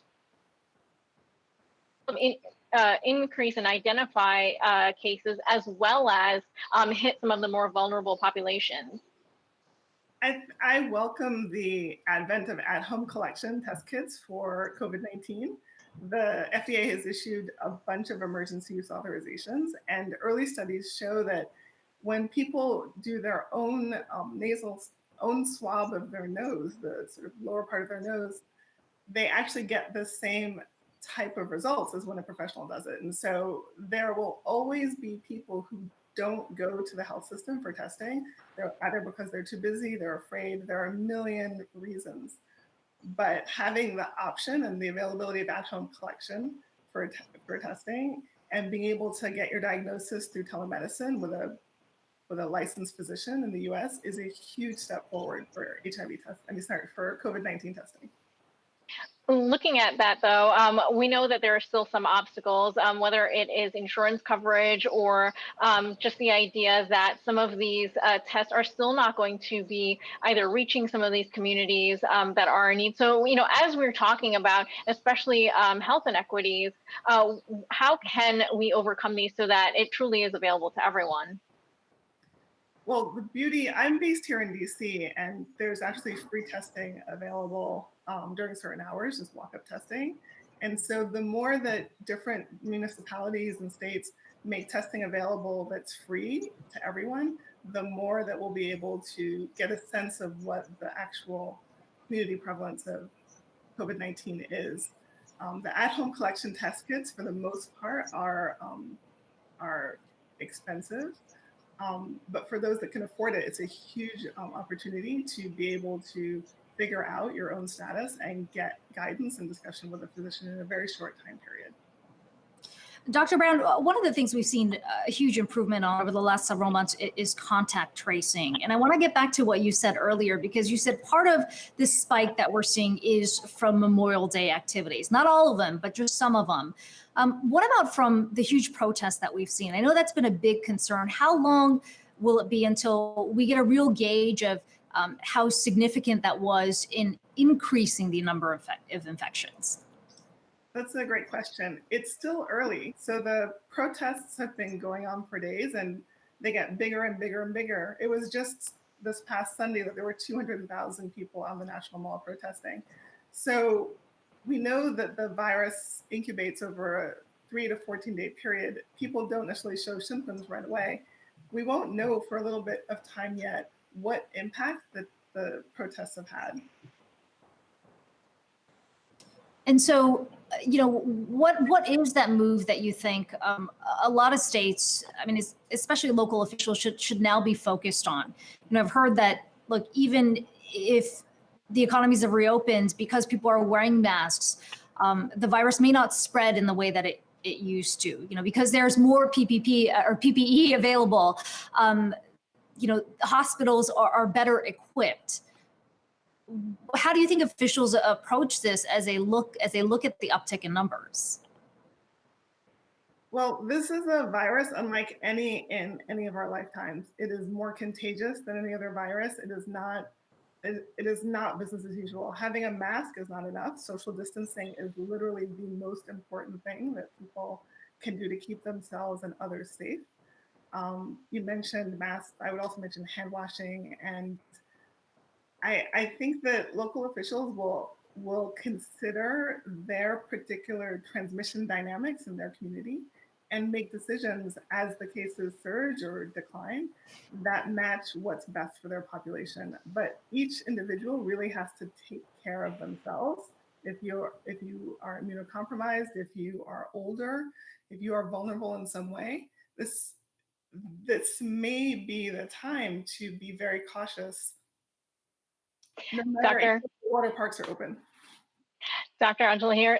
So I know that going back to the testing for a quick second, with that at-home collection, such as the FDA approval for Everlywell, as well as Q Health recently, we know that there is going to be more use of swabs. So how does that pressure the system? Are we better off now in terms of production, or are we going to potentially see shortages?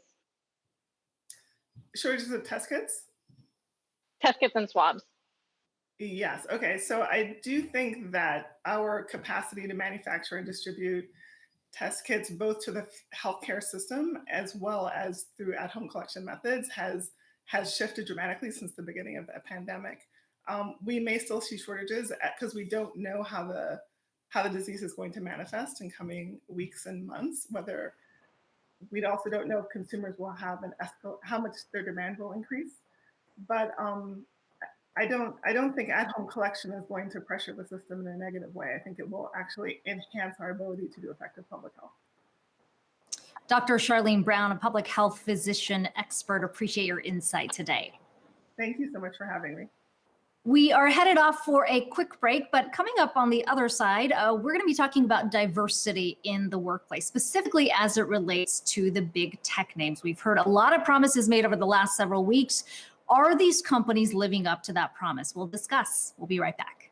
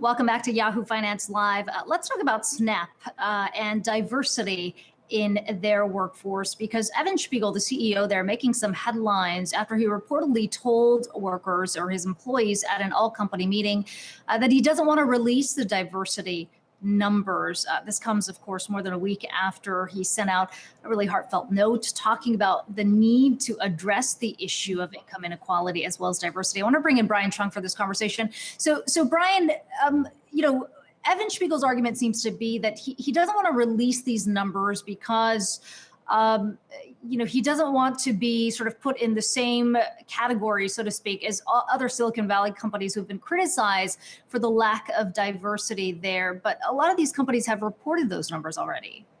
Well, it could go a bit of a mix-up PR-wise for Snap and for CEO Evan Spiegel. As you mentioned, he was telling employees apparently that he doesn't want to publicly release the diversity figures because he worries that it'll reinforce the perception of Silicon Valley as being predominantly white and male. Now, that seems to overlook the purpose of unveiling or publicly disclosing your diversity numbers to show that you're taking initiative and to show the progress that you're making if you're trying to overcome that perception. Now, Evan Spiegel doubled down on that comment and on CNBC yesterday. He said in an interview, he worries that all these disclosures, quote, have actually normalized the current composition of the tech workforce. So it sounds like from Evan Spiegel's perspective, he doesn't want to release the numbers because he worries that releasing those numbers would actually get other Silicon Valley companies to say, well, if this is the standard, I guess this is how every other company should be. So a little bit of kind of crossed messages here from the Snap CEO, but he does appear to acknowledge that the company itself does have some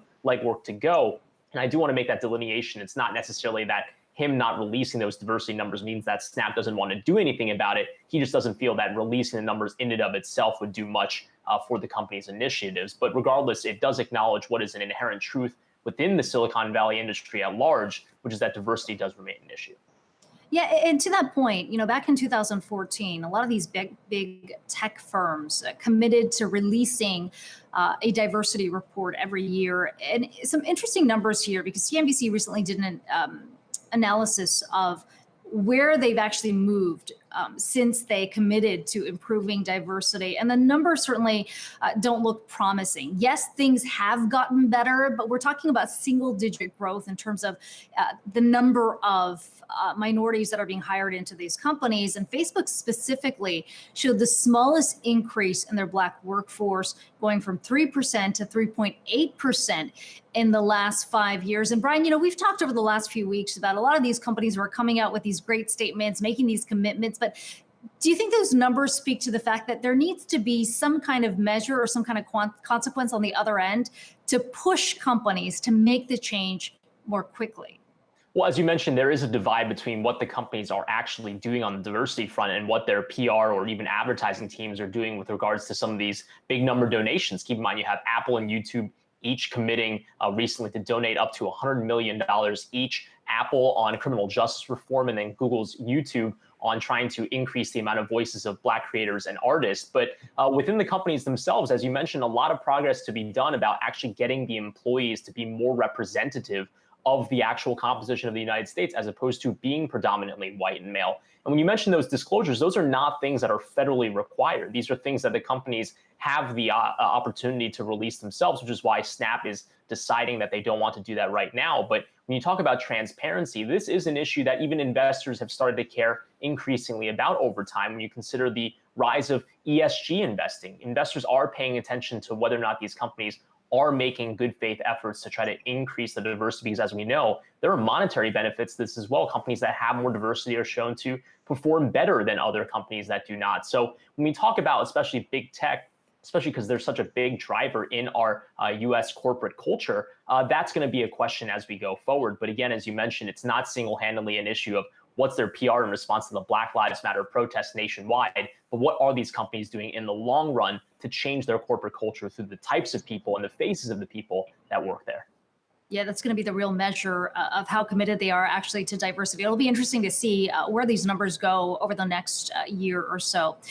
Let's talk about the Ford Foundation. They are planning a $1 billion bond sale to provide grants to nonprofits that have been struggling from the significant downturn we've seen in fundraising since the pandemic hit. Our editor-in-chief, Andy Serwer, had a chance to speak with the Ford Foundation president, Darren Walker, on why they decided to make this move.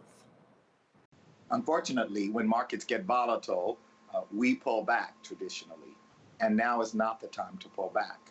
So with the recent decision by the Fed to lower rates to a historical low, it made possible the idea of borrowing.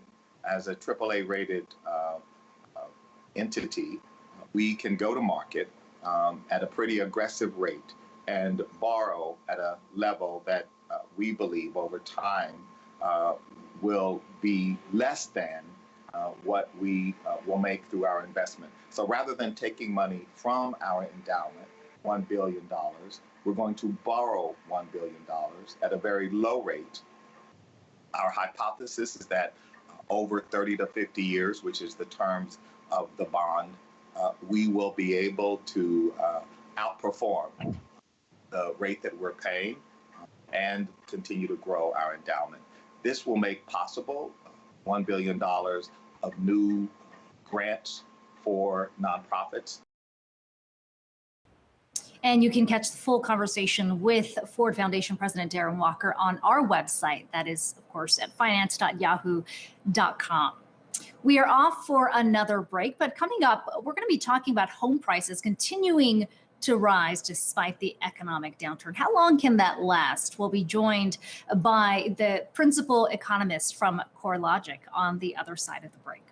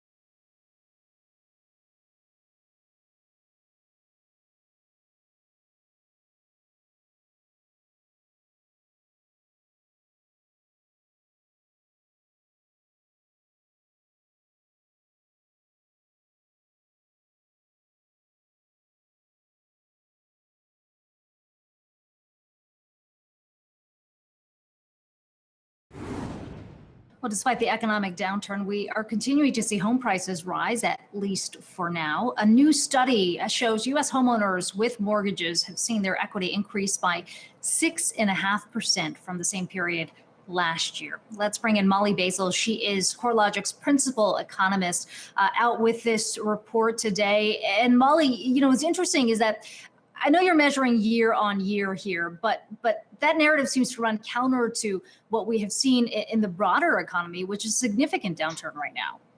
Yeah, it really does seem to run counter, but the housing market, at least home prices, have really been increasing pretty steadily.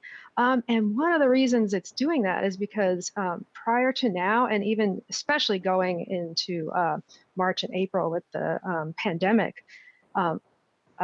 inventory for sale is incredibly tight. So that's what's keeping those home prices up. Where are you seeing the biggest increases right now? The biggest increases are still in the Pacific Northwest, large increases in home prices there. We've talked a lot about the moves that are likely to come out of this pandemic as more and more people work from home and are able to work remotely. How do you think that factors into some of these markets that you've seen really take off? You look at the Pacific Northwest, for example, they've got a lot of tech companies there. We've heard these stories about maybe people are going to look to move out to sort of lower tax areas. Is that something that we're likely to see in the medium term? Well, I think it's definitely people are going to want some more space. As people are working at home, maybe their spaces are tight, or they want a little more open space to walk around. They're going to be looking for places with more space and more space in their homes. Like apartment living may not be as popular in a year from now as it was previously. Somebody might want a home office to go to. There is the flip side of all of this, which is some of the underwater homes, those who are not able to make the mortgage payments. And your study points to a big decrease that you saw on that front, 16% decline year on year. I'm wondering if you expect to see an increase on the back of what's happened over the last several months, especially given that a lot of the stimulus, once it goes away, these payments are going to be due, and some may not be able to make that. Well, that's a good point. Now, if we want to compare this to the Great Recession, I think it's kind of a completely different story. Right now, home equity is its highest point it's ever been. So going into the last recession, borrowers weren't in as great of a position as they are now. Now, you did, before the break, ask, when are these home prices going to decline? We do expect a year from now, home prices will decline by about 1%. Now, compare that with what we saw during the Great Recession. That's a very small decline. Again, we have very tight inventories, a lot of borrowers out there looking for homes. In fact, we have some high frequency data on listings and signings, new contract signings for homes. They fell quite a bit in April. Middle of April was about the worst point for that for new sales and signings. Now, about the end of May, those new signings are actually higher than they were a year before. So you look at all the millennials who are in the market, they've been in the market a long time. They've been waiting for something they can find. They've been waiting for that inventory. They've been waiting for something they can afford. They're not as worried about getting out there and going to look at homes as older generations are. So they're taking advantage of the less competition. They're also taking advantage of these really low, record low long-term mortgage rates. So they're helping push up home sales. The other thing we've seen, Molly, is home flipping. We saw that that's climbed to a 14-year high. Returns are a little lower, but what are you seeing on that front? Yeah, I'm not surprised home flipping is up. In fact, you look at things, housing market through the first quarter, it was incredibly strong. Before the pandemic, we were really on target to have a great year in the housing market this year. So I'm really not surprised that home flipping was up in the early part of the year. Okay, Molly Basil, CoreLogic Principal Economist. Good to talk to you today. Okay, you too. Thank you. Coming up, we're going to be talking about how Hollywood is responding to the recent unrest. A lot of moves on that front, and we'll do another market check. We'll be right back.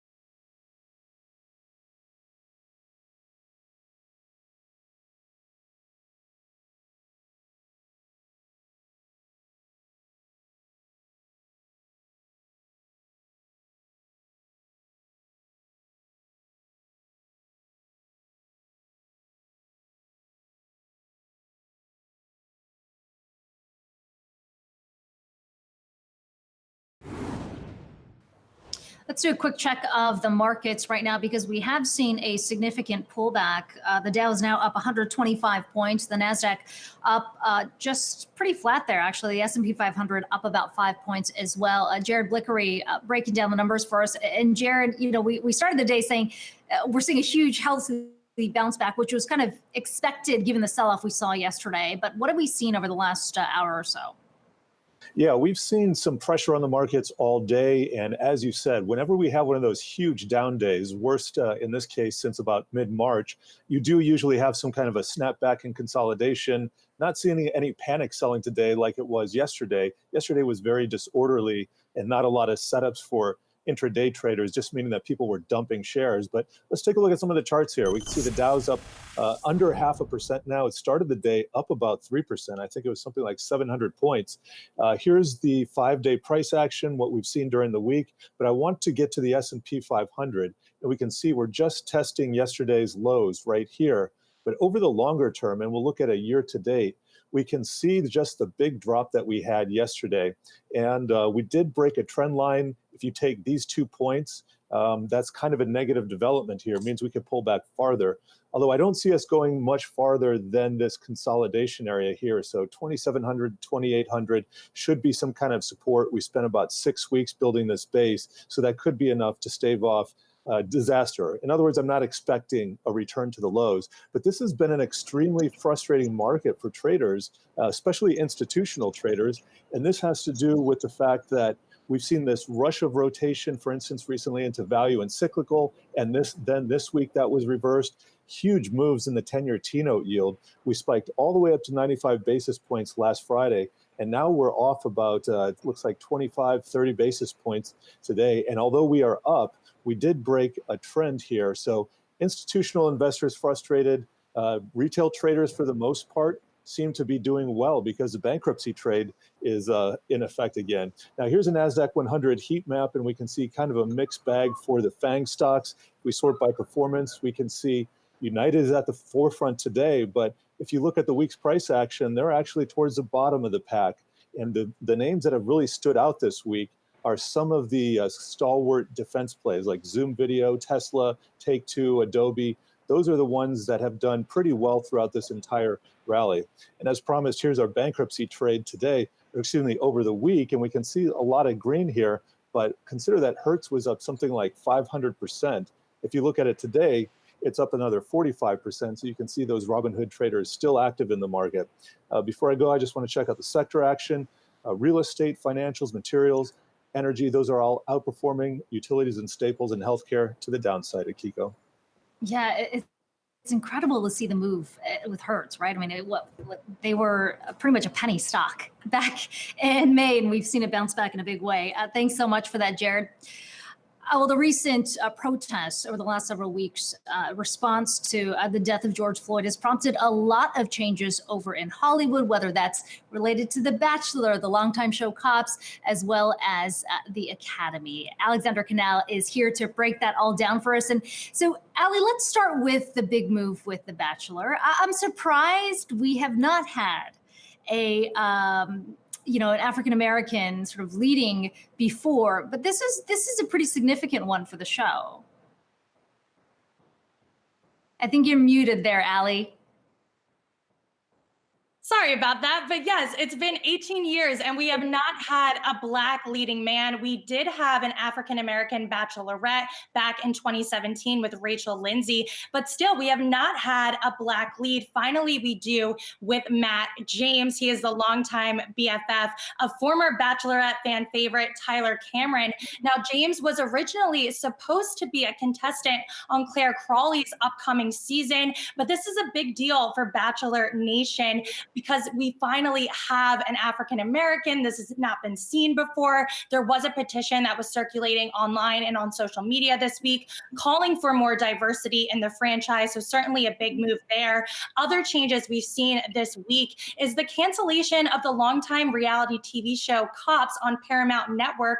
The show's 33rd season was supposed to premiere on Monday, but no new episodes had aired since June 1st in response to these protests. Now that show show is no longer. Another cop-related show, A&E's Live PD, also reportedly considering further cancellations after pulling episodes from the air last week. But beyond just cable television, we're seeing similar moves in the streaming space. HBO Max deciding to remove the 1939 Civil War epic Gone with the Wind. That movie has always been criticized for its representation of the African American community along with slavery, but it did come under renewed scrutiny this week after the screenwriter of 12 Years a Slave wrote an op-ed in the LA Times. He wrote in part saying, quote, "It doesn't just fall short with regard to representation. It is a film that glorifies the antebellum South.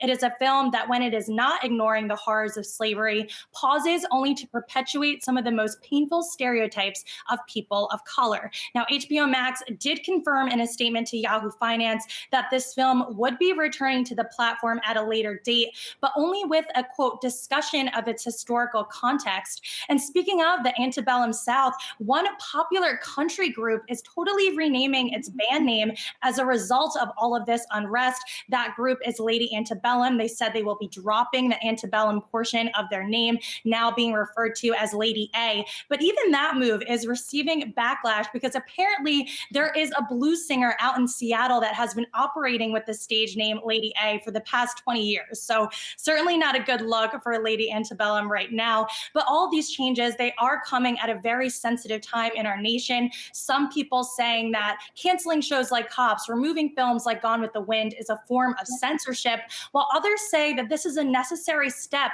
to help further the Black Lives Matter movement. But no matter where you stand on this debate, you can expect to see more changes in Hollywood as a result of everything that's going on. Yeah, not just big changes, but changes that have come at a pretty rapid rate here. Let's talk about how this is likely to trickle down into the awards season too, because we've heard both the Academy as well as the Grammys respond to the concerns that have been expressed before. Right. And the Academy is making some changes to be more culturally inclusive. Ava DuVernay, she's the director of Selma and longtime advocate for Black voices and Black filmmakers. She is one of 6 new faces to be nominated to the Academy Board of Governors, which did hit historic milestones this week for both women and people of color. The 54-person board will now include 26 women and 12 people of color. That is up from 25 and 11 respectively. And as you said, the Grammys is also making some changes as well. They are dropping the controversial urban category, renaming that Best Progressive R&B Album. The word urban had often come under scrutiny, with rapper Tyler, the Creator, saying it really was just an excuse for the Grammys to not place Black artists in different categories and genres. But despite all of these changes, I do think there is more that the industry has to do. It will be interesting to see what the Oscars, along with the Grammys, what they look like next year, if and when they even happen. Because keep in mind, in the midst of all of this, we're still in the middle of a global pandemic, and the coronavirus has upended this industry in more ways than one. But again, for now, these changes in Hollywood seem to be sticking, but there's a lot of balls in the air right now, and it'll be interesting to see what happens. Okay, we will continue to follow that. Thanks so much for that, Allie. Coming up, we're going to be talking about the big debut for AZEK today, the maker of sustainable building materials, getting a big pop on their first day with their IPO. We'll talk to the CEO, Jesse Singh, on the other side of the break.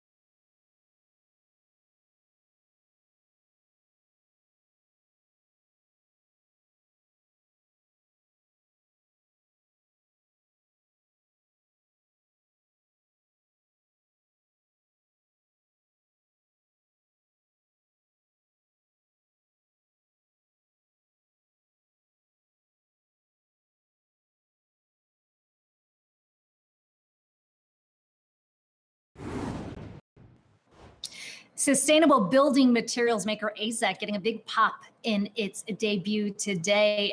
The shares there up about 20% right now. The maker of low maintenance but sustainable building materials for outdoor living, making its debut at the New York Stock Exchange. We are joined by Jesse Singh. He is the CEO of AZEK. Jesse, first of all, congratulations on your listing today. I have to imagine you've been looking at the markets this week, knowing this day was coming, and saw the big sell-off yesterday, thinking, well, is this the right way to time my IPO? But you've got a pretty healthy pop going today. Well, look, we're really excited about the accomplishment and the transition to the next phase of the company. We've been working on building out the company for years, and this is a next natural step. As you pointed out, we started this journey, to take the next step aggressively in the fall, into February, and so in terms of volatility, there's been a little bit of that as we've looked at the market, but in general, we see a terrific long-term potential for the company, and that's where a lot of our focus is on. Let's talk about the sector itself. On the one hand, we've seen a lot of these home improvement projects, or a lot of people who have been at home, sort of reworking their homes. That's kind of been good for the sector. But you've also mentioned in your prospectus about the challenges stemming from the pandemic. Walk me through how you see that playing out right now, because there's some questions about whether we are in fact in the recovery process or there's still more downside to come. Well, we came into this pandemic with pretty significant momentum, both as an industry and as a company. So our trailing 12 is 15.8% growth. We're participating in a terrific market, outdoor living combined with an opportunity for material conversion. So we came into this pandemic with pretty significant strength. And as you might imagine, once people started staying home, in aggregate, you saw a contraction. Driven by macro elements, across multiple industries. But what we've seen more recently is sentiment continue to improve. People are staying at home. They're concerned about how to operate safely, and they're spending more and more time outside, and it really gives them an opportunity to increase their square footage, while staying at home and be able to really enjoy that environment. So it was an ongoing trend coming into this, and we after a bit of a dip, we continue to see really nice potential opportunity for acceleration into the future. So you're riding some momentum here, but you've also got a pretty big debt load. We're looking at $1.2 billion right now. What's the step here to try and improve that picture?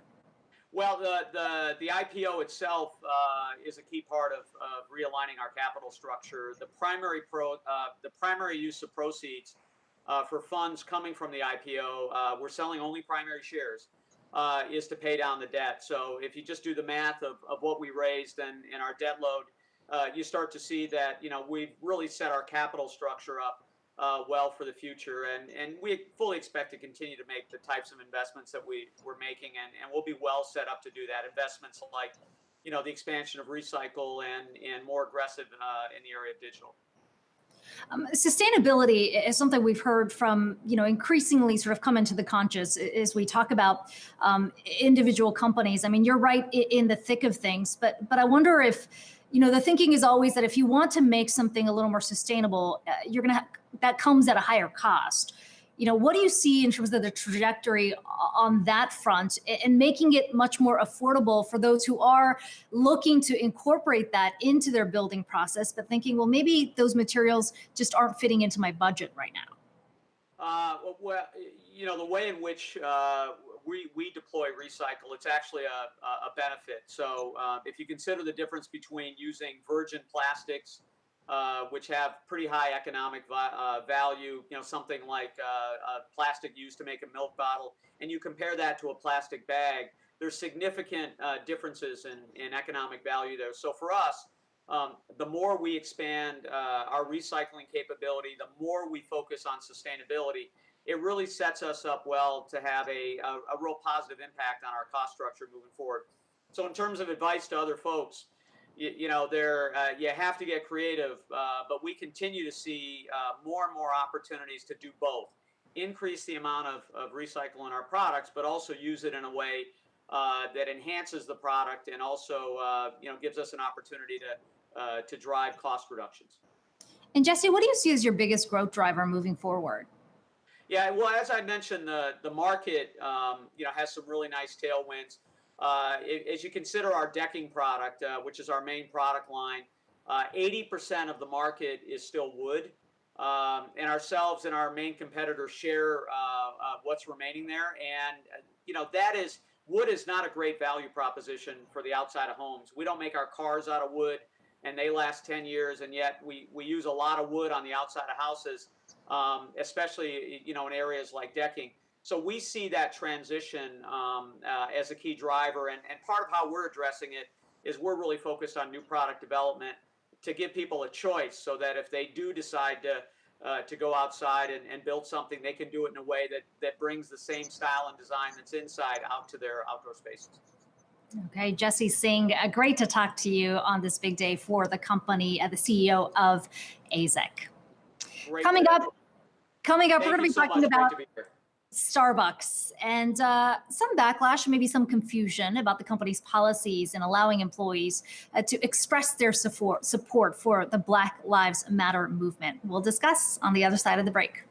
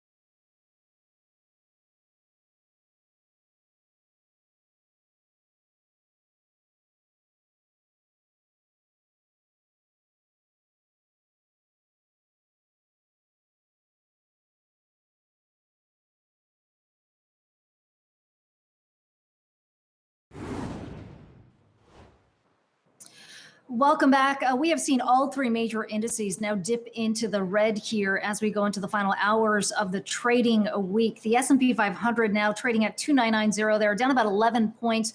The Dow is down about 26 points and the Nasdaq down about 60. So significant pullback after that healthy pop we saw earlier in the trading session. Let's talk about Starbucks now. The company facing some backlash after reports initially that they were discouraging some of their employees from expressing their support for the Black Lives Matter movement. I want to bring in Julia LaRoche to maybe clarify this a bit, because Julia, this all initially began with a BuzzFeed report that seemed to suggest that Starbucks wasn't allowing their employees to wear these shirts to express their support. But you've said that there's some clarification that's needed here. Hey, Akiko, there's definitely some clarification that is needed. In the meantime, Starbucks has reversed its policy and is encouraging employees, letting them wear their own personal Black Lives Matter t-shirts t-shirts or pins. Meanwhile, the company, as first reported by Yahoo Finance, is making 250,000 t-shirts in partnership with their Black partner network that will go out. This isn't just a recent thing. They've been actually working on this throughout the week. This is something that had not been previously mentioned. Let me just clarify before. When they said they couldn't wear the Black Lives Matter pins or t-shirts, a lot of partners, that's what they call the employees internally, had asked their store managers, can we do this? Can we show support? So they asked, and Starbucks leadership came back and pointed basically to the dress code. And if you look at the dress code, the language suggests that you can usually wear a pin or a t-shirt if it's company issued, and that you can't wear buttons or pins that advocate for a political, religious, or personal use. So that was kind of the technicality. This wasn't something where Starbucks came out and said, no, you can't wear Black Lives Matter gear. This was not specifically targeted toward that. One of the issues that came up, though, in the BuzzFeed article was that some of the partners specifically pointed to, hey, well, folks get to wear the LGBTQ pins in support of gay rights. And that goes back to last year. So I just mentioned they're coming out with the t-shirt, the 250,000 t-shirts. Last year, the Pride Alliance, which was one of their diverse networks, they have about 8 of these diverse partner networks, came out with a t-shirt, a company-wide t-shirt in support of the Stonewall riots for the 50th anniversary, and that Starbucks, in another internal communication obtained by Yahoo Finance last night, was coming up with one with their black partners network that would speak to systemic racism, that would speak out to that. So let me just read you some language from the letter that went out today. It said, earlier this week, we talked about we're designing new t-shirts with the graphic below. The graphic says it's a lot of different things like Black Lives Matter. We hear you, we support you, stand up, no justice, no peace. And it's not a moment, it's a movement. The leadership added, until these t-shirts arrive, we've heard that you want to show your support, so just be you. Wear your BLM pin or t-shirt. We are so proud of your passionate support for our common humanity. We trust that you will do what's right, while never forgetting that Starbucks is a welcoming third place where all are treated with dignity and respect. So Starbucks there, perhaps a pretty quick response there, given just how heated the environment is right now. Julia LaRoche, thanks so much for that. We do want to point you to, again, some moves that we are seeing in the market right now. The Dow back in, it is in positive territory right now, but remember, we started the day with a surge of more than 800 points. Now we're seeing it up just 76. The S&P 500 also pulling back down about 0.4%, down 4 points, and the Nasdaq down about 36 points there. We've got you covered with all the latest market action. The ticker continues coming up with Heidi Chung. We'll be right back.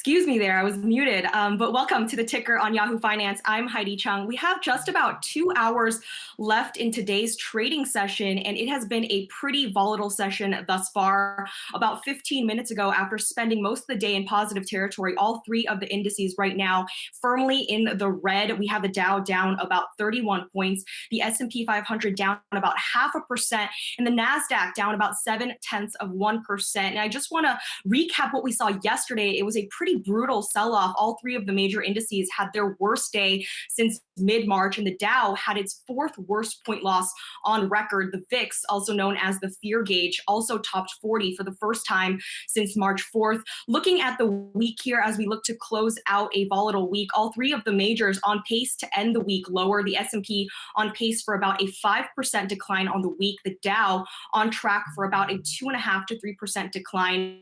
And it's also important to note, though, that all three of the majors are up more than 30% since the lows on at the end of March. And for more on the markets and the wild week that we have seen, I want to bring in our next guest. Jack Ablin is Crescent Capital Chief Investment Officer. Jack, it's been a pretty wild week, so I'm glad you're here to help us make sense of the wild moves that we have seen. You wrote in a letter that the markets, along with the markets, are playing a sort of tug of war between fundamentals and the economic recovery. So I want to get your thoughts on why you say that. Sure. Actually, thank you for the invitation, Heidi. And yeah, the tug of war really is between the fundamentals and I'll call the technicals, most notably liquidity.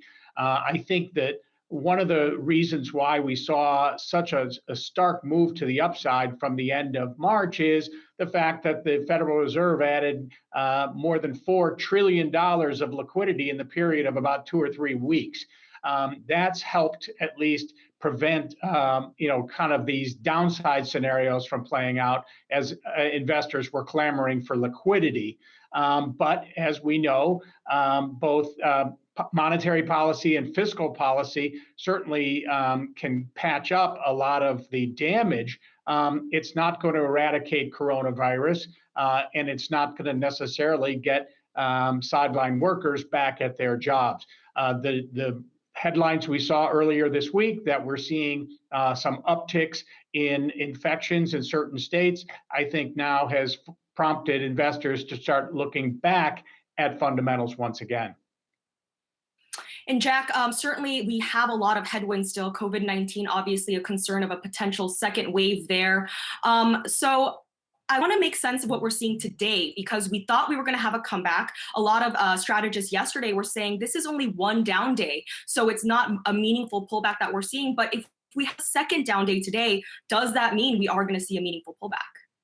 Yeah, I mean, I'm not a technician, but one of the things I watch is a term called smart money, which looks at trading in the first half hour of the trading session and last half hour. It assumes that trading in the first half hour is retail investors coming in based on headlines they read overnight. It generally takes that number and actually reverses it and then adds to it trading that occurs in the last half hour of the day. So when I see a day that starts off strong like today and ends out weak, that really is a concern, at least from that smart money technical perspective. I also, Jack, want to get your thoughts on what we heard this morning from the White House, Larry Kudlow saying that there is no second wave of coronavirus infections, and they have no plans of shutting down the economy again. But we also heard yesterday Treasury Secretary Steven Mnuchin say a pretty similar thing there, that there are zero plans to close the economy again, even if we do see a second wave. So if that's the case, if the government does not plan to do a massive shutdown again, but we do in fact see another rise in cases, what does that mean for investors and markets? Sure. Whether policymakers at the federal or local level shut their economy or not shut their economy, the fact remains this is all about confidence. And if Americans perceive that the risk to themselves of getting coronavirus on top of perhaps the acuity of that infection for them personally, they're going to opt to stay home. So just like we're not seeing everyone, running down to their local movie theater or bar, even though they may be open, is a testament to the individual decisions that Americans need to make. So watching confidence levels, looking at polls, a lot of data just to understand the confidence of individual Americans will give us interesting clues on kind of the direction of this recovery. Jack, you mentioned confidence. This morning, we got the University of Michigan consumer sentiment reading for June, and we saw a pretty healthy increase for the second consecutive month, but we do have to note that it is below pre-pandemic levels. So in that case, we also have retail sales coming out next week.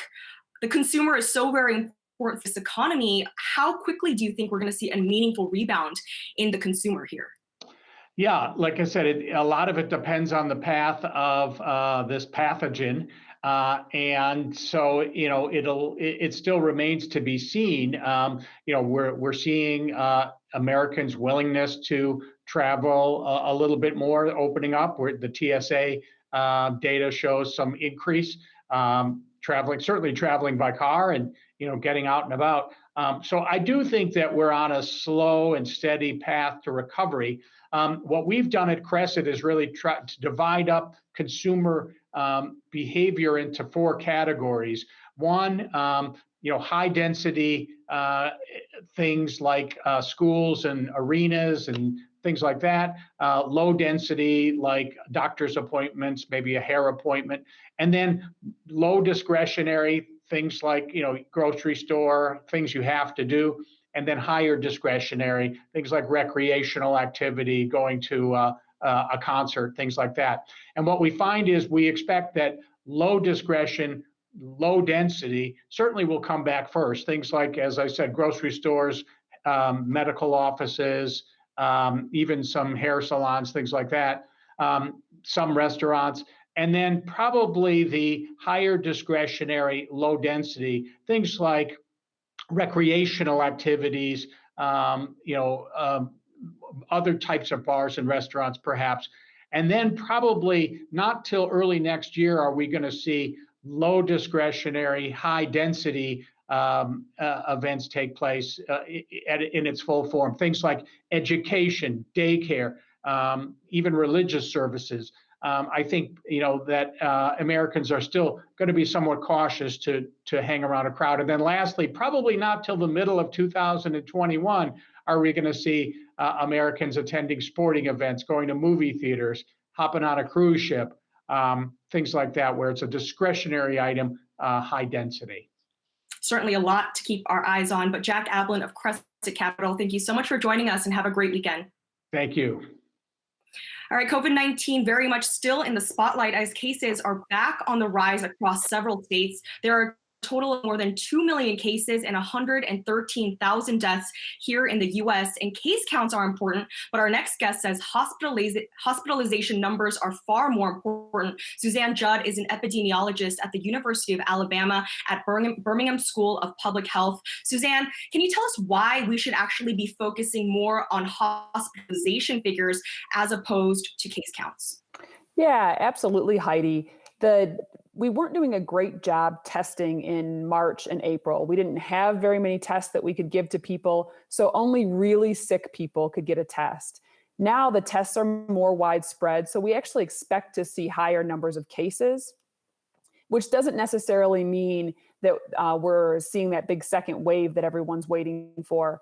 On the other hand, the hospitalization rate, that's the rate that we want to be tracking because that tells us how many people have severe COVID infection, the ones that are likely to need healthcare services, nurses, ventilators. So we want to make sure to watch the hospitalizations more than just the actual case numbers. Suzanne, I myself, along with very many others, have been calling this a potential second wave, but there have been a lot of arguments out there that we shouldn't be calling that we're still very much in the first wave of infections.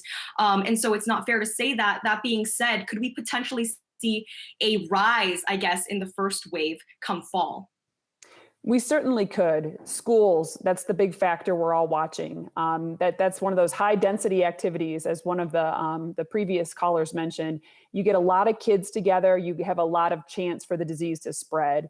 So one of the reasons we all are looking for a second wave in the fall, it's the reopening of universities and the reopening of schools. And Suzanne, to that point, if we do reopen schools and children could potentially be carriers and pass on the virus to their parents or their family members, what happens at that point? If we don't have a vaccine on the market, if we don't have any treatment, how are we going to contain that without shutting down the economy? We will likely have to close the schools, and honestly, closing the schools probably has an impact on the economy. Parents can't work as much as they were. They have to take care of their child or do homeschooling. So it is pretty hard to not impact the economy if schools close down.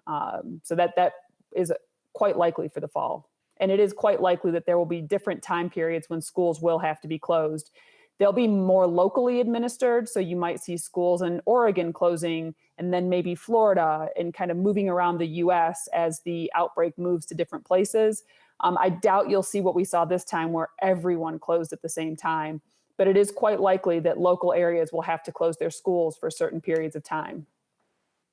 And Suzanne, I want to get your expert opinion on perhaps a vaccine or treatment like we were just talking about. We've heard from several companies, specifically Moderna, saying that its COVID-19 vaccine has cleared key safety hurdles in a mouse study. And yesterday, we also heard that Regeneron is looking to start doing a test trial on humans as well. So in terms of a realistic timeline, what do you think we can expect here? Because President Trump has touted the fact that we're probably going to get a vaccine very, very soon. But a lot of experts have said that is not the case. That is not the case. Even if it clears the various hurdles, which you're talking about trials that take months to get the actual data, then you have to manufacture the vaccine, and that takes time as well. So between manufacturing and the clinical trials, we'll be lucky to have a vaccine that 20% of the US population could get in early spring. And then there will be a slow trickle into the economy into the population of vaccines available for people. Treatment is a totally different story. We're learning more and more about medications that treat COVID infection and reduce the severity. And we may be closer to having a decent treatment that keeps the infection from getting severe as the months go on. So that's more, I think, where we have more of a chance of something happening this year in 2020. Suzanne, I want to go back to what we were talking about a little earlier in terms of reopenings and seeing a spike in hospitalizations and cases across several states. Oregon is one of the states that has paused its reopening process in order to deal with the spike in cases that it's seen. But in terms of Texas and North Carolina, should the local governments and lawmakers be doing something here in response to the spike that we're seeing? Because if we do start to see a really meaningful number spike in terms of hospitalizations, then that could prove to spread over and spill over to the rest of the country as well. Absolutely. We are going to have to think about, we're going to watch Oregon, every state will, and see what happens with kind of a slow, when you open and then slow back down again, especially states like Texas, my own state of Alabama. We're going to want to watch that closely to see if that's something we should be considering as well. At this time, a lot of states have said, no way, we are not going to slow back down again. But we have to just keep giving information to governors and to public health officials so they have the best information they can possibly have. And again, we'll watch and see what happens in Oregon. And Suzanne, finally, before I let you go, I read something really interesting today that a group of scientists in California found that some people might be able to build up their immune systems to fight off COVID, even if they've never even come in contact with a pathogen. How likely is something like that? That's a tough one. I read that as well. It's very interesting and hopeful. It gives us hope that there's a way that you can potentially have your immune system ready to go to kind of put up a wall to keep yourself from getting infected. It's definitely possible. And we're seeing more and more with things like vitamin C and vitamin D to help lower inflammation. There may be options out there just to keep the immune system boosted so that the person or any one of us could keep from getting infected. All right, Suzanne Judd, epidemiologist at the University of Alabama. Have a great weekend. Thanks, you too. Bye. All right, coming up next here on the ticker, the presidential election is just 5 months away, and both Trump and Biden have hit the campaign trail with a very big economic recovery plan. We're going to tell you what that is right after the break.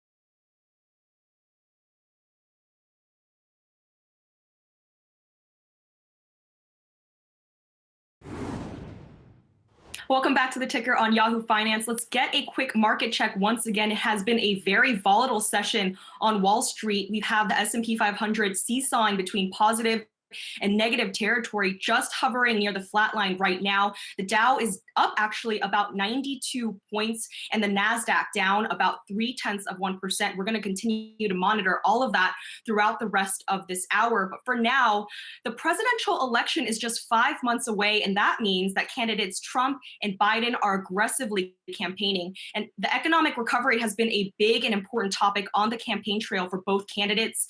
To break down these plans and what they are planning to do, we're joined right now by Brett Bruen, Global Situation Room President and former White House Director of Global Engagement. Brett, I'm glad you're here with us. I want to just start on the idea here that you can even have a plan when it comes to this economic recovery. There's just so much uncertainty right now, as we can see in the market action. No one really knows what's going to happen next. So is it even feasible for Biden and Trump to have a plan at this point?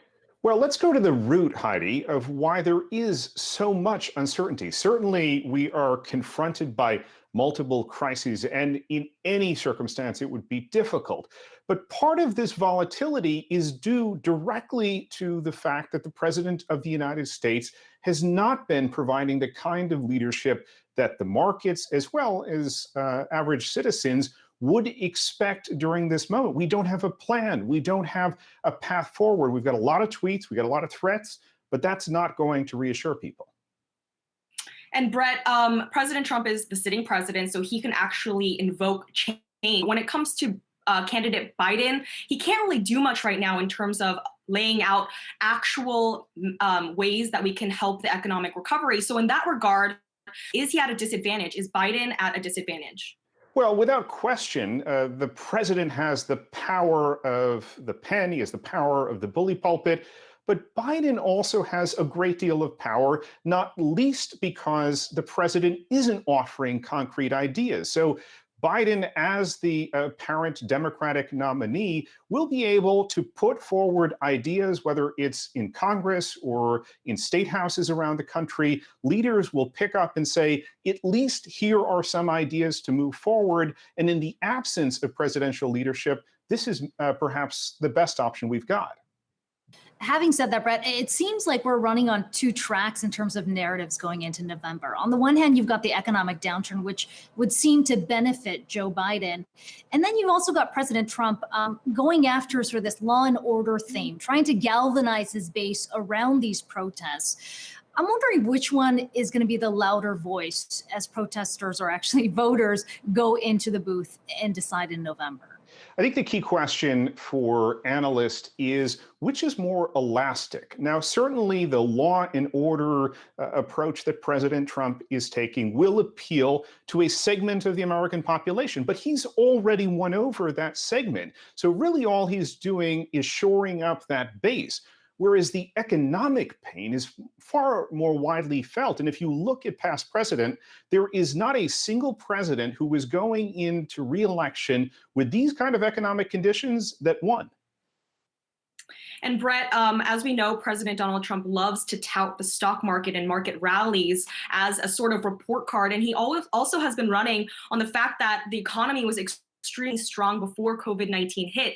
If the pain that we're seeing from COVID-19 does not abate before the election, how is that going to play out for President Trump?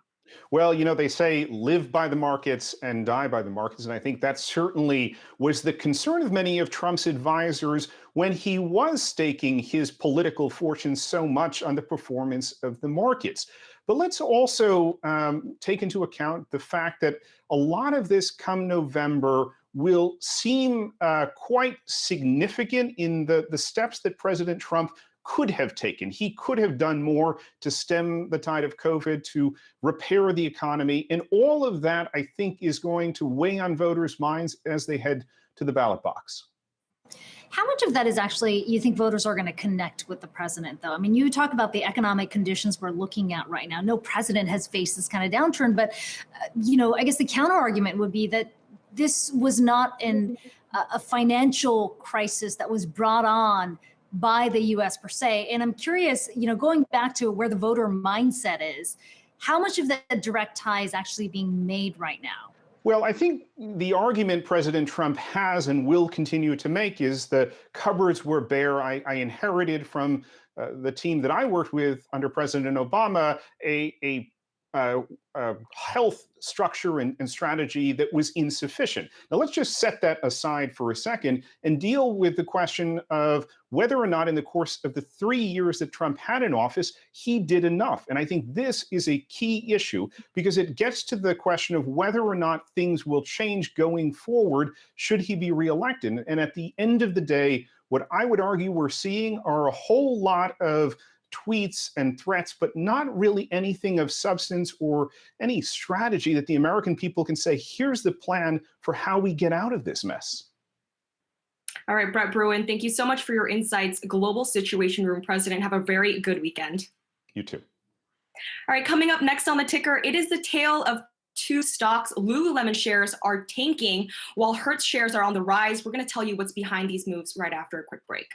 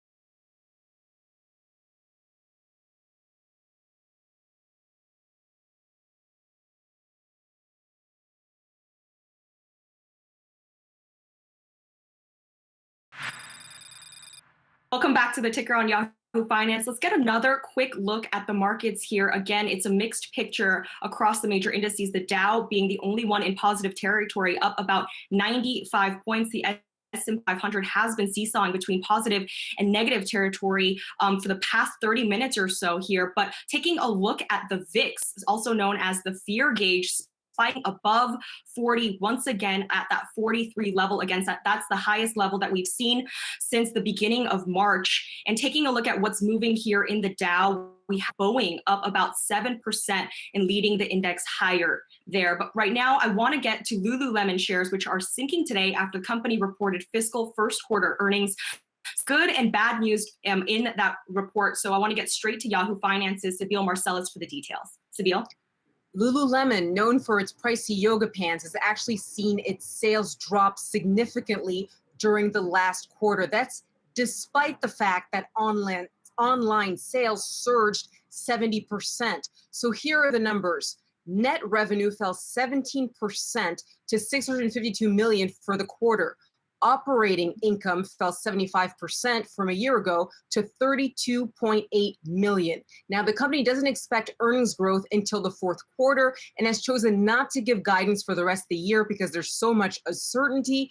But Lululemon stock fell in March, like many other retailers, but has since more than doubled in that period of time. Now, in terms of the stores that Lulu has right now, 295 of them have reopened out of the total 400 that they have worldwide.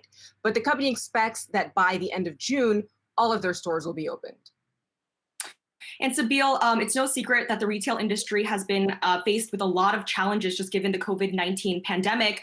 But that being said, online sales have been a true bright spot for the industry. But on the flip side, because of the surge in online sales, we're starting to see a lot of challenges brewing when it comes to customer service. So what's the update on that front? Yeah, customer service. I mean, it's been a real challenge for many retailers that didn't have as strong an e-commerce business as, say, for example, a Walmart or an Amazon to keep up. Plenty of stores, we're talking retailers like Macy's, Best Buy, Lululemon, Wayfair, have been struggling to keep up when customers didn't like what they had, wanted it returned, and wanted a refund. Customers have complained reportedly about long lines on the phone, not getting their refunds as quickly as they would like. And these retailers have basically just been playing catch up, trying to deal with the huge surge of demand. Thanks, Sabeel Marcellus, for the breakdown. Have a great weekend. All right, meanwhile, Hertz shares, though, are soaring today, even as the broader market teeters between positive and negative territory. Yahoo Finance's Emily McCormick is back to give us another update with Hertz. Emily, we heard from you earlier this week on just the wild moves that we had been seeing when it comes to Hertz stock. What's the latest update with it?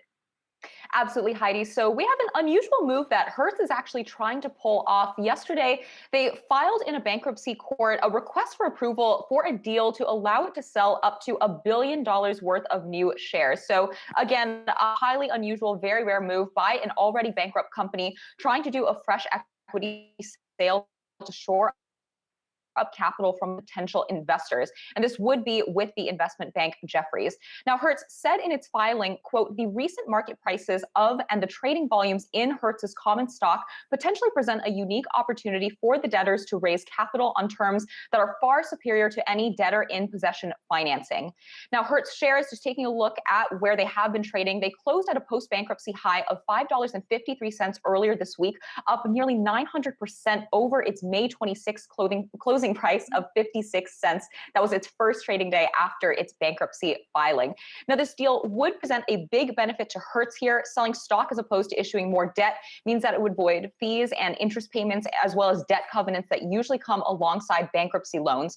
But on the flip side, it would potentially open the door to lawsuits, though Hertz did say in its request that it would warn buyers that the common stock could ultimately be worthless. That is a distinct possibility. Remember that with bankruptcies, all debt does need to be paid in full before ordinary shareholders see anything. And since they are among the last in line to get repaid, it does mean that it would be quite a risky move for any equity investors who chose to come in if this equity sale does actually go through. Heidi? All right, Emily, I do want to shift gears here because you have a brand new Breakouts interview coming out this week. It just came out. You sat down with Verishop CEO and former Chief Strategy Officer at Snap, Imran Khan. What did you guys discuss this time? Well, we did have a chance to discuss Verishop, some of the sales trends that they saw during the pandemic. They saw a big surge in their home goods and beauty categories, although that has started to moderate now in April, May, and now in June. But before his venture with Verishop, Imran Khan was head of global internet investment banking at Credit Suisse. He was also one of the lead bankers who brought Alibaba public on the New York Stock Exchange. So with that in mind, I asked him what his thoughts were on both the congressional legislation actions and the White House actions we've seen recently in trying to crack down on Chinese companies listed in the US and which could eventually lead to these being delisted. So here's what he had to say about that. One, I think the banks has to do better job diligencing these companies, just to make sure that the reporting structures or the financial disclosures is accurate. They have to work with the right auditors. And I think, frankly, some listings were not gone through that kind of diligence. I would say that some banks didn't do their homework well, or some lawyers didn't do their homework well. That's unfortunate. And regardless of the tension or not tension, regardless whether it's a Chinese company or a US company or a European company, we need to be very careful that when we bring a company to the public market, we do the right diligence. And as a banker, all the bankers does the right underlying work. So that needs to happen. And then the second thing is in terms of overall, political tension. Look, I think they're both very strong economy, and I think U.S. has rightful reasons to be raising questions about some of the issues. But I think in the long term, I think both countries have a very important role in the world economy, and we need to build a solution that everybody can live together, and because that ultimately that way will drive prosperity to across the world. So Imran Khan has been out of banking for several years now, but interesting to just see his perspective focusing on what U.S. bankers and investment banks need to do when bringing any company, Chinese firm or otherwise, to the public markets to ensure accountability. Heidi? Thanks, Emily. You can catch Emily's full interview with Imran Khan, Verishop CEO, on yahoofinance.com. And coming up here on the ticker, one Wall Street firm argues that we shouldn't be blaming retail investors for all of the recent market volatility. We're going to break down everything you need to know right after a quick break.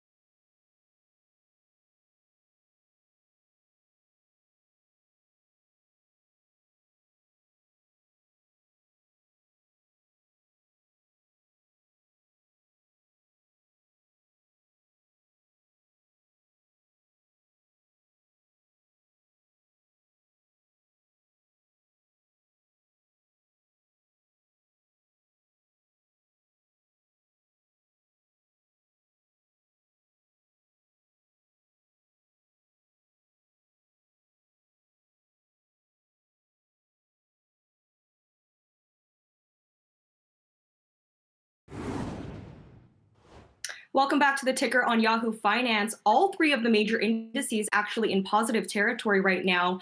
We have about a little less than an hour and a half in today's trading session, and I should say trading week here, but volatility is back on the rise. We are back above 40 in the volatility index here, and it's been quite a wild trading week.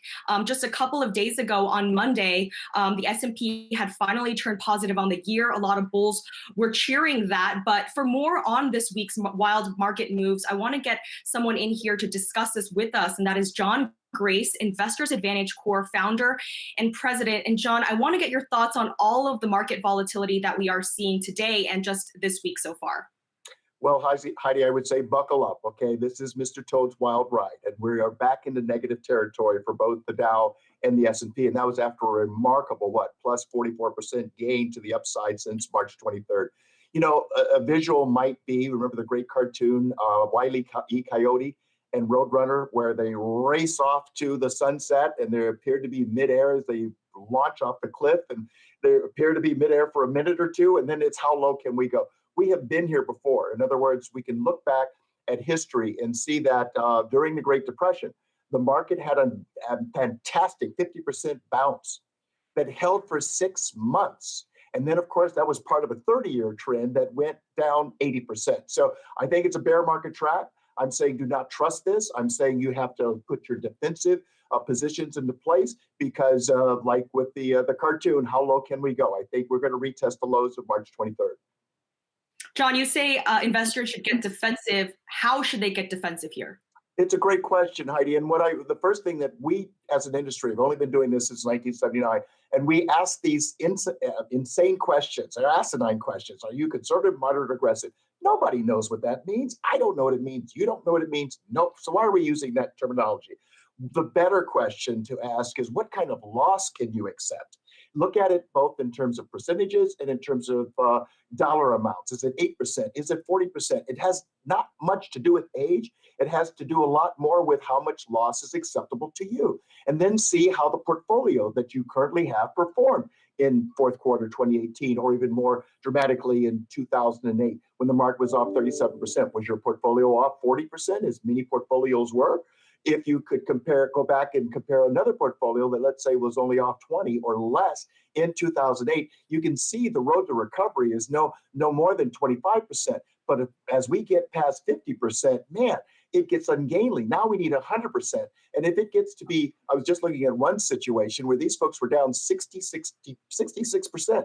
That means the gain is 194%. The odds are just not in your favor. So determine how much loss you can live with, and then see if you can design a portfolio that might perform within your risk of loss parameters. And that way you can stay in the game as opposed to require a Hail Mary pass. John, there's a sense here that the market's finally catching up to reality over the last few days. I mean, as you point out, we've been talking for a while about this diversion that we've seen between what the economic data says about what's actually happening and how the market sees it. But I'm still trying to figure out what that catalyst was. I mean, was it the Fed? Was it what Jay Powell said? I mean, he didn't say anything that was entirely surprising, but what do you think has really prompted the moves over the last few days? I think you never know what it was, right? But my theory would be it was a combination of people waking up to reality about here comes this second wave. And by the way, the other second wave that I'm concerned about that we haven't heard much about yet, and that's corporate bankruptcies, okay? So that was part of the puzzle. But Powell's made kind of an indicator of what he's thinking, that we see some tough times ahead. Those not his words. That's my interpretation of what he was saying. And I'm saying, okay, well, here we got, that makes sense to me. I think he kind of showed his hand a little bit more than normal, and people are actually perceiving correctly what he was saying. We've got coronavirus. We've got massive job losses that many people will not recover. A lot of people have been saving money for the first time ever, as opposed to spending every dime they can with cash or credit. And then we've got this trade war. Remember, just fourth quarter 2018, markets off 20% from September 21 to Christmas Eve, if I recall correctly. That scared a lot of people. That pot is still on the back burner, and it's simmering. You can see it moving forward. So I think we're beginning to be realists to see we've got a lot of clouds on the horizon. It's not happy days are here again. All right, John, so taking into consideration everything that you've laid out for us right now, where are the markets go in terms of direction when we're thinking near, medium, and long term? Well, I mean, if I knew that, I probably wouldn't be here. I don't know where I would be, but it would be someplace glamorous, I imagine. So nobody can forecast the future correctly, right? So why try? I think it's futile to forecast. What I say is let's enjoy the melt up, but let's make sure that we see what we can do to avoid as much of the meltdown as possible. What I've learned is savvy investors hate losses more than they love gains. So as I say, let's see what kind of loss you can accept. Maybe you can keep your portfolio to perform within that limit, no matter what the market does. Because if it is the case, you might need, for example, by the time you turn 70, $2.6 million. If you're within 10, 20% of that, you can keep your retirement secure for the next 10, 20, 30 years. So we got to keep the losses limited. We have to diversify. And I submit that active management strategies are in many cases better than just being passive and hoping that the price comes back as you watch it go to, that place there, okay?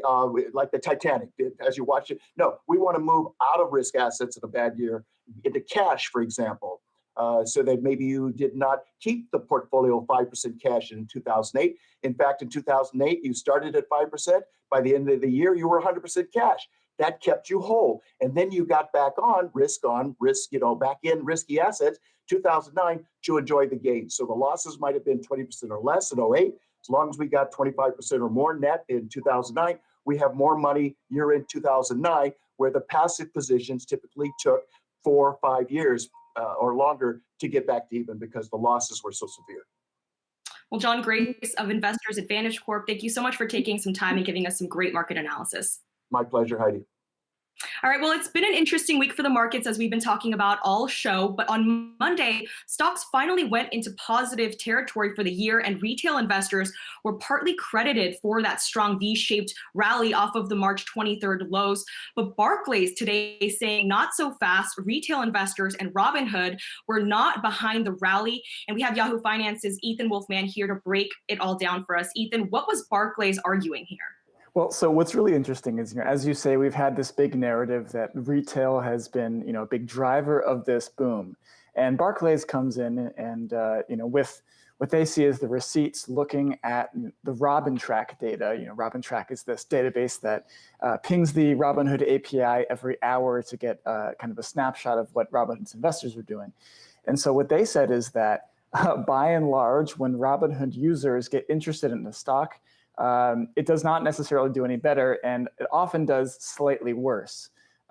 So this is an interesting thing because we've seen a lot of notes coming through from Wall Street and other big investors like Jeff Gundlach saying, talking about the role of these Main Street investors. I always wonder because Robinhood doesn't have that many users. There's not that many assets under management. And you just sort of wonder how much they can push. But even if Barclays is saying this, which seems perfectly legit analysis to me, you wonder about whether there is some sort of other kind of effect, second order effect in that interest that might help drive some of this. Nick Colas of DataTrek told me that you just look at the Google Trends and you can see that a lot of people are interested. But then you get back to the chicken and the egg thing.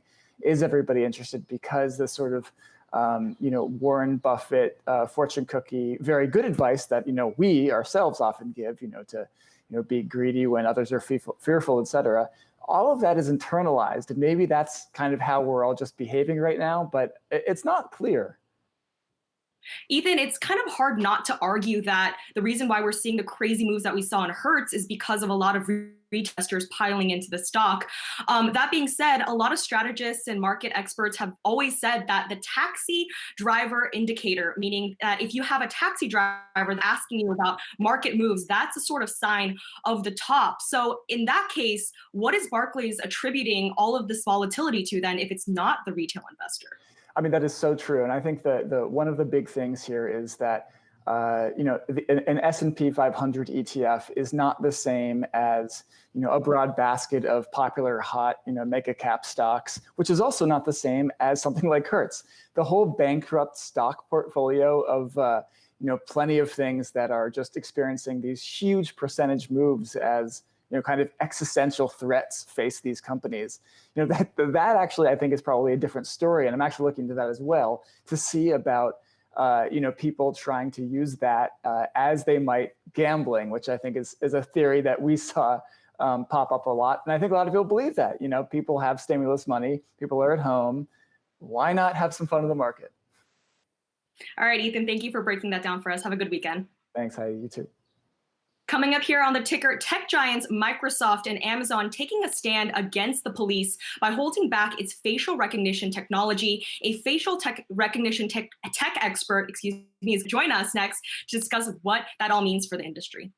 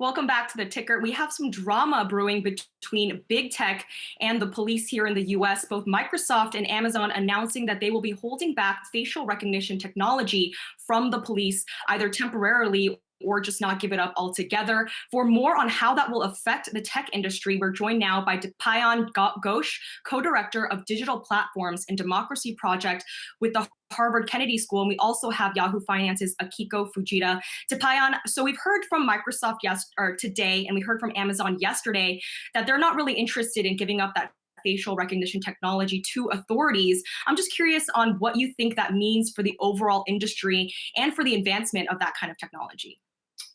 Thanks, Heidi. I think that the companies that have made this big statement, most significantly Microsoft, IBM, Amazon, are really reacting to the circumstances that we're seeing today on the streets of America. And there's a fundamental recognition that this technology, facial recognition technology, which is run by algorithms that search through images and make inferences about images and inferences about people behind those images, is essentially a biased technology, and especially biased against marginalized classes. And so I think people recognize that, and these big companies are reacting to that in a sense, and standing up for, I think, what is right at this moment in time. Dipayan, if you look at the statements that came out from Microsoft as well as Amazon, they're not saying we're going to pull it all together. They're essentially punting to the federal government, saying we want the regulation first. So you've been on the government side. What do you think the regulation should look like? It's a very difficult question, Akiko. I think regulation has to, in my personal view, think about the marginalized person, the person who's getting hit on the street by the police unfairly first. I think we always have to think about the individual, about the citizen, about the consumer.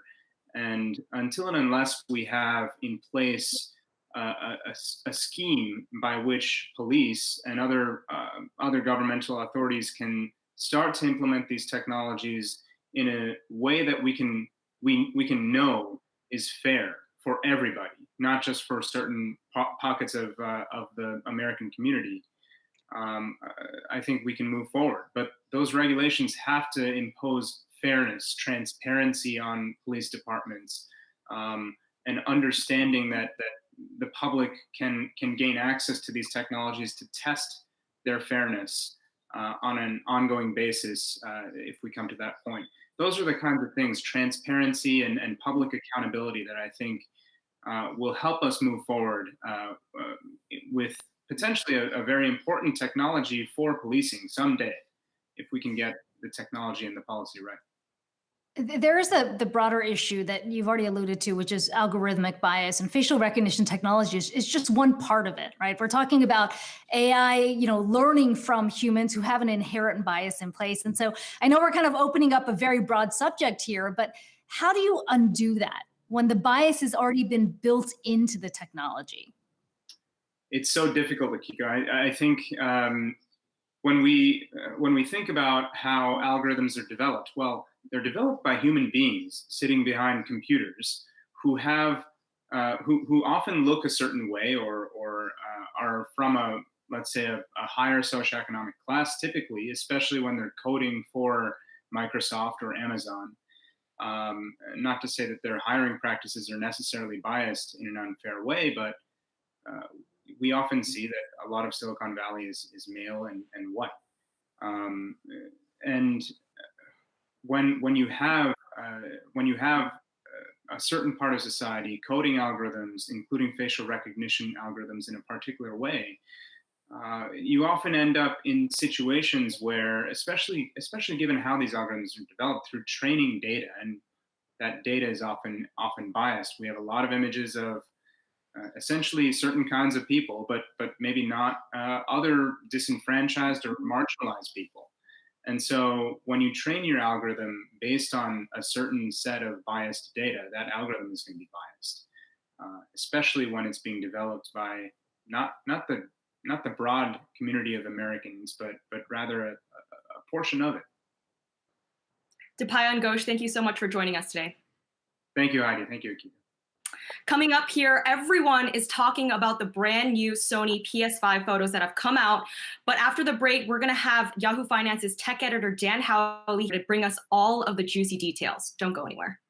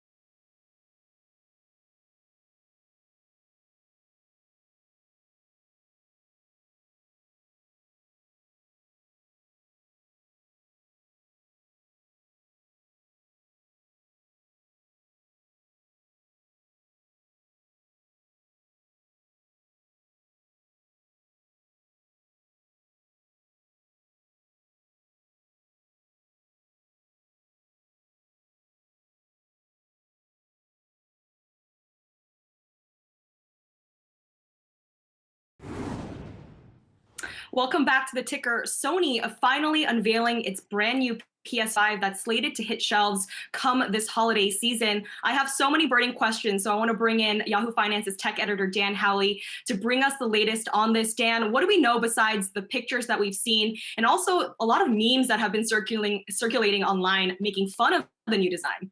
Yeah, I'm going to stop that right there. I think Sony went sexy with the design. I said that to my wife.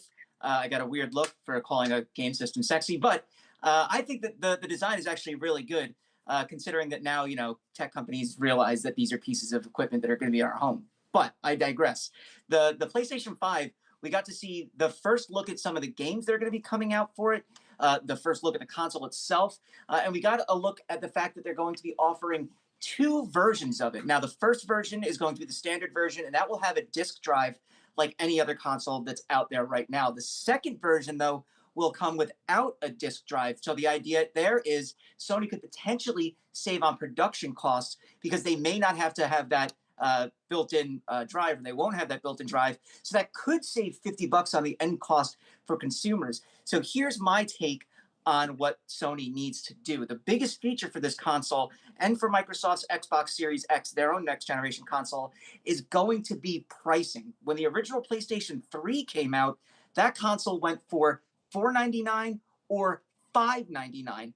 Consumers balked at that entirely, and that's why Microsoft was able to get a leg up in the gaming industry with their Xbox 360. When everything kind of washed out at the end, both consoles had sold roughly the same numbers, or both companies had sold roughly the same number of consoles. Now, in this current generation that we're at with the PlayStation 4 and Xbox One came out at $499, while Sony came out at $399 for the PS4.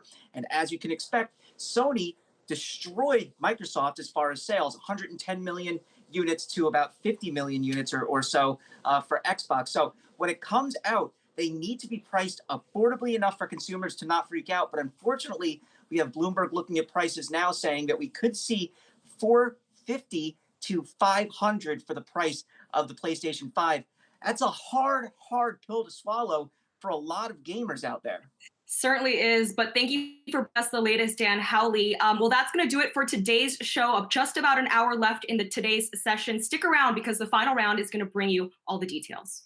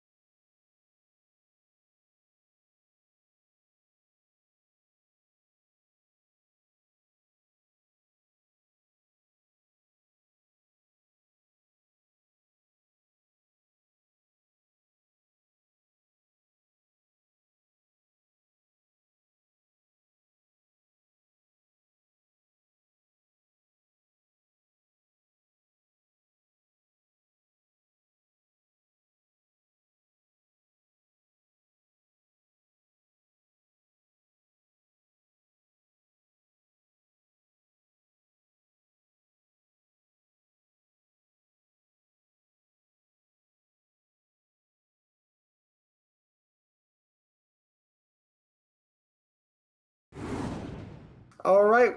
Good afternoon, everybody. Welcome to the final round here on Yahoo Finance. Miles Othen with you in New York. Let's take a look at the market on this tumultuous, maybe is a word we could throw around here. Looking at the market on this Friday, we've got the Dow up 1.1% right now. The S&P and the Nasdaq are in green figures, though. Just about an hour ago, we saw the averages move to their lows of the day. And of course, we are well off our highs of today's session.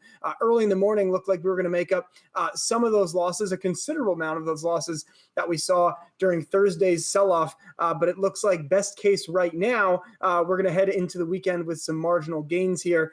Though in this kind of environment, anything, I guess, can happen over this last hour. But again, certainly a wild trading week where we saw a little bit of weakness in the market heading into Thursday. And then all of a sudden we lost 5% in a single day. And everyone was kind of left scratching their heads. Still plenty of weird stuff, however, going on inside this market. If we look at the Dow right now, Walmart, one of those names that has held up considerably better than the broader market during this crisis period. That stock is leading the way lower, off nearly 2% on today's session. The big outperformer in the Dow is Boeing. That stock is up nearly 9% today, and Boeing has kind of gotten caught up in this airlines trade, in this rebound trade, and Boeing shares are still over 50% off of their most recent highs. And so we've seen so many stocks get kind of pooled into these groups that have these weird trading habits around them. And we're going to get into maybe some of the folks that are pushing around the market, or maybe that aren't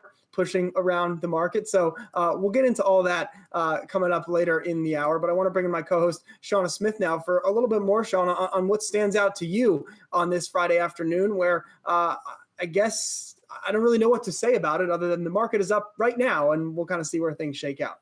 I think you put it well. You said that there's weird stuff going on in the market. And I think that's the best way to describe it at this point, because we can talk about the fact whether or not it's being pushed by institutional investors, whether or not it's retail investors. So we're going to debate that a little bit later on in the hour. But I just think overall, the action today just really shows how much uncertainty there is out there. We had investors initially jumping in after yesterday's 1,800 point drop in the Dow. And then today, that rally has seemed to have faded at this point, at least with the Dow now up only 200 points. S&P and Nasdaq both up more than 2% at their highs of the session. I think it just really shows or illustrates the fact that there's so much fear in the market. It's still there. The VIX today taking out yesterday's high. It was trading above a 44. Some other things, Miles, that are sticking out to me. The best performing stocks, this is interesting. The best performing stocks since the March 23rd low through Monday faced the worst declines yesterday and vice versa. That shows some of the rotation that's out there, and really just the fact that a lot of these individual names seem to be overpriced at this point. FANG names, we talked about the outperformance in tech earlier this week with the Nasdaq rising above 10,000. Some of those names today in the red: Amazon, Netflix, Alphabet, all moving to the downside.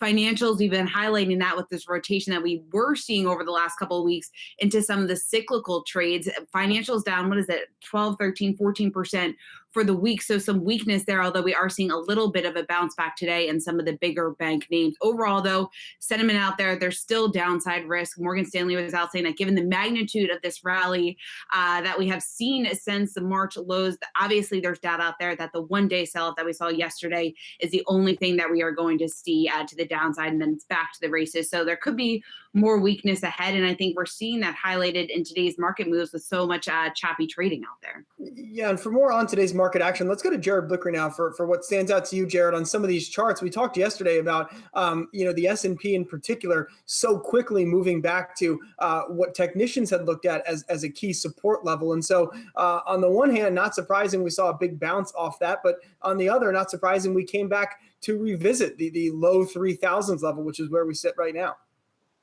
Yeah, we've been flirting with yesterday's lows, and there's been a lot of trading activity in there. So that is an important area right around 3,000. Let's take a look at some charts here on the Wi-Fi Interactive. This is going to be the week's price action. And here's yesterday's huge decline. And here today, we just took out yesterday's lows, and we're kind of climbing off of them. For a longer term perspective, going back 2 months, I think we could still come back to this breakout area pretty easily without meaning really anything. That would be about 2950. We could even go lower. We could go all the way to the bottom of this consolidation area at 2700 and still maintain the upward trend. So there's room to the downside here, but yesterday was very disorderly. We saw that huge spike up in the VIX, which I'll highlight right now. And you can see it just broke this trend line. And when it did it, it was ready to bust out. And it did so in a big way. And in fact, the VIX was even higher today in the low 40s here, I think about 43, 44.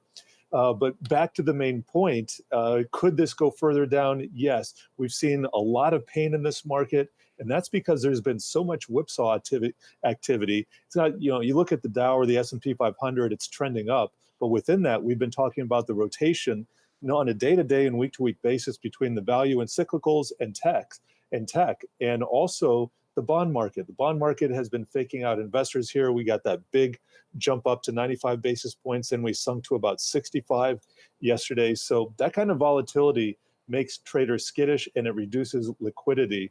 But overall, after yesterday's carnage, today was a very technical day, lots of setups. It seemed more like a normal day, even though the range was bigger. And just taking a look at our Nasdaq 100 heat map, I'm going to do a 5-day look here, and we can see the outperformers of this week.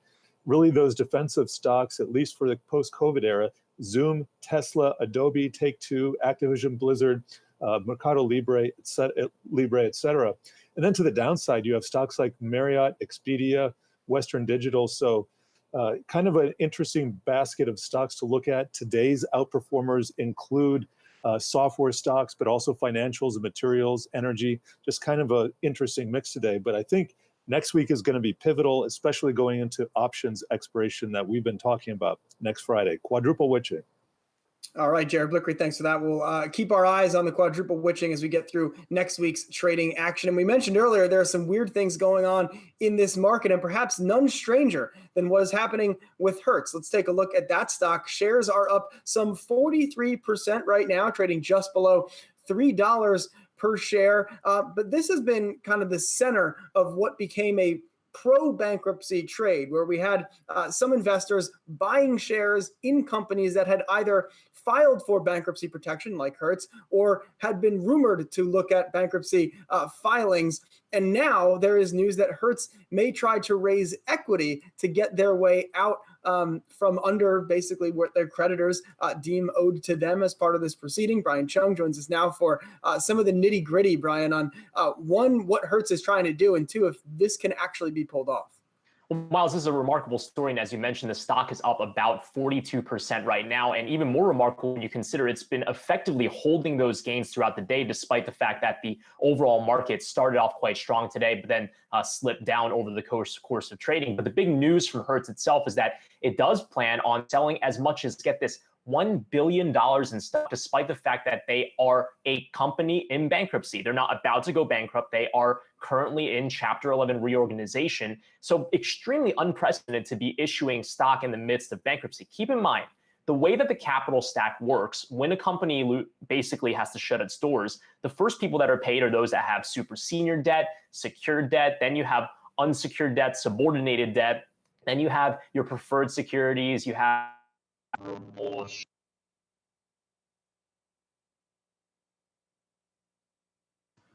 Brian, I think you're muted. You took some hits there. Sorry about that. But basically, I was just going through the capital stack. I can totally understand if someone wanted to mute me while I was talking about that. But effectively, at the very bottom is equity, right? If you're a company that has to liquidate, you are not going to be able likely to pay back those people at the very bottom of the totem pole because of the fact that you're liquidating your assets. Now, people have some optimism because it sounds like Hertz might be able to sell its fleet of vehicles, for example, but this is just an absolutely crazy story. People have chalked it up to maybe some of these newbies that are on Robinhood who think that this is a quick way to make money and maybe don't understand how the capital stack works. But Miles, the way that I like to think about this as a Federal Reserve reporter, this is a remarkable situation where for some reason the normal dynamics do not apply. There is no budget constraint for Hertz. They can effectively print the equity here, right? Normally, if you're a company that's going bankrupt, no one wants to buy your stock because people know that you're an endangered company. But if everyone else is watching people flood into this stock, they notice that because they filed for Chapter 11 bankruptcy, the stock is still going up. People get that confidence and want to pour back into it. So for some reason, and you can't blame Hertz management for looking at the numbers and saying, we can issue this stock even if there's dilution, because when it's up by 40+%, it's still going to be in demand. So really interesting to see how almost this Hertz situation has exhibited a situation where a company can effectively create its own supply. It's a really remarkable situation from an economist standpoint. So you just mean to say that the Hertz equity machine goes burr, basically. The Hertz equity machine goes burr. They'll stop it. I mean, it's MMT in practice, man. In many ways, this is MMT right in practice. I get it. All right. Yes, Dan Roberts.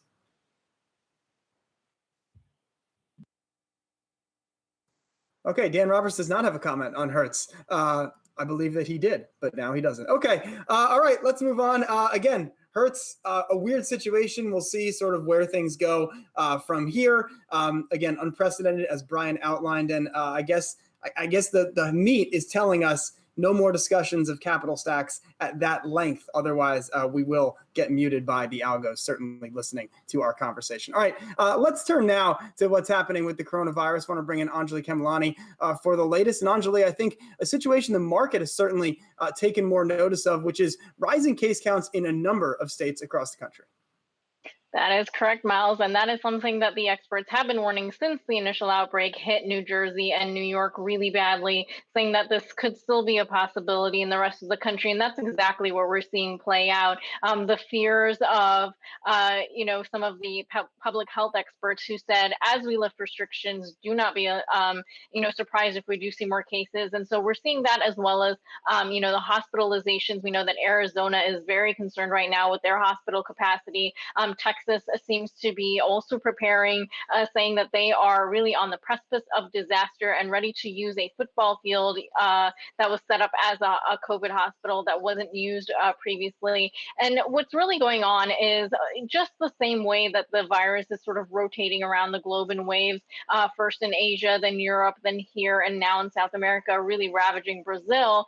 Similarly, it is making its way around the country. And a lot of what has happened, according to one expert I spoke to just prior, is that when we saw really those cases rise and the states start to, shut down with their restrictions, we saw a loss of the efforts of contact tracing. And so when that was overwhelmed, it was hard to really control these cases. And so they've sort of ended up around the country unfiltered. All right, Anjali Kemlani with the latest on that. Certainly a story that we're going to be monitoring here in the weeks ahead as the situation, again, as you outlined, getting more serious in a number of states, especially in the South and the West. All right, coming up on the other side of this break, we're going to talk to Emil Michael, the former chief business officer over at Uber, about the company's failed pursuit of Grubhub and where Uber needs to go from here if they do indeed need to make an acquisition to bolster the Eats business in the years ahead. We're back with that conversation coming up in just 2 minutes.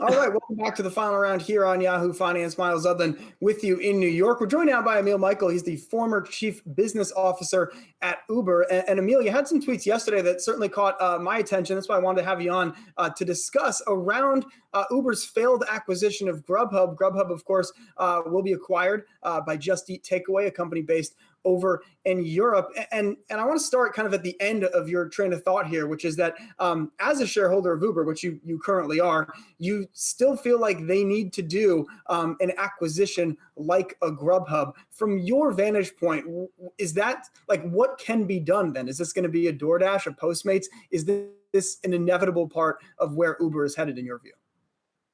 I mean, I think that the food delivery market is not rational in the US and frankly in a few other continents as well, including in South America. And until they become rational, these markets are going to continue to lose money for all the companies involved, and that's not good for any of the businesses. And you could see that from all the venture capital dollars that continue to flood into this market. And until there's some rationalization, I think these companies are all going to suffer. And I guess, then maybe to back up, if Uber had been able to clinch the deal with Grubhub, what in your view would have been gained from that? And I guess from my perspective, it seems like we're basically going to see more subsidizing now with Grubhub having a new parent company, which means more continued losses in the US, at least in the US delivery market. Yeah, that's what it feels like. It feels like now you're going to continue to have sort of a 4-player race with Postmates, DoorDash, Uber Eats, and now Grubhub Just Eats continuing to do that. And then remember also there's a movement now for restaurants to continue doing their own delivery. And there's a whole new set of players enabling restaurants to do that too, which is yet another form of competition. So you're going to continue to have a messy marketplace of all kinds of different options, and everyone fighting against each other in a way that's going to be irrational from a money spending standpoint.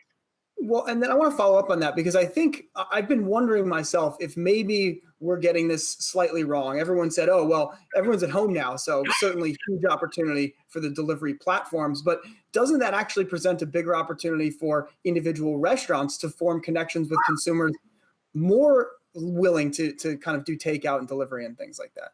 I think so. I mean, I think restaurants now in this crisis do have an ability to form greater connections with consumers who have more time to plan their meals at home. And frankly, even if you get a meal through Uber Eats or through DoorDash today, they could put a note in the package that says, "Hey, next time call us direct or come ask us direct, and we'll give you a better price or we'll give you better service, and you're helping support local restaurants." And there's lots of other ways to do that. And I think there is, really going to be a lot of innovation in this field. And I think in the long term, hopefully restaurants will come out better for it. Because frankly, they're really going to suffer from this pandemic in the long run. And so we need them to succeed and find ways to succeed better here. Hey, Emil, what about Uber's other initiatives? They talk about the foray into scooters, and when you stack that up with what Lyft is doing, their foray into scooters, and also talks about bikes. How do you see that playing out for Uber, and do you think that's a smart move by them potentially in the future? I think,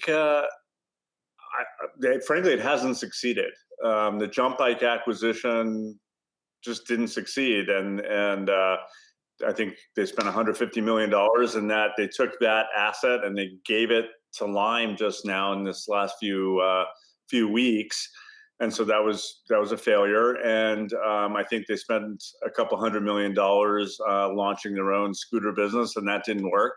And I think Lyft did, spend some money on their own scooter business, and that didn't work. Frankly, the world is just not ready to do it the way that it's been done. I do think there are innovations in micromobility that should work over the long run.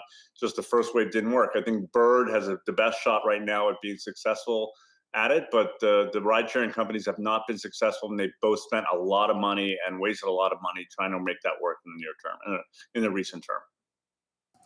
And Emil, everyone's very excited about the delivery space, and again, acquisitions are very fun for the business press to talk about. But looking at maybe Uber and Lyft's core business right now, obviously under tremendous pressure for all the reasons that we know. Do you think that the market is maybe underappreciating or like underappreciating how difficult it might be for these companies going forward? Or is there actually maybe a glimmer of hope that their business can get back to, maybe 70% of what it was, by the end of the third quarter, let's say? I'm optimistic that the rideshare part of the businesses can get back to where they were. And I'll tell you why. I do think there's going to be some substitution from mass transit to rideshare. So instead of being in a crowded bus or subway, you're going to want to maybe be in a rideshare vehicle. There might be some substitution from rideshare to your own car also, but I think net you're going to have more people choose to go from sort of public transport to rideshare. So I think that net is going to benefit the rideshare companies. And then I do think I wouldn't underestimate Uber Eats has benefited dramatically from COVID. So I do think, if you think about where Uber is going to be positioned as a company after COVID, I think there should be better position than they were pre-pandemic. I think Lyft will be more like 70% of what it was beforehand because they don't have the Eats business. All right. Emil Michael, former Chief Business Officer at Uber. Always appreciate your thoughts. Stay safe. We'll talk to you soon. Thank you. You too. All right, coming up on the other side of this break, we're going to talk to Charlie Nelson of Voya about how Americans are feeling about their finances in the wake of the pandemic and the recession that we are currently in. We're coming back with that conversation in just 2 minutes.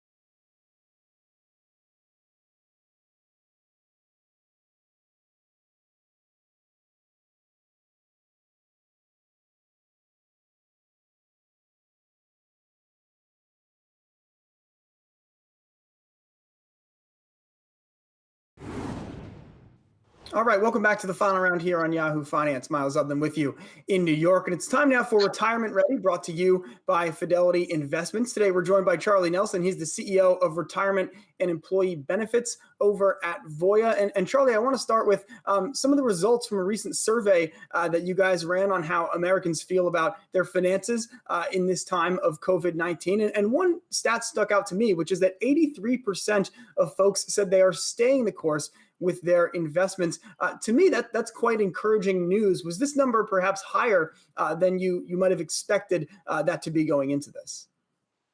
Well, thanks, and good afternoon, everybody. Yeah, we're very pleased with that result, and we're seeing it in the activities of participants in our, the 5.5 million participants that we have in 401k type plans across America. That generally they're staying the course, sticking with their plan. Where 95% of participants plus have not made a transfer between funds during all this market volatility. So they're staying the course. Many of them are reevaluating their plan with their advisor, but it's really good news in terms of just their overall planning. And now another number in here, Charlie, 89% of folks said the pandemic continues to influence their decisions. I think for investors maybe that had over the month of May gotten very excited about a V-shaped recovery or maybe just a swifter than expected rebound, that to me sounds like people view this almost as a permanent change in how they go about kind of conducting and spending and saving and all that. Yeah, you're right, Miles. And also we saw in the survey that 31% of the people are expecting a return to normal during the fall or even later this year, which, that's only 31%. So, the vast majority are not expecting that. So to your point, it's kind of the normal that they are now kind of adjusting to. And we're doing the same adjustment even inside of Voya. Prior to, all the COVID, we had about 20% of our employees work from home. We're 95% plus right now. And now kind of reevaluating what will that look like, as we go back. I think it'll certainly be much higher than 20%, but not all the way up to 95, on an ongoing basis. Charlie, Dan Roberts here. We had today the Wall Street Journal report on economist sentiment and thinking about a recovery, something like 60-something% thinking that we'll see a recovery in Q3, and then others, 30-something% saying, oh, we already started the recovery.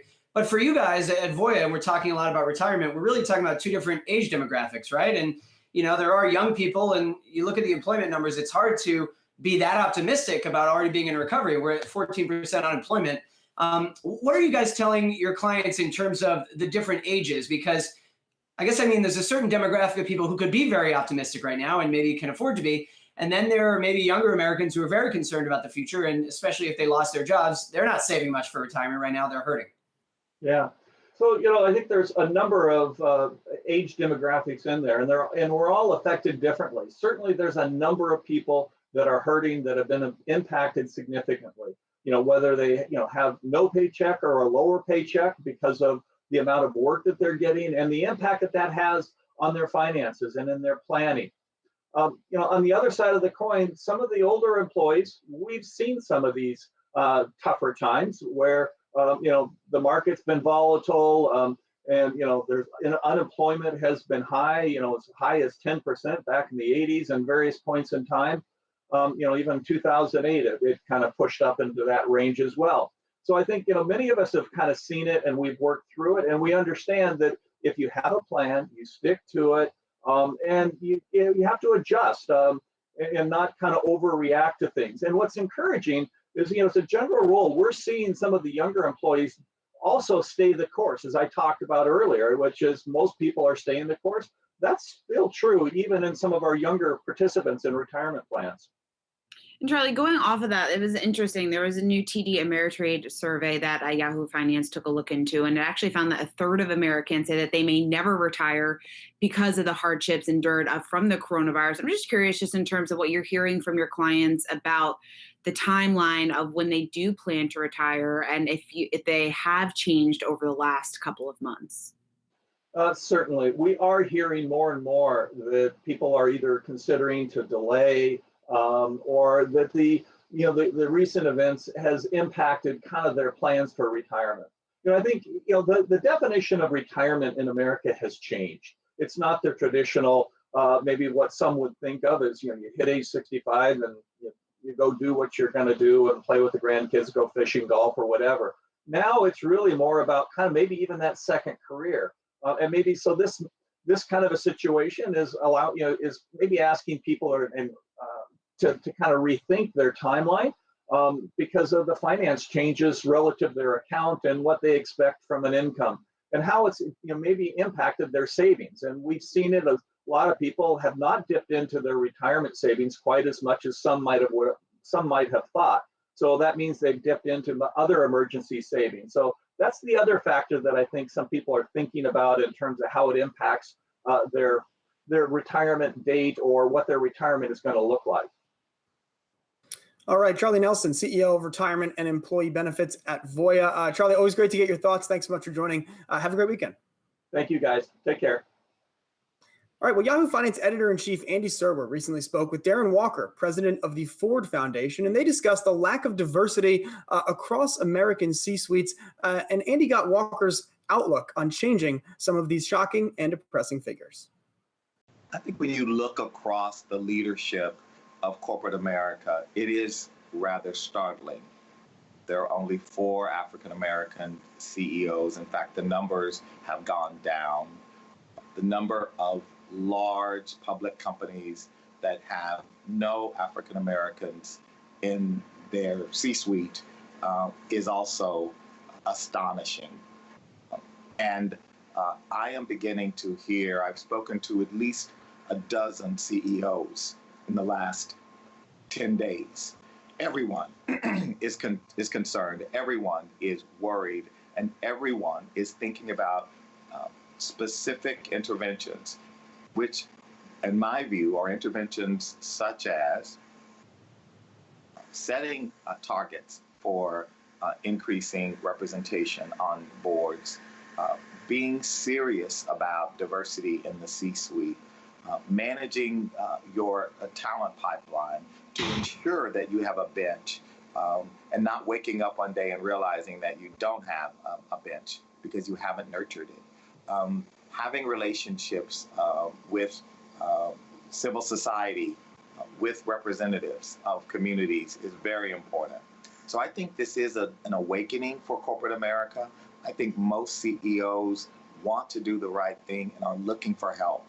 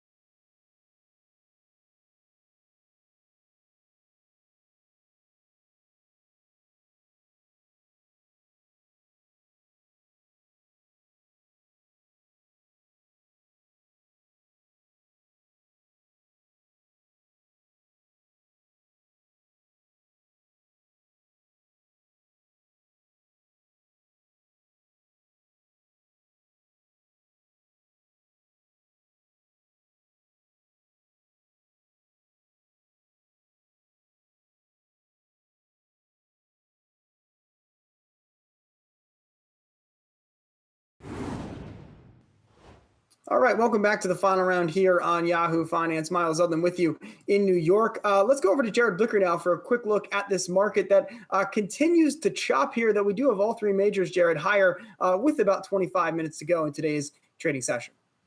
That's right, Miles, but still trading in the bottom end of their range for the day and close to yesterday's lows. So let's take a look at the Dow. It's up over 200 points, about 1%, where it's been much of the day, at least since noon. And then the Nasdaq, it's up to 18 basis points. It's been the underperformer of the day. Biotech is weak, but software is strong. Chip stocks just kind of in line. And then the S&P 500 up 0.5%. And just taking a look at our year-to-date chart, we can see still in this range. I said before we could go a little bit lower today, 27 or 29.50, probably the max amount into the close. But yesterday or tomorrow, would be Monday, it's going to be pivotal. We do have options expiration next week. Now I want to turn to our Yahoo Finance premium investment idea of the day. And this is a short in Ulta Beauty. And we can see it's coming off of its highs here, and it's just underneath its 200-day moving average. We do have a price target of about 136, which would be down by these lows. And if you're looking for a stop, you could place them above the recent highs. That's going to give you a reward to risk ratio of about 2.5. And if you want a tighter stop, you could just put it by that 200-day moving average. That would give you a reward to risk ratio of about 5.5. It is trading under that right now. That's our Yahoo Finance investment idea of the day. You can go to our site, yahoofinance.com, and sign up for a free trial. That'll be 14 days. Miles? All right, Jared Blicker with the latest on all that. We'll check in with you after the closing bell. Let's turn now to the brewing console wars that we expect around the holiday season. Yesterday, Sony unveiled its PlayStation 5, and Dan Howley joins us now to explain why this thing looks like the Oculus, how much it's going to cost, and I guess the state of new consoles. It's been almost a decade, Dan, since we saw brandy new Xboxes and PSs at the same time. Yeah, this is the PlayStation 5. It's expected to launch for holiday, as well as the Xbox Series X will launch this holiday. Back to back, right next to each other. Sony showed off about 30 games, a little less yesterday during a big live presentation, pre-taped in some parts, but really kind of giving us this live stream look at what the console has to offer. I love the design. It's very controversial. Some people said it looks like a router. I think it looks awesome, though. It's going to be, though, an interesting kind of way to deal with the console wars as far as Microsoft goes, just because Microsoft is a more powerful console. They're offering the Xbox Series X. They've already come out with all the specs. Sony has come out with their own, and Sony came out and said, look, yeah, our console is not as powerful as Microsoft's. So Microsoft, once again, is going to one-up Sony in that respect. But here's where everything can go sideways. And the most important feature that I'm saying that Sony and Microsoft have to focus on, and that is their pricing.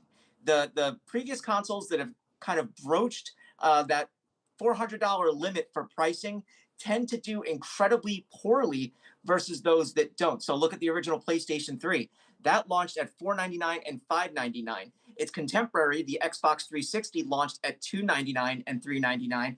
And as a result, that put Microsoft on the board as far as being a real video game company. And in the end, they both basically sold the same amount of units. Now look to this current generation, where Sony sold the PlayStation 4 at $399 and Microsoft sold the Xbox One X at $499.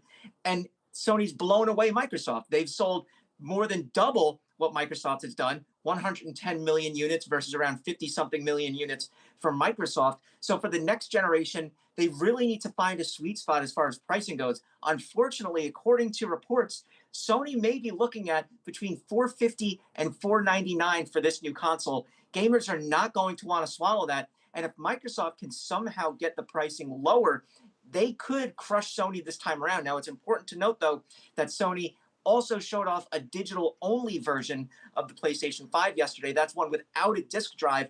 That could knock off $50 of the price, but that could be that $449 to that $499 area that we're looking at. And I just don't know how gamers are going to respond to that. Well, I mean, Howley, you mentioned gamers, but to me, it's parents, right? That's who really is buying this stuff. And I guess maybe, this is obviously much more your area than mine, but I'm just kind of hung up on the form factor of this. And I also, I mean, I understand that more like computing power requires cooling and stuff because the new Xbox is also going to be gigantic. I'm just surprised that in the year 2020, because we both remember, I think we were in like probably the 6th grade or something, the original Xbox was just so ridiculous looking. I mean, compared to what the PS2 looked like at the time, which was a great device. I'm just surprised that we're like doing this monolithic, ridiculous thing that no one wants in their living room in 2020. Yeah, it's interesting, and I think really this is going to be almost the last gasp of these real physical devices. We're starting to see more digital transformation as far as cloud computing goes, cloud gaming. We have a few cloud gaming platforms out there. None of them are doing well. NVIDIA has it, but publishers keep pulling their games back from NVIDIA. Google has it, but publishers aren't really putting out as many games. Now, the only one that I see succeeding right now is Microsoft. They have Project xCloud. Right now, they have Game Pass, Xbox Game Pass. I've said it before. It's the dumbest deal on the face of the earth, just because it's so good. I don't know how Microsoft is able to sell it at such a low price. It's $60 a year. You get unlimited access to 100-something games. They're going to roll that out along with their cloud gaming platform. And I don't see at that point what the reason for a console will be. And I think that's where we end up going. And it's also worth noting that Sony is working with Microsoft on its Azure platform for its own streaming service, all of that to combat Google and then eventually Amazon, which is going to get into the cloud gaming space as well. So this may be the last generation of consoles. Hallie, you wonder also if the pandemic and the major hits of the economy and the unemployment level might contribute to dinging the holiday shopping season, especially with gaming. I'm sure that huge gamers would disagree, but to me, a lot of the stuff we're talking about seems like a discretionary purchase. It's a gift item that when money is tight, you might see some parents not buying for their kids. Or I shouldn't just assume it's parents buying for kids, gamers buying for themselves, but these things are expensive. And if you've been laid off or furloughed or you lost your job and then you just got it back, I would think that sales, maybe the sales picture wouldn't be as bullish now. And that's an incredibly good point. Just because they're launching at this point, there were some reports that Sony might have a limited run of the PlayStation 5 when it first comes out. But these, you're right. These are incredibly expensive consoles. I was talking to an analyst the other day, though, who said that the recession, video games are almost recession-proof to a degree because they're discretionary spending at a low cost per hour of entertainment. You can get somewhere between, 40 to upwards of 150 hours out of a game if you want. Some of them are free to play, like the new Call of Duty. Riot Games has some free offerings. They survive off of those in-game purchases. So the gaming industry should be relatively unaffected. I mean, they're not going to have the boom that they have right now with COVID and people being locked in, but they're not going to see the kind of sell-off that you would see for larger forms of entertainment or more expensive forms of entertainment. It's a one-time purchase or a smaller purchase than something like a full-on console. So where they might lose out on the physical devices, they'll make up for in revenue from sales of games for previous generation offerings.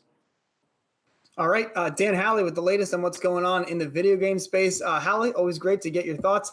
Have a great weekend, and we'll talk to you soon. Absolutely. All right, coming up on the other side of this break, we're going to be joined by Baird strategist Willie Delwich on what's going on in this market, what the rest of the year might look like, and what the keys are for investors as we head into the summer months with COVID cases once again on the rise. We're back with all that coming up right after this.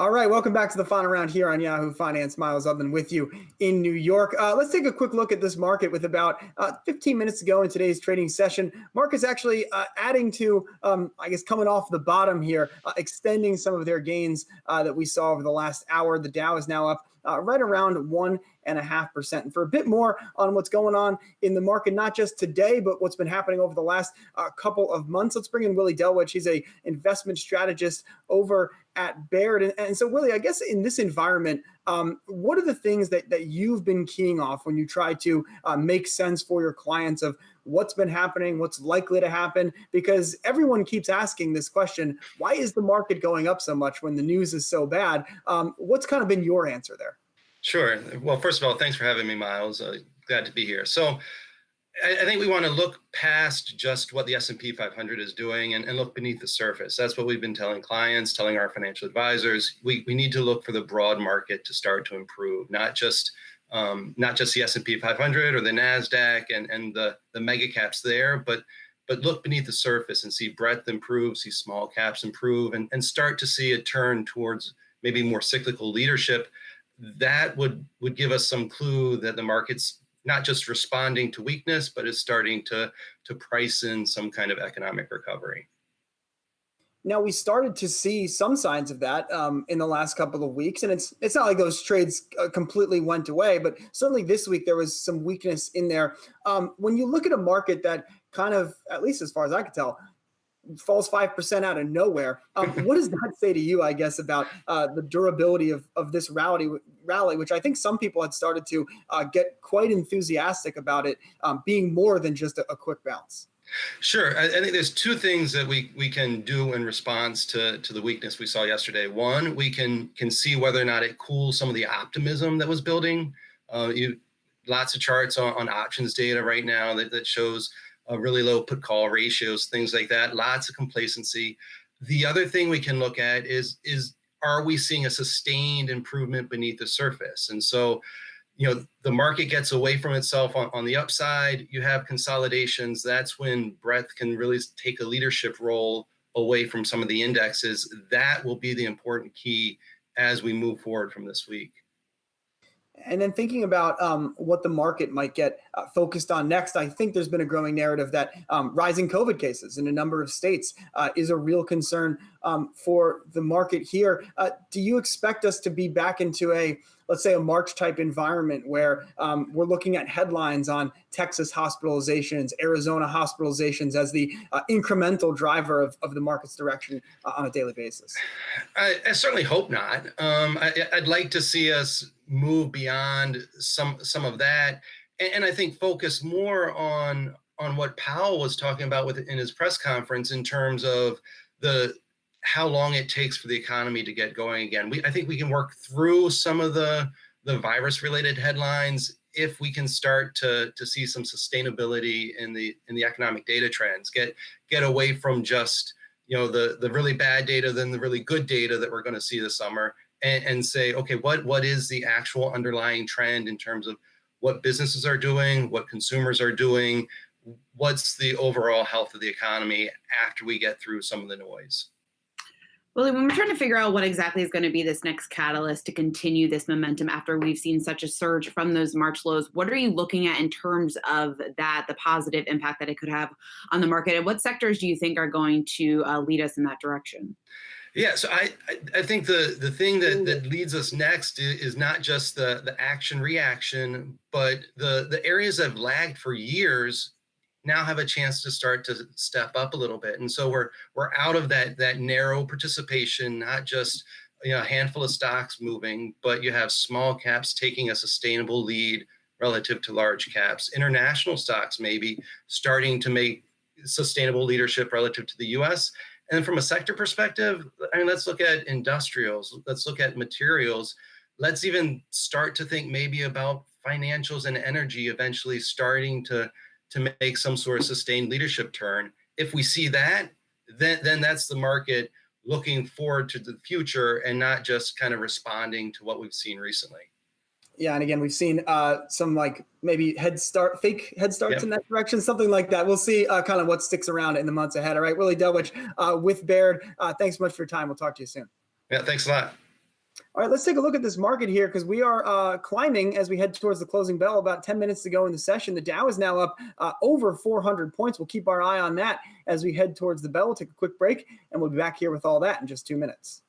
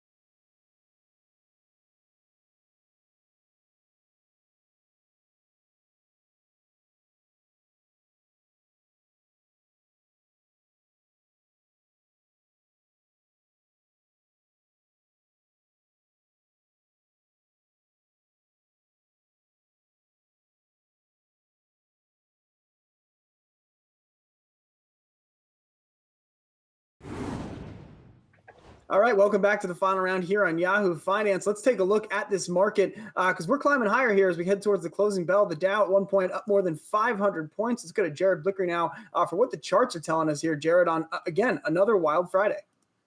Yeah, we're seeing money pouring into the market, into the close. I think the big move yesterday was really all you needed to know.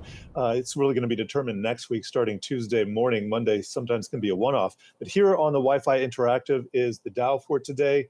And we can see also the Nasdaq, which is now up 1%, and the S&P 500 up 1.25%. Just looking at the week's price action, though, still pretty in the bottom, I'd say 20% of the week's range right here. So nothing to get too excited about right now.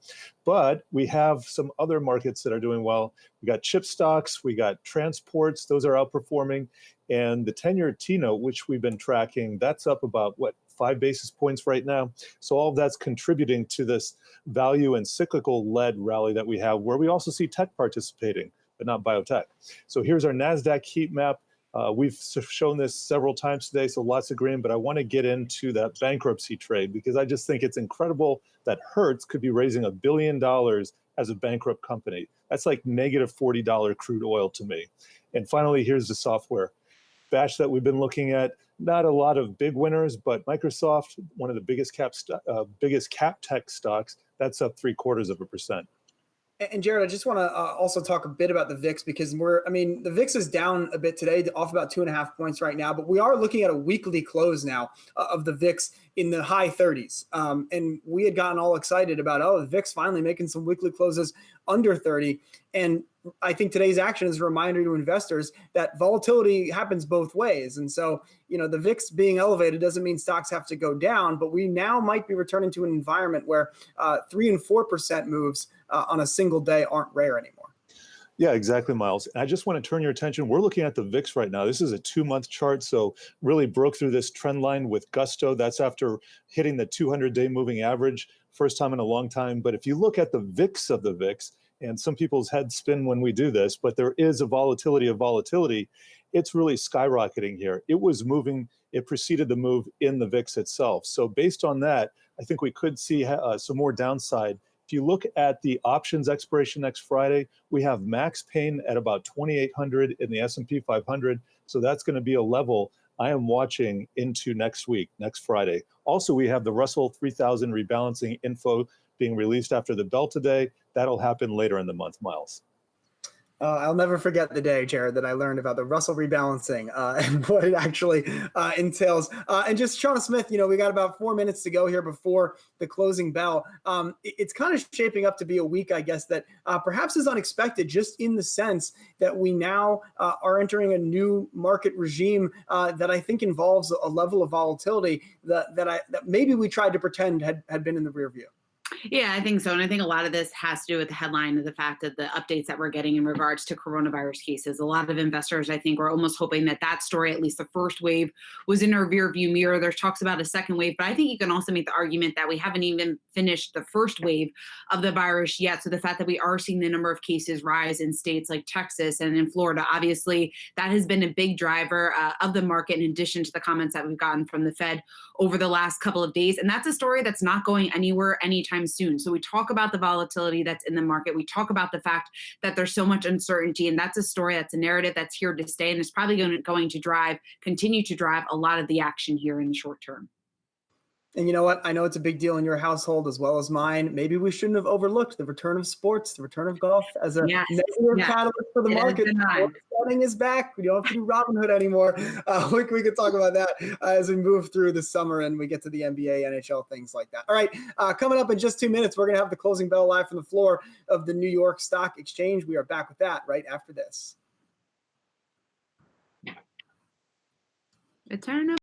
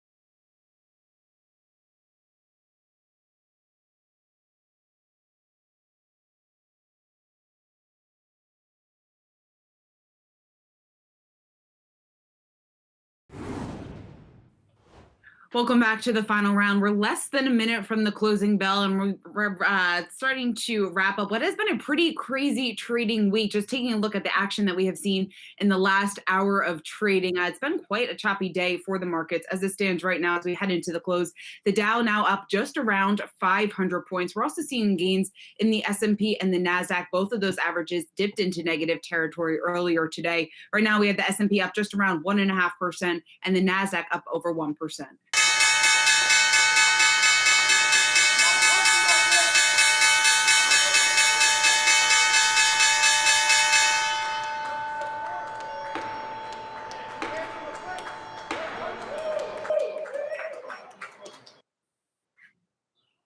And that closes off a crazy trading week. Like I said, the Dow up over 500 points. S&P and Nasdaq also holding on to gains, but that, of course, comes after yesterday's massive move to the downside, where we saw the Dow sell off over 1,800 points. Taking a look at the action today, the leadership that we're seeing in the Dow, Boeing leading the way, up around 11.5%. We know Boeing has been a pretty volatile trade over the last couple of days, has been caught up and tied up with a lot of the moves that we've been seeing in a lot of the airline names. We're also seeing some gains today in Dow Inc., Raytheon Technologies, both of those names up well above 4%, and Goldman Sachs today up just around 4%. It's interesting when you take a look at the financials moves today, bouncing back. They have been a group that has been under pressure over the last couple of days, ever since the Fed said that they had no plans to raise rates until at least 2022. But again, seeing a bounce back in some of the big banks today, Goldman, Citi, Morgan Stanley, all moving to the upside. I also want to address there is some fear still in the market. You don't have to look any further than the VIX. The VIX today taking out yesterday's high earlier, although it looks like we're just around settling around 40 there. Technology also a standout today in the terms of the fact that we're seeing a little bit of a different rotation into some of those names, the FANG names that we talked about earlier this week with the Nasdaq above 10,000, some of those names coming under pressure this afternoon. I want to bring in my co-host, Miles Udlin. And Miles, it's interesting. We were trying to make sense of the action last hour, and it seems like there isn't anything new just in terms of headlines in today's market, yet it's another day of extremely choppy trading. Well, and I think, as you mentioned, with the VIX, now back firmly into the mid 30s, and we'll see exactly where it settles out on the weekly close. That introduces, I think, a new regime in terms of what each day could bring to the market. Because, if you go back in time in March, there were a lot of headlines, but they basically all said the same thing, which is that the world was ending. Well, guess what? We had some 7% rallies. We had some 10% declines. When you're in a high volatility environment, the daily action in the market suddenly just becomes larger because that is what is being priced in. And so I think for today's 2% or so increase off of yesterday's 5% or so decline, you don't have to overfit those. We are now in an environment when those days are liable to happen. And you mentioned Boeing, and a trade we haven't talked about today that came back to life is the travel names. We saw the cruise lines, the airlines, they all rallied today. And it's weird to see Boeing now kind of lumped in with them trading like I wouldn't say a penny stock, but certainly trading like more of a micro cap instead of a systemically important defense contractor that also makes commercial jets. But these trades are still again, on the margins, they're defining kind of each day's character. And, I guess on the one hand, it shouldn't be surprising that we're seeing more volatility in the broad market when for several weeks we got used to just saying, oh yeah, look, American Airlines, it's up 40%. That's not normal stuff. And so these kinds of moves have eventually, I think, come to define a new kind of period for the market. We'll see how long it lasts. But again, with a weekly close in the VIX in the mid to high 30s, it's not just going to go away overnight. Yeah, and Jared, going off that, I want to bring in Jared Blickreed to the conversation. And Jared, I know you were watching the technical levels, but the fact that we did see the Dow, the Nasdaq, the S&P snap a 3-week winning streak, so much volatility in the market. And Miles was just talking about the fact that this is almost the new normal. What's your take on the action that we saw today, especially this afternoon? Well, just looking at the charts here in the Wi-Fi Interactive, we have a 5-day look. This is what happened during the week. And we got a pretty big rise into the close here. At least that's what it looked like today. But in the context of the entire week, you can see that's a drop in the bucket. And then I'm not going to go through all the levels again, but we do have options expiration next week, and 2,800 is a key level in play. Could go down, have some games around there into the middle of the week before finally settling down into that options expiration, which happens at the open on Friday. But let's take a look at some of the heat maps and what's happened during the week. Now we can see the big cap names largely up to date, except for Amazon. Over the last week, 5 days, a little bit of a different picture. We have some gains, but nothing spectacular. And if we sort by performance, we can see a lot of defensive, at least COVID defensive names in the green, starting with Zoom, Tesla, Take-Two, Adobe, et cetera. And then to the downside, we got those travel names like Marriott. And in fact, just looking at the travel names, which did very well today, and we'll just go to today's performance, lots of green there. United up 19%, Carnival up 14%. But over the week, big losses here. And just sorting by performance, we can see, for instance, Spirit Airlines down 17%, some rent-a-car agencies down 17%, not Hertz, mind you, because that's up 10.5%. But that bankruptcy play seems to emerge whenever we have a rise in the 10-year T-note yield, which is something that, we saw those cyclical and value and beaten down stocks rallying a lot when we had that rise, but for most of the week hasn't been there. So just one final look at a sector. We'll look at energy for the week, mostly negative, but I think there is some constructive price action in crude oil. Really big day today, especially for some of these Permian plays like Oasis. That's in the leader at 20%. And then here's today's price action in crude. It's holding the $35 level, and it could be in a trading range between about $35 and $40. That's basically where it was this week. So we'll have to see about that going forward. But on a year-to-date basis, looks pretty positive, and that trend line still intact, largely speaking. All right, looks like it's down about 33% so far this year. So at least in much better shape than it was not too long ago. And Jared, thanks so much. Let's drill down into one of the big risks that we've been talking about in the market, and that's this rise that we're seeing in coronavirus cases. So Florida, Texas, among some of the states, both reporting a record high daily cases this week. We have Anjali Kemlani here with more on this for us. And Anjali, I mean, this is obviously it's a concerning trend, not only for investors, but also just for the general public. But the headlines today that we got out, CDC also making some interesting comments saying that this pandemic is not yet over, it's far from over, and also that more mitigation efforts might be needed.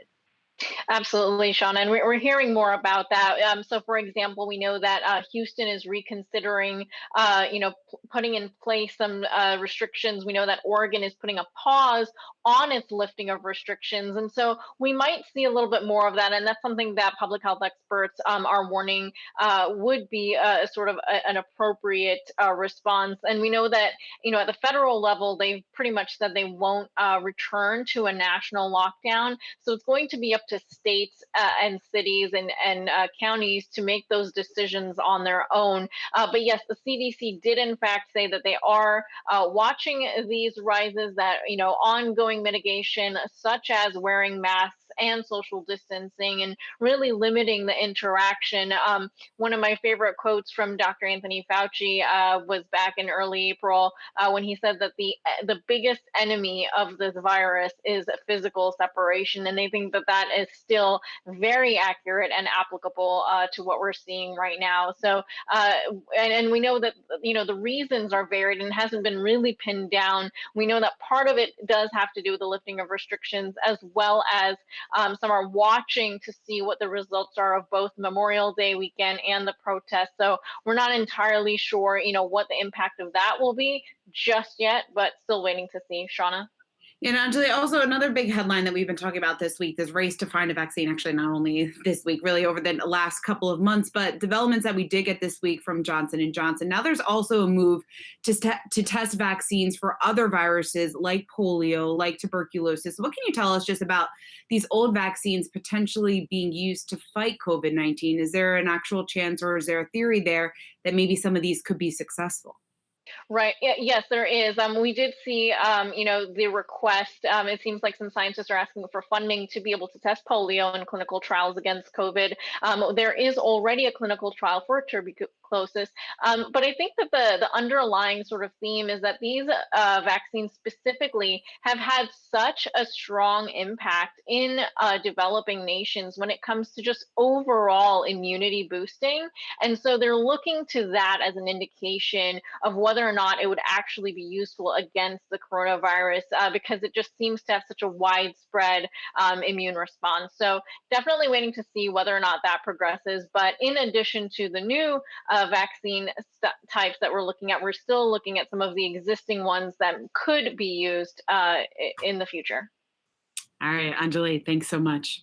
Let's get to our call of the day, and that's on Microsoft today. Wedbush out reaffirming their buy rating on the tech giant, also raising its price target to $220. That's an upside potential, just shy of around 20% from where the stock closed yesterday. The call here seems to be all about the cloud and the acceleration and adoption that we're seeing play out today as a result of coronavirus. I also think that Microsoft could potentially close the gap with its big competitor, Amazon. And Miles, let's go to you first on this, just in terms of what Dan Ives, that's the analyst there at Wedbush, was saying in his note, because he was basically saying that Satya Nadella and company continue to lead this transformational cloud story, and that, hey, maybe we shouldn't be as worried as we once were about the big giant in there, and that's Amazon.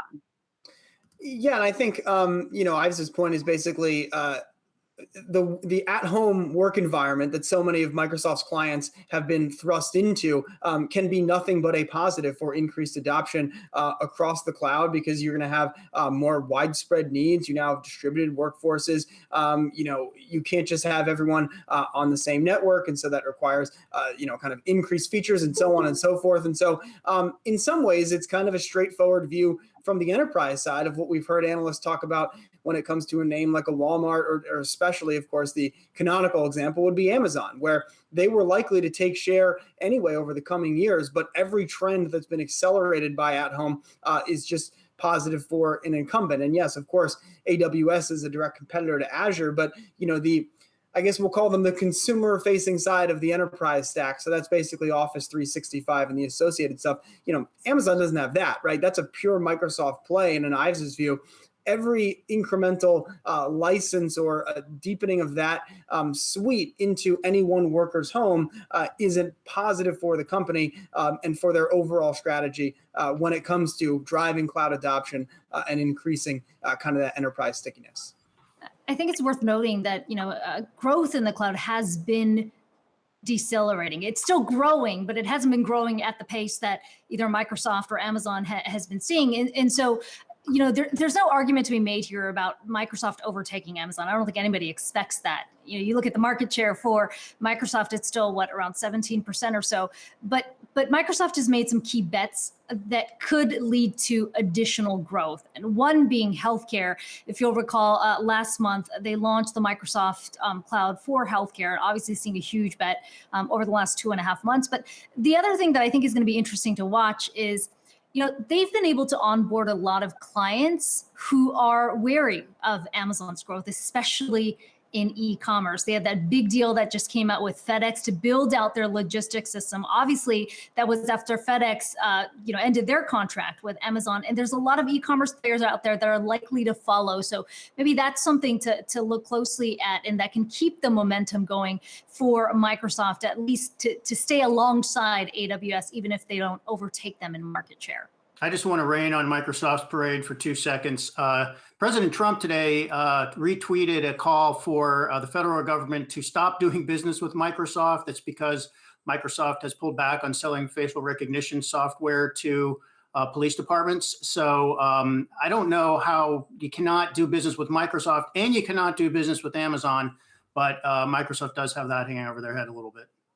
Yeah, but Rick, going forward, how big a risk do you think that is to their business? Because that's a big question out there, just how serious that's going to be taken and how much, I guess, really investors or analysts are going to take that into account. I think I think there's a believable case that Trump's hostility toward Amazon did play a role in the Pentagon steering that huge cloud contract away from Amazon over to who? Microsoft. So are they now going to steer it back to Amazon? I don't think so. I think President Trump can have a major impact if he chooses to get involved. But as we know, you never know if he's just saying something and then it's fire and forget and he never does anything about it, or if he actually goes around the government and directs his lieutenants to exact retribution against corporate enemies. So my guess is Trump is preoccupied with a lot of other things, including the 2020 campaign, and this probably won't go anywhere, but it's a risk factor.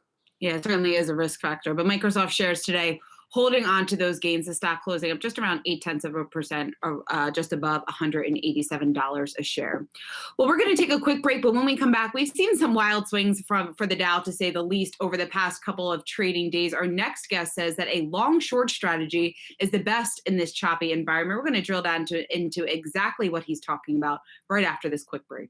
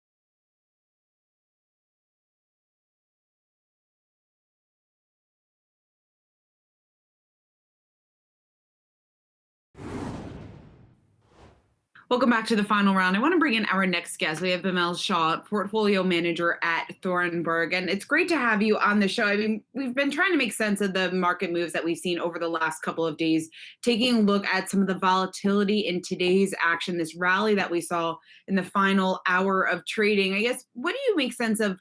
What's the big driver in the market? Is it these institutional investors versus the retail investors? And how are you making sense of what we've seen over the last week? Sure. The market has been driven by stimulus, and fundamentals have taken a backseat, at least for the last 2 months. But if you look at any leading economic indicator, what it would suggest to you is that things are different than what the market is pricing in. So essentially, what I really believe is that the market is expensive, and it is vulnerable to any kind of external shock, similar to what we saw back in February. We are kind of going back there where the market has become really vulnerable. And going off of that, you're saying that it's expensive. Are we at all flirting with the fact that we could be in a bubble-like environment at this point? Because when you take a look at some of the economic and the corporate fundamentals out there, we aren't anywhere near as strong as what the equity market seems to be pricing in at this point. That's right. If you look at all the leading economic indicators, it would suggest that we are way below where we were back in 2019. Yet the market is, pricing in, as if we are back into 2019. And it's really, what as I mentioned earlier, what the driver of that is monetary policy. The monetary policy is in the driver's seat, and it seems like, we all live in a world where, Fed owns everything. Fed owns the world, and if you think about what happened back in March, Fed was supposed to sprinkle some liquidity into the system so that there's some level of support to the market. What it did instead is it just soaked the market with liquidity. And I think we are seeing some negative effects of that right now. And we are seeing that in various places, right? So think about a lot of speculative buying that is happening, especially in the retail market, where some of the retail investors are bored, sitting at home, casinos are closed, trading costs are zero, and they're buying everything, right? So that's one thing that we are seeing.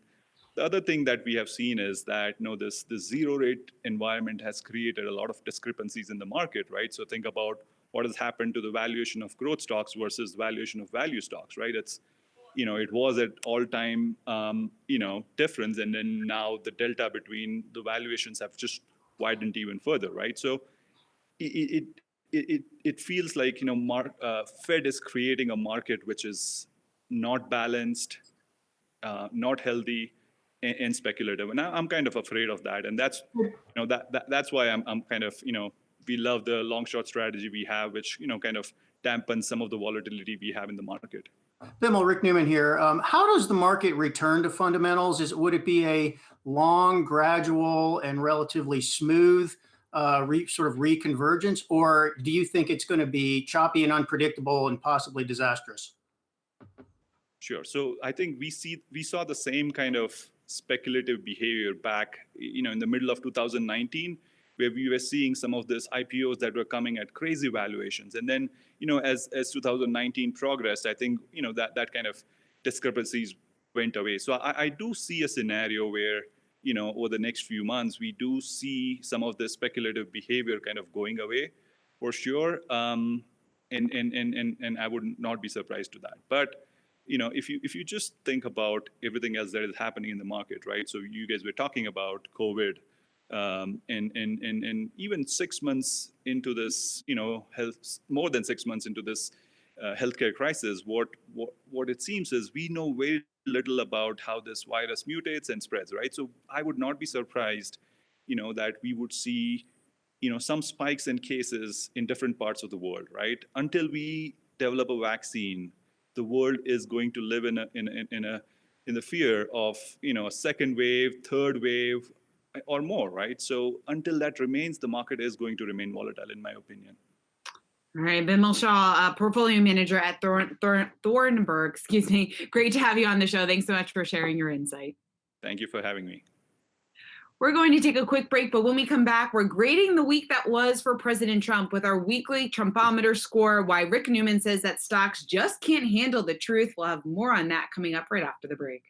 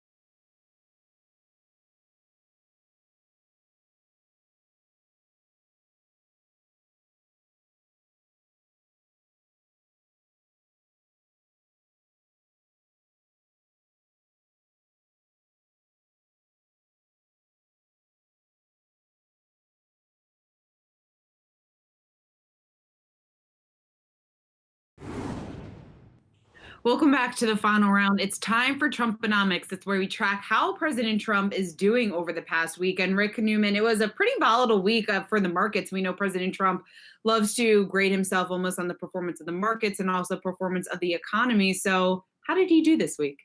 We got the usual cheering and blaming routine from President Trump and his allies at the White House. So when the stock market was going up earlier this week, the Nasdaq hit a new high. Trump tweeted, terrific stock market. Even Vice President Pence, he was 2 days late, but 2 days after the Nasdaq hit that all-time high, he got on the bandwagon, all-time high for the Nasdaq. And then 2 days later, we have the the turnaround, the plunge, the day after Jay Powell talks about what's going on in the real economy. And Trump and his aides, Peter Navarro on our own air, and Larry Kudlow basically saying Jay Powell is too pessimistic. He needs to smile sometimes.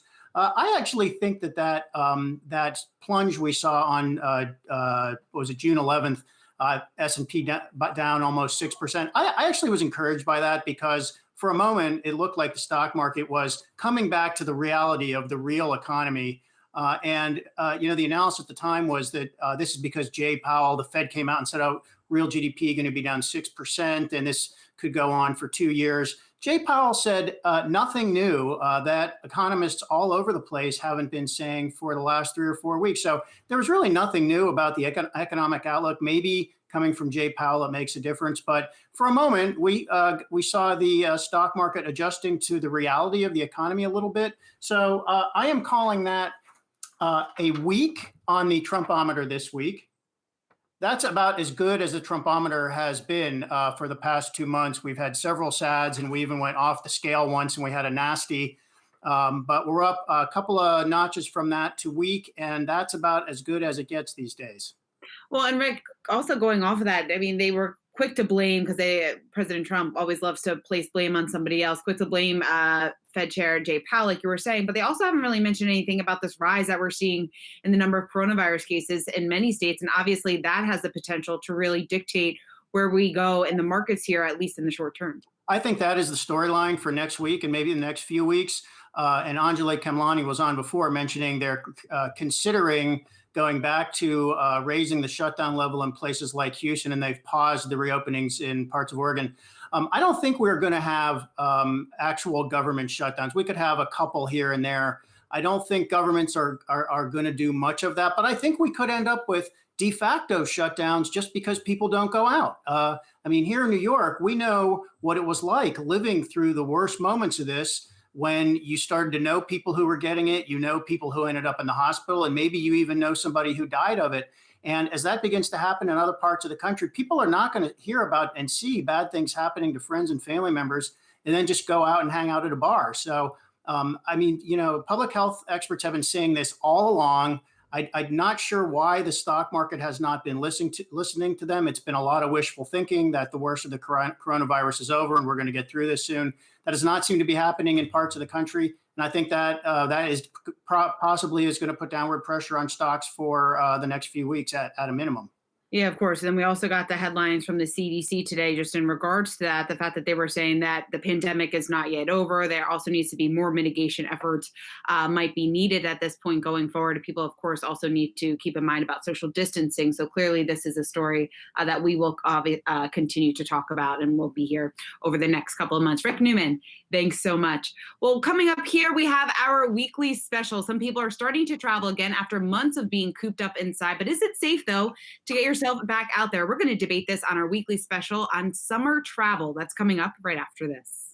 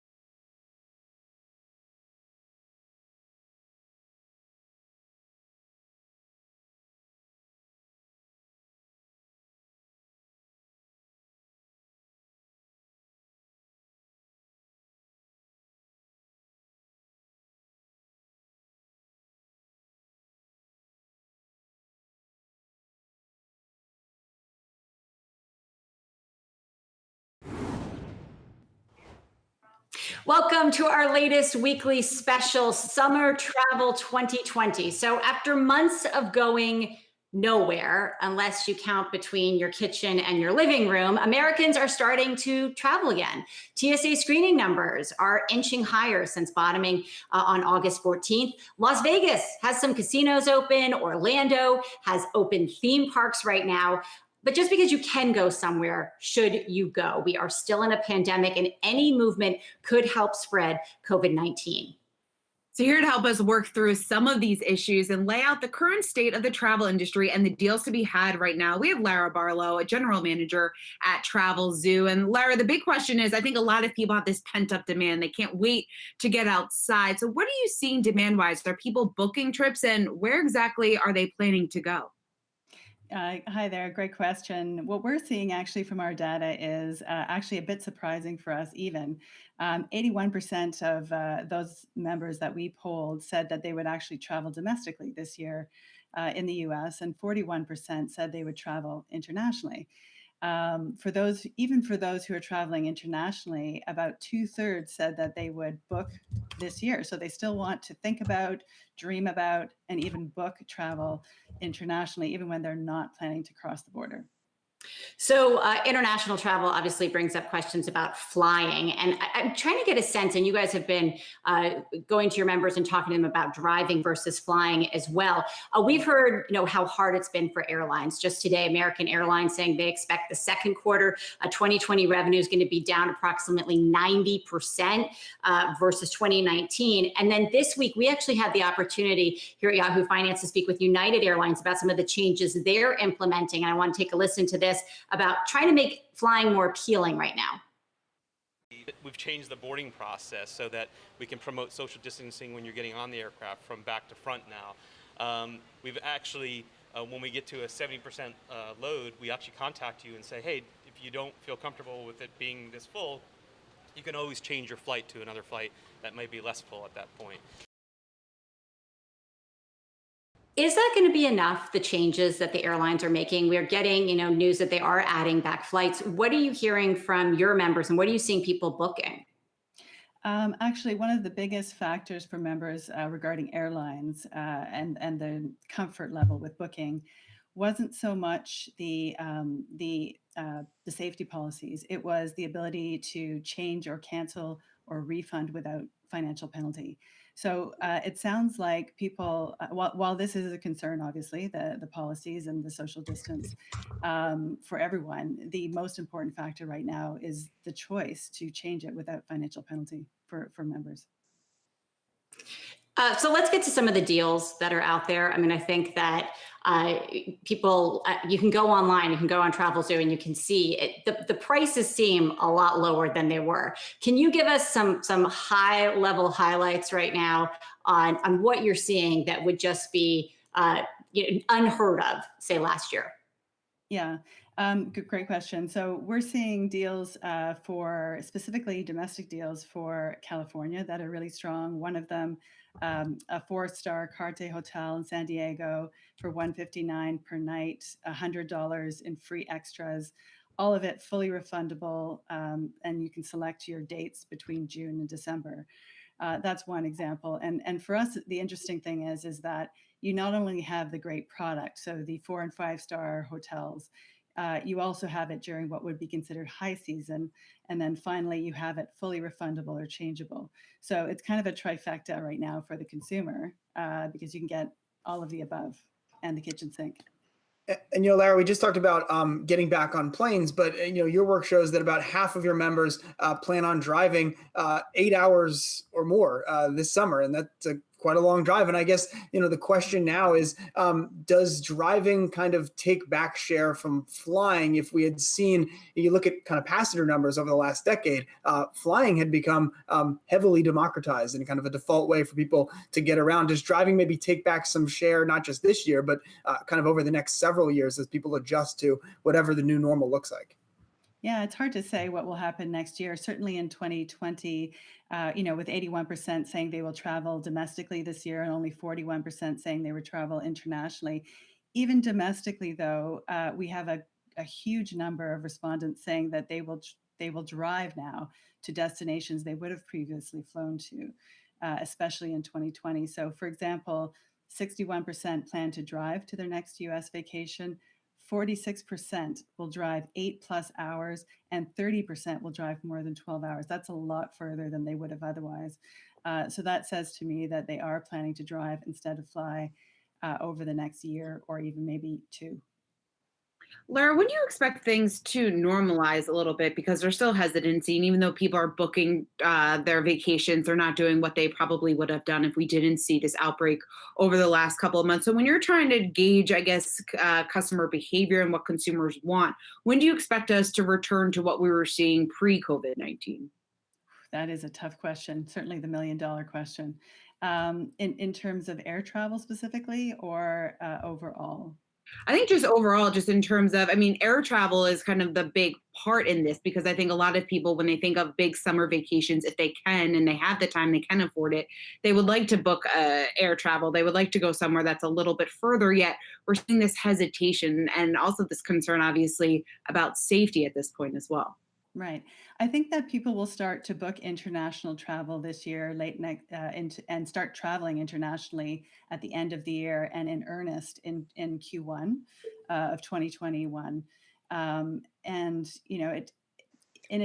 addition to that, it's likely that hotels domestically in the U.S. will have need, as we call it, low occupancy levels, well through the next 2 years, just because the U.S. has such a high proportion of the COVID cases. So international inbound travel may be negatively affected, which means that the hotels themselves may have additional occupancy and rooms available, which is great for the consumer, which means that there will be deals out there over the next year or so. All right, Lara Barlow of the Travel Zoo, great to have you on the show this afternoon. Thanks so much for taking the time to join us. My pleasure. Thanks for having me. Well, speaking of hotels being left empty, 6 out of 10 hotel rooms across the country were empty last week alone. So what will it take to get back to full occupancy? We're going to dig into that question right when we come back.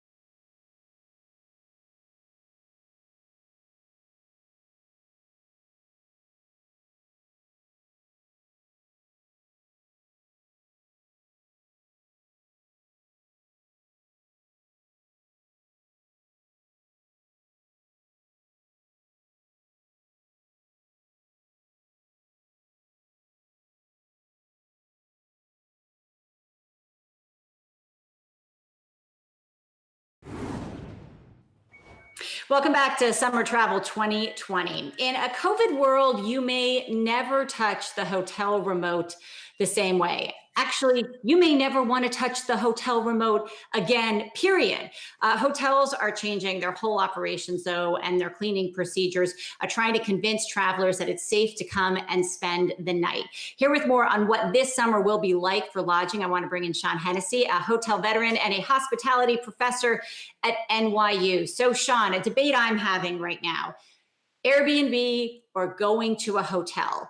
Hotels for years have seen their business chipped away by Airbnb and VRBO. Do hotels now think that they have the upper hand here, or are they still worried about people wanting to go someplace where, well, they don't know who was there before or how it's exactly getting cleaned, but at least they know they're all alone. They don't have to go to a check-in desk. How do you see that shaking out?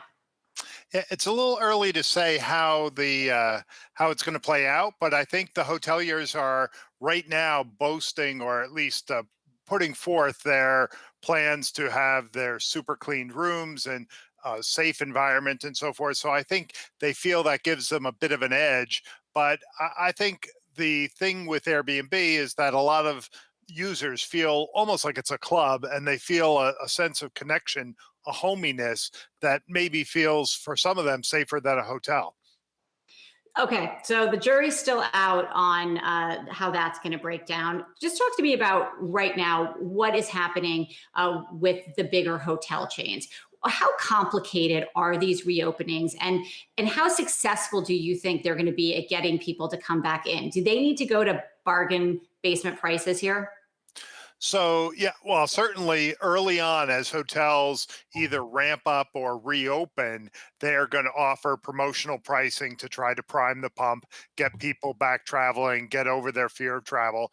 And we've already seen, for instance, over the Memorial Day weekend, travel demand was pretty strong in many markets, particularly the drive-to markets. You were talking about that before, but along the coasts of Florida, even places like Arizona, people were driving to from Texas, Colorado, California, and that created a little bit of the start of demand. But it's going to take a long time to get going. And many of the hotels that have to reopen, they have to retrain employees, retrofit a lot of the facilities.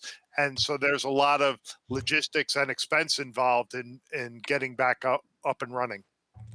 John, going off of that, I mean, hotels, they're already in an extremely tough spot. They've lost, more than $33 billion in room revenue. So when you talk about individual hotels and also major operators, they're projecting occupancies to be below 20%. And obviously, this is a number that's not sustainable for the industry. So how do you see that shaking out? I guess, are some going to go under and be forced to close? And what names do you think are most at risk of that? Well, you need to remember that in the hotel industry, the large hotel companies that you think of, the Hyatts, the Marriotts, and the Hiltons of the world, they own few, if any, of the properties in their systems. So they either franchise them or they manage them for a fee. So those companies are pretty protected, if you will, or cushioned from the effects of the downturn. The real pain is felt by the owners of hotels who suffer the profit loss. And the ownership is very variegated. There are some hotel REITs, and those have been considered highly risky in this current environment. But the hotel companies generally are doing pretty well.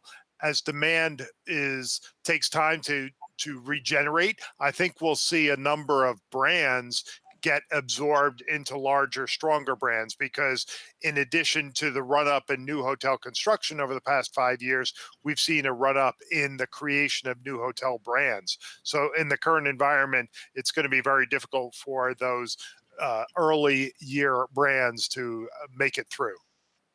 Sean, we spent, and even just in conceiving kind of this program, we talked mostly about what consumers wanted to do this summer, get back on the road, what kind of activities they'd like to do. But the hotel business specifically, that's also a lot about what happens on the business side. And I don't think the business world is talking about travel again, in mass, the way we saw it last year for some time. What kind of impact is that going to have on the hotel industry? Maybe this summer's better than they thought, but when winter comes around and conferences keep getting canceled, that really changes the outlook for a lot of these locations.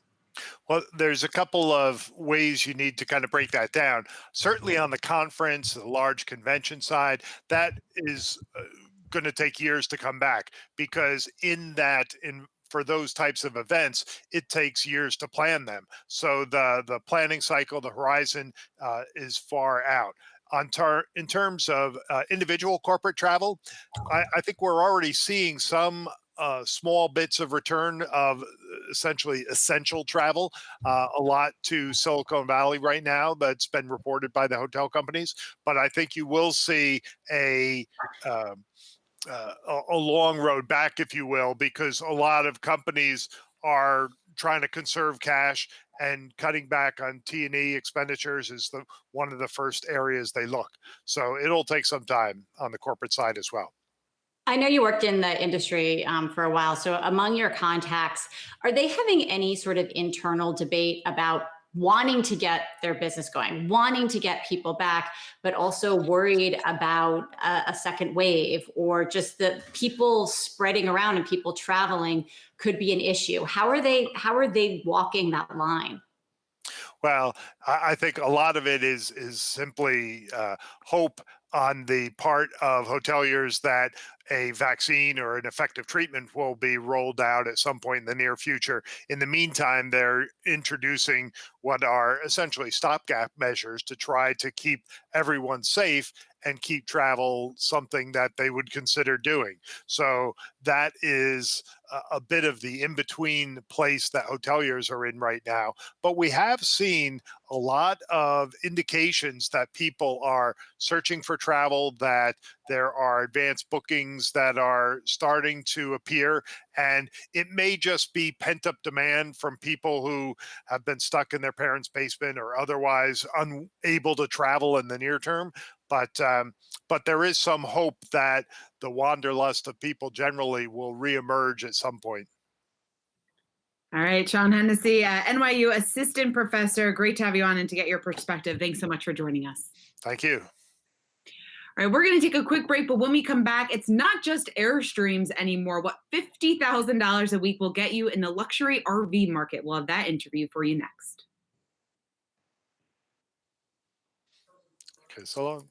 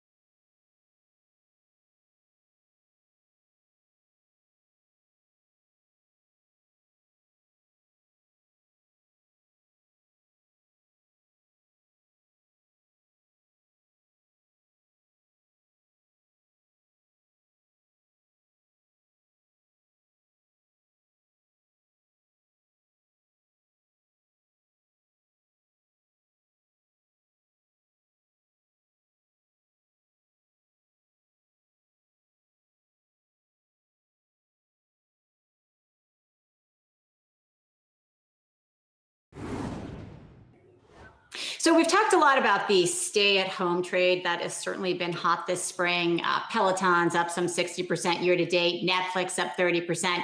There's also the mobile home trade as Americans are looking for a way to vacation and remain socially distant. RV and camping companies, Winnebago, Thor Industries, Camping World, they have seen their shares up big here as well. Our next guest is seeing huge demand in the high-end RV market as everybody has that desire to kind of get out of their house. I want to bring in Jared Goss. He is the president of Goss RV. So a luxury RV company. Yeah. How, when you think of RV, immediately I don't think luxury, but now I've seen the pictures of these. So tell us, I mean, these are expensive. $50,000 for a week. What do you get? What is this product? Yeah, so to be honest with you, it's kind of a world that most people are not familiar with, unless you just happen to pass one on the road on vacation. But yeah, these things are, well over $2 million in value. We were talking earlier about being inside an apartment. It's a large apartment. The walls extend and create a lot of extra space on the inside. It's basically a luxurious home on wheels, essentially. And what kind of demand are you seeing? Because as we all know, we've had a huge drop in the economy. We've had a lot of unemployment, people taking pay cuts. What's demand like for these really high-end and expensive products?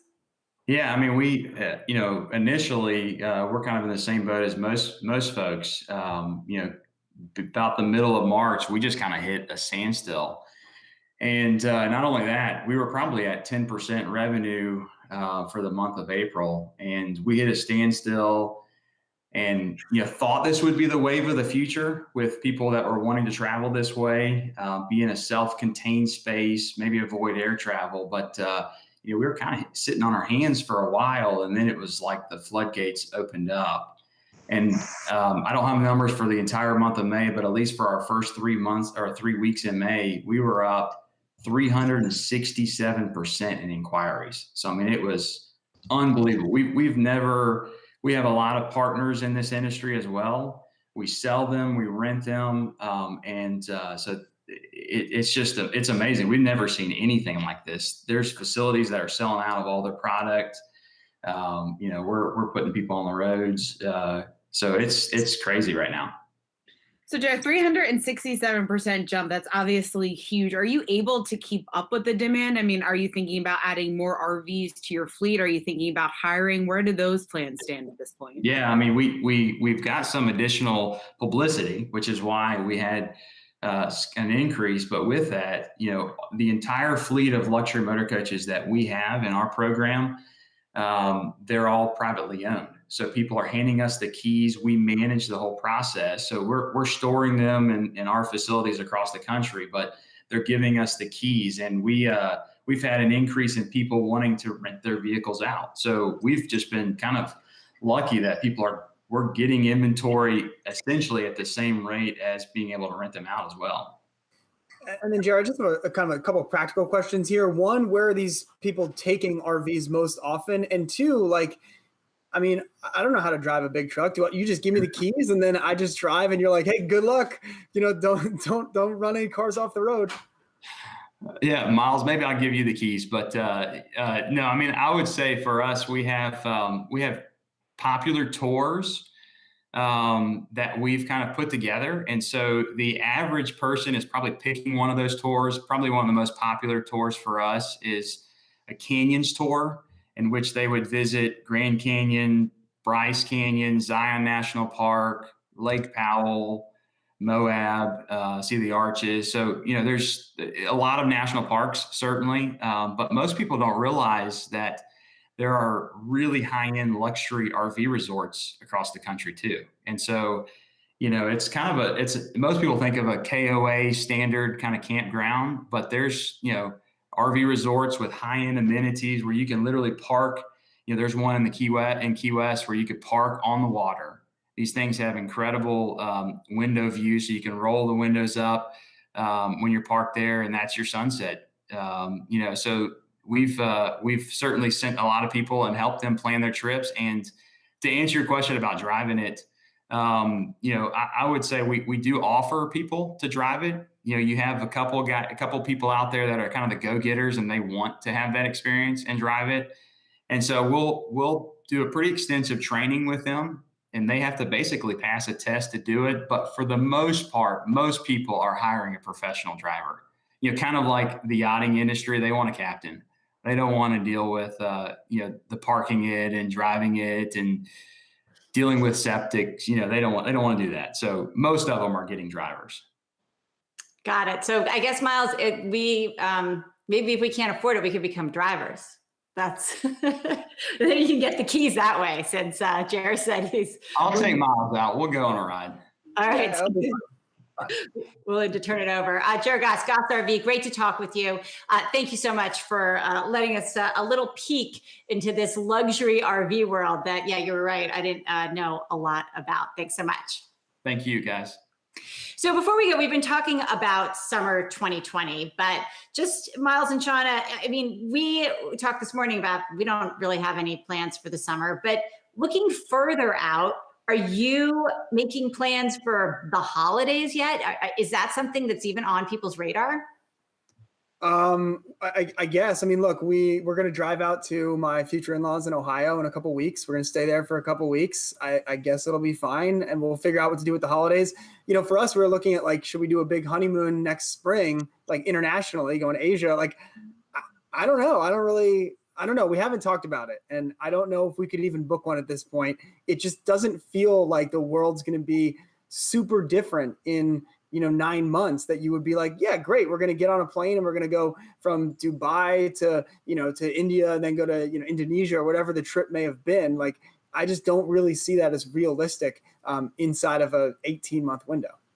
Yeah. And I think, Miles, you're exactly right. Because I've talked about it with my husband, and there's been talk about maybe we should plan something for the future, if not the holidays, and maybe into the spring or even next summer, a year from now. But I think there's so much uncertainty when you talk about the fact that, yeah, you could get refunded probably. And we heard from TravelZoo that there's a lot of great deals out there right now. But I think people are still hesitant to take that jump and to really plan a vacation that they might not be able to go on. So I don't have any plans coming up, literally not one. I'm out in New Jersey now. We were in upstate New York, and that's probably the furthest that we were going to go for the foreseeable future. But I think from this special, we did hear that a lot more people are feeling more comfortable getting out. Whether or not that's going to remain the case, I think a lot of that rides on the fact that we could see a second wave. But I think hotels, it sounds like, is seeing a little bit of an uptick. People are now reserving RVs if they're paying $50,000 a weekend. Also, just broadly, people are going on airlines. People are beginning to travel again. Yep, that's my takeaway. People are definitely going and moving. I think we should all go in the RV together. I don't know. Could be fun. Everybody have a great weekend. Thanks so much for watching and talking about summer travel 2020 with us.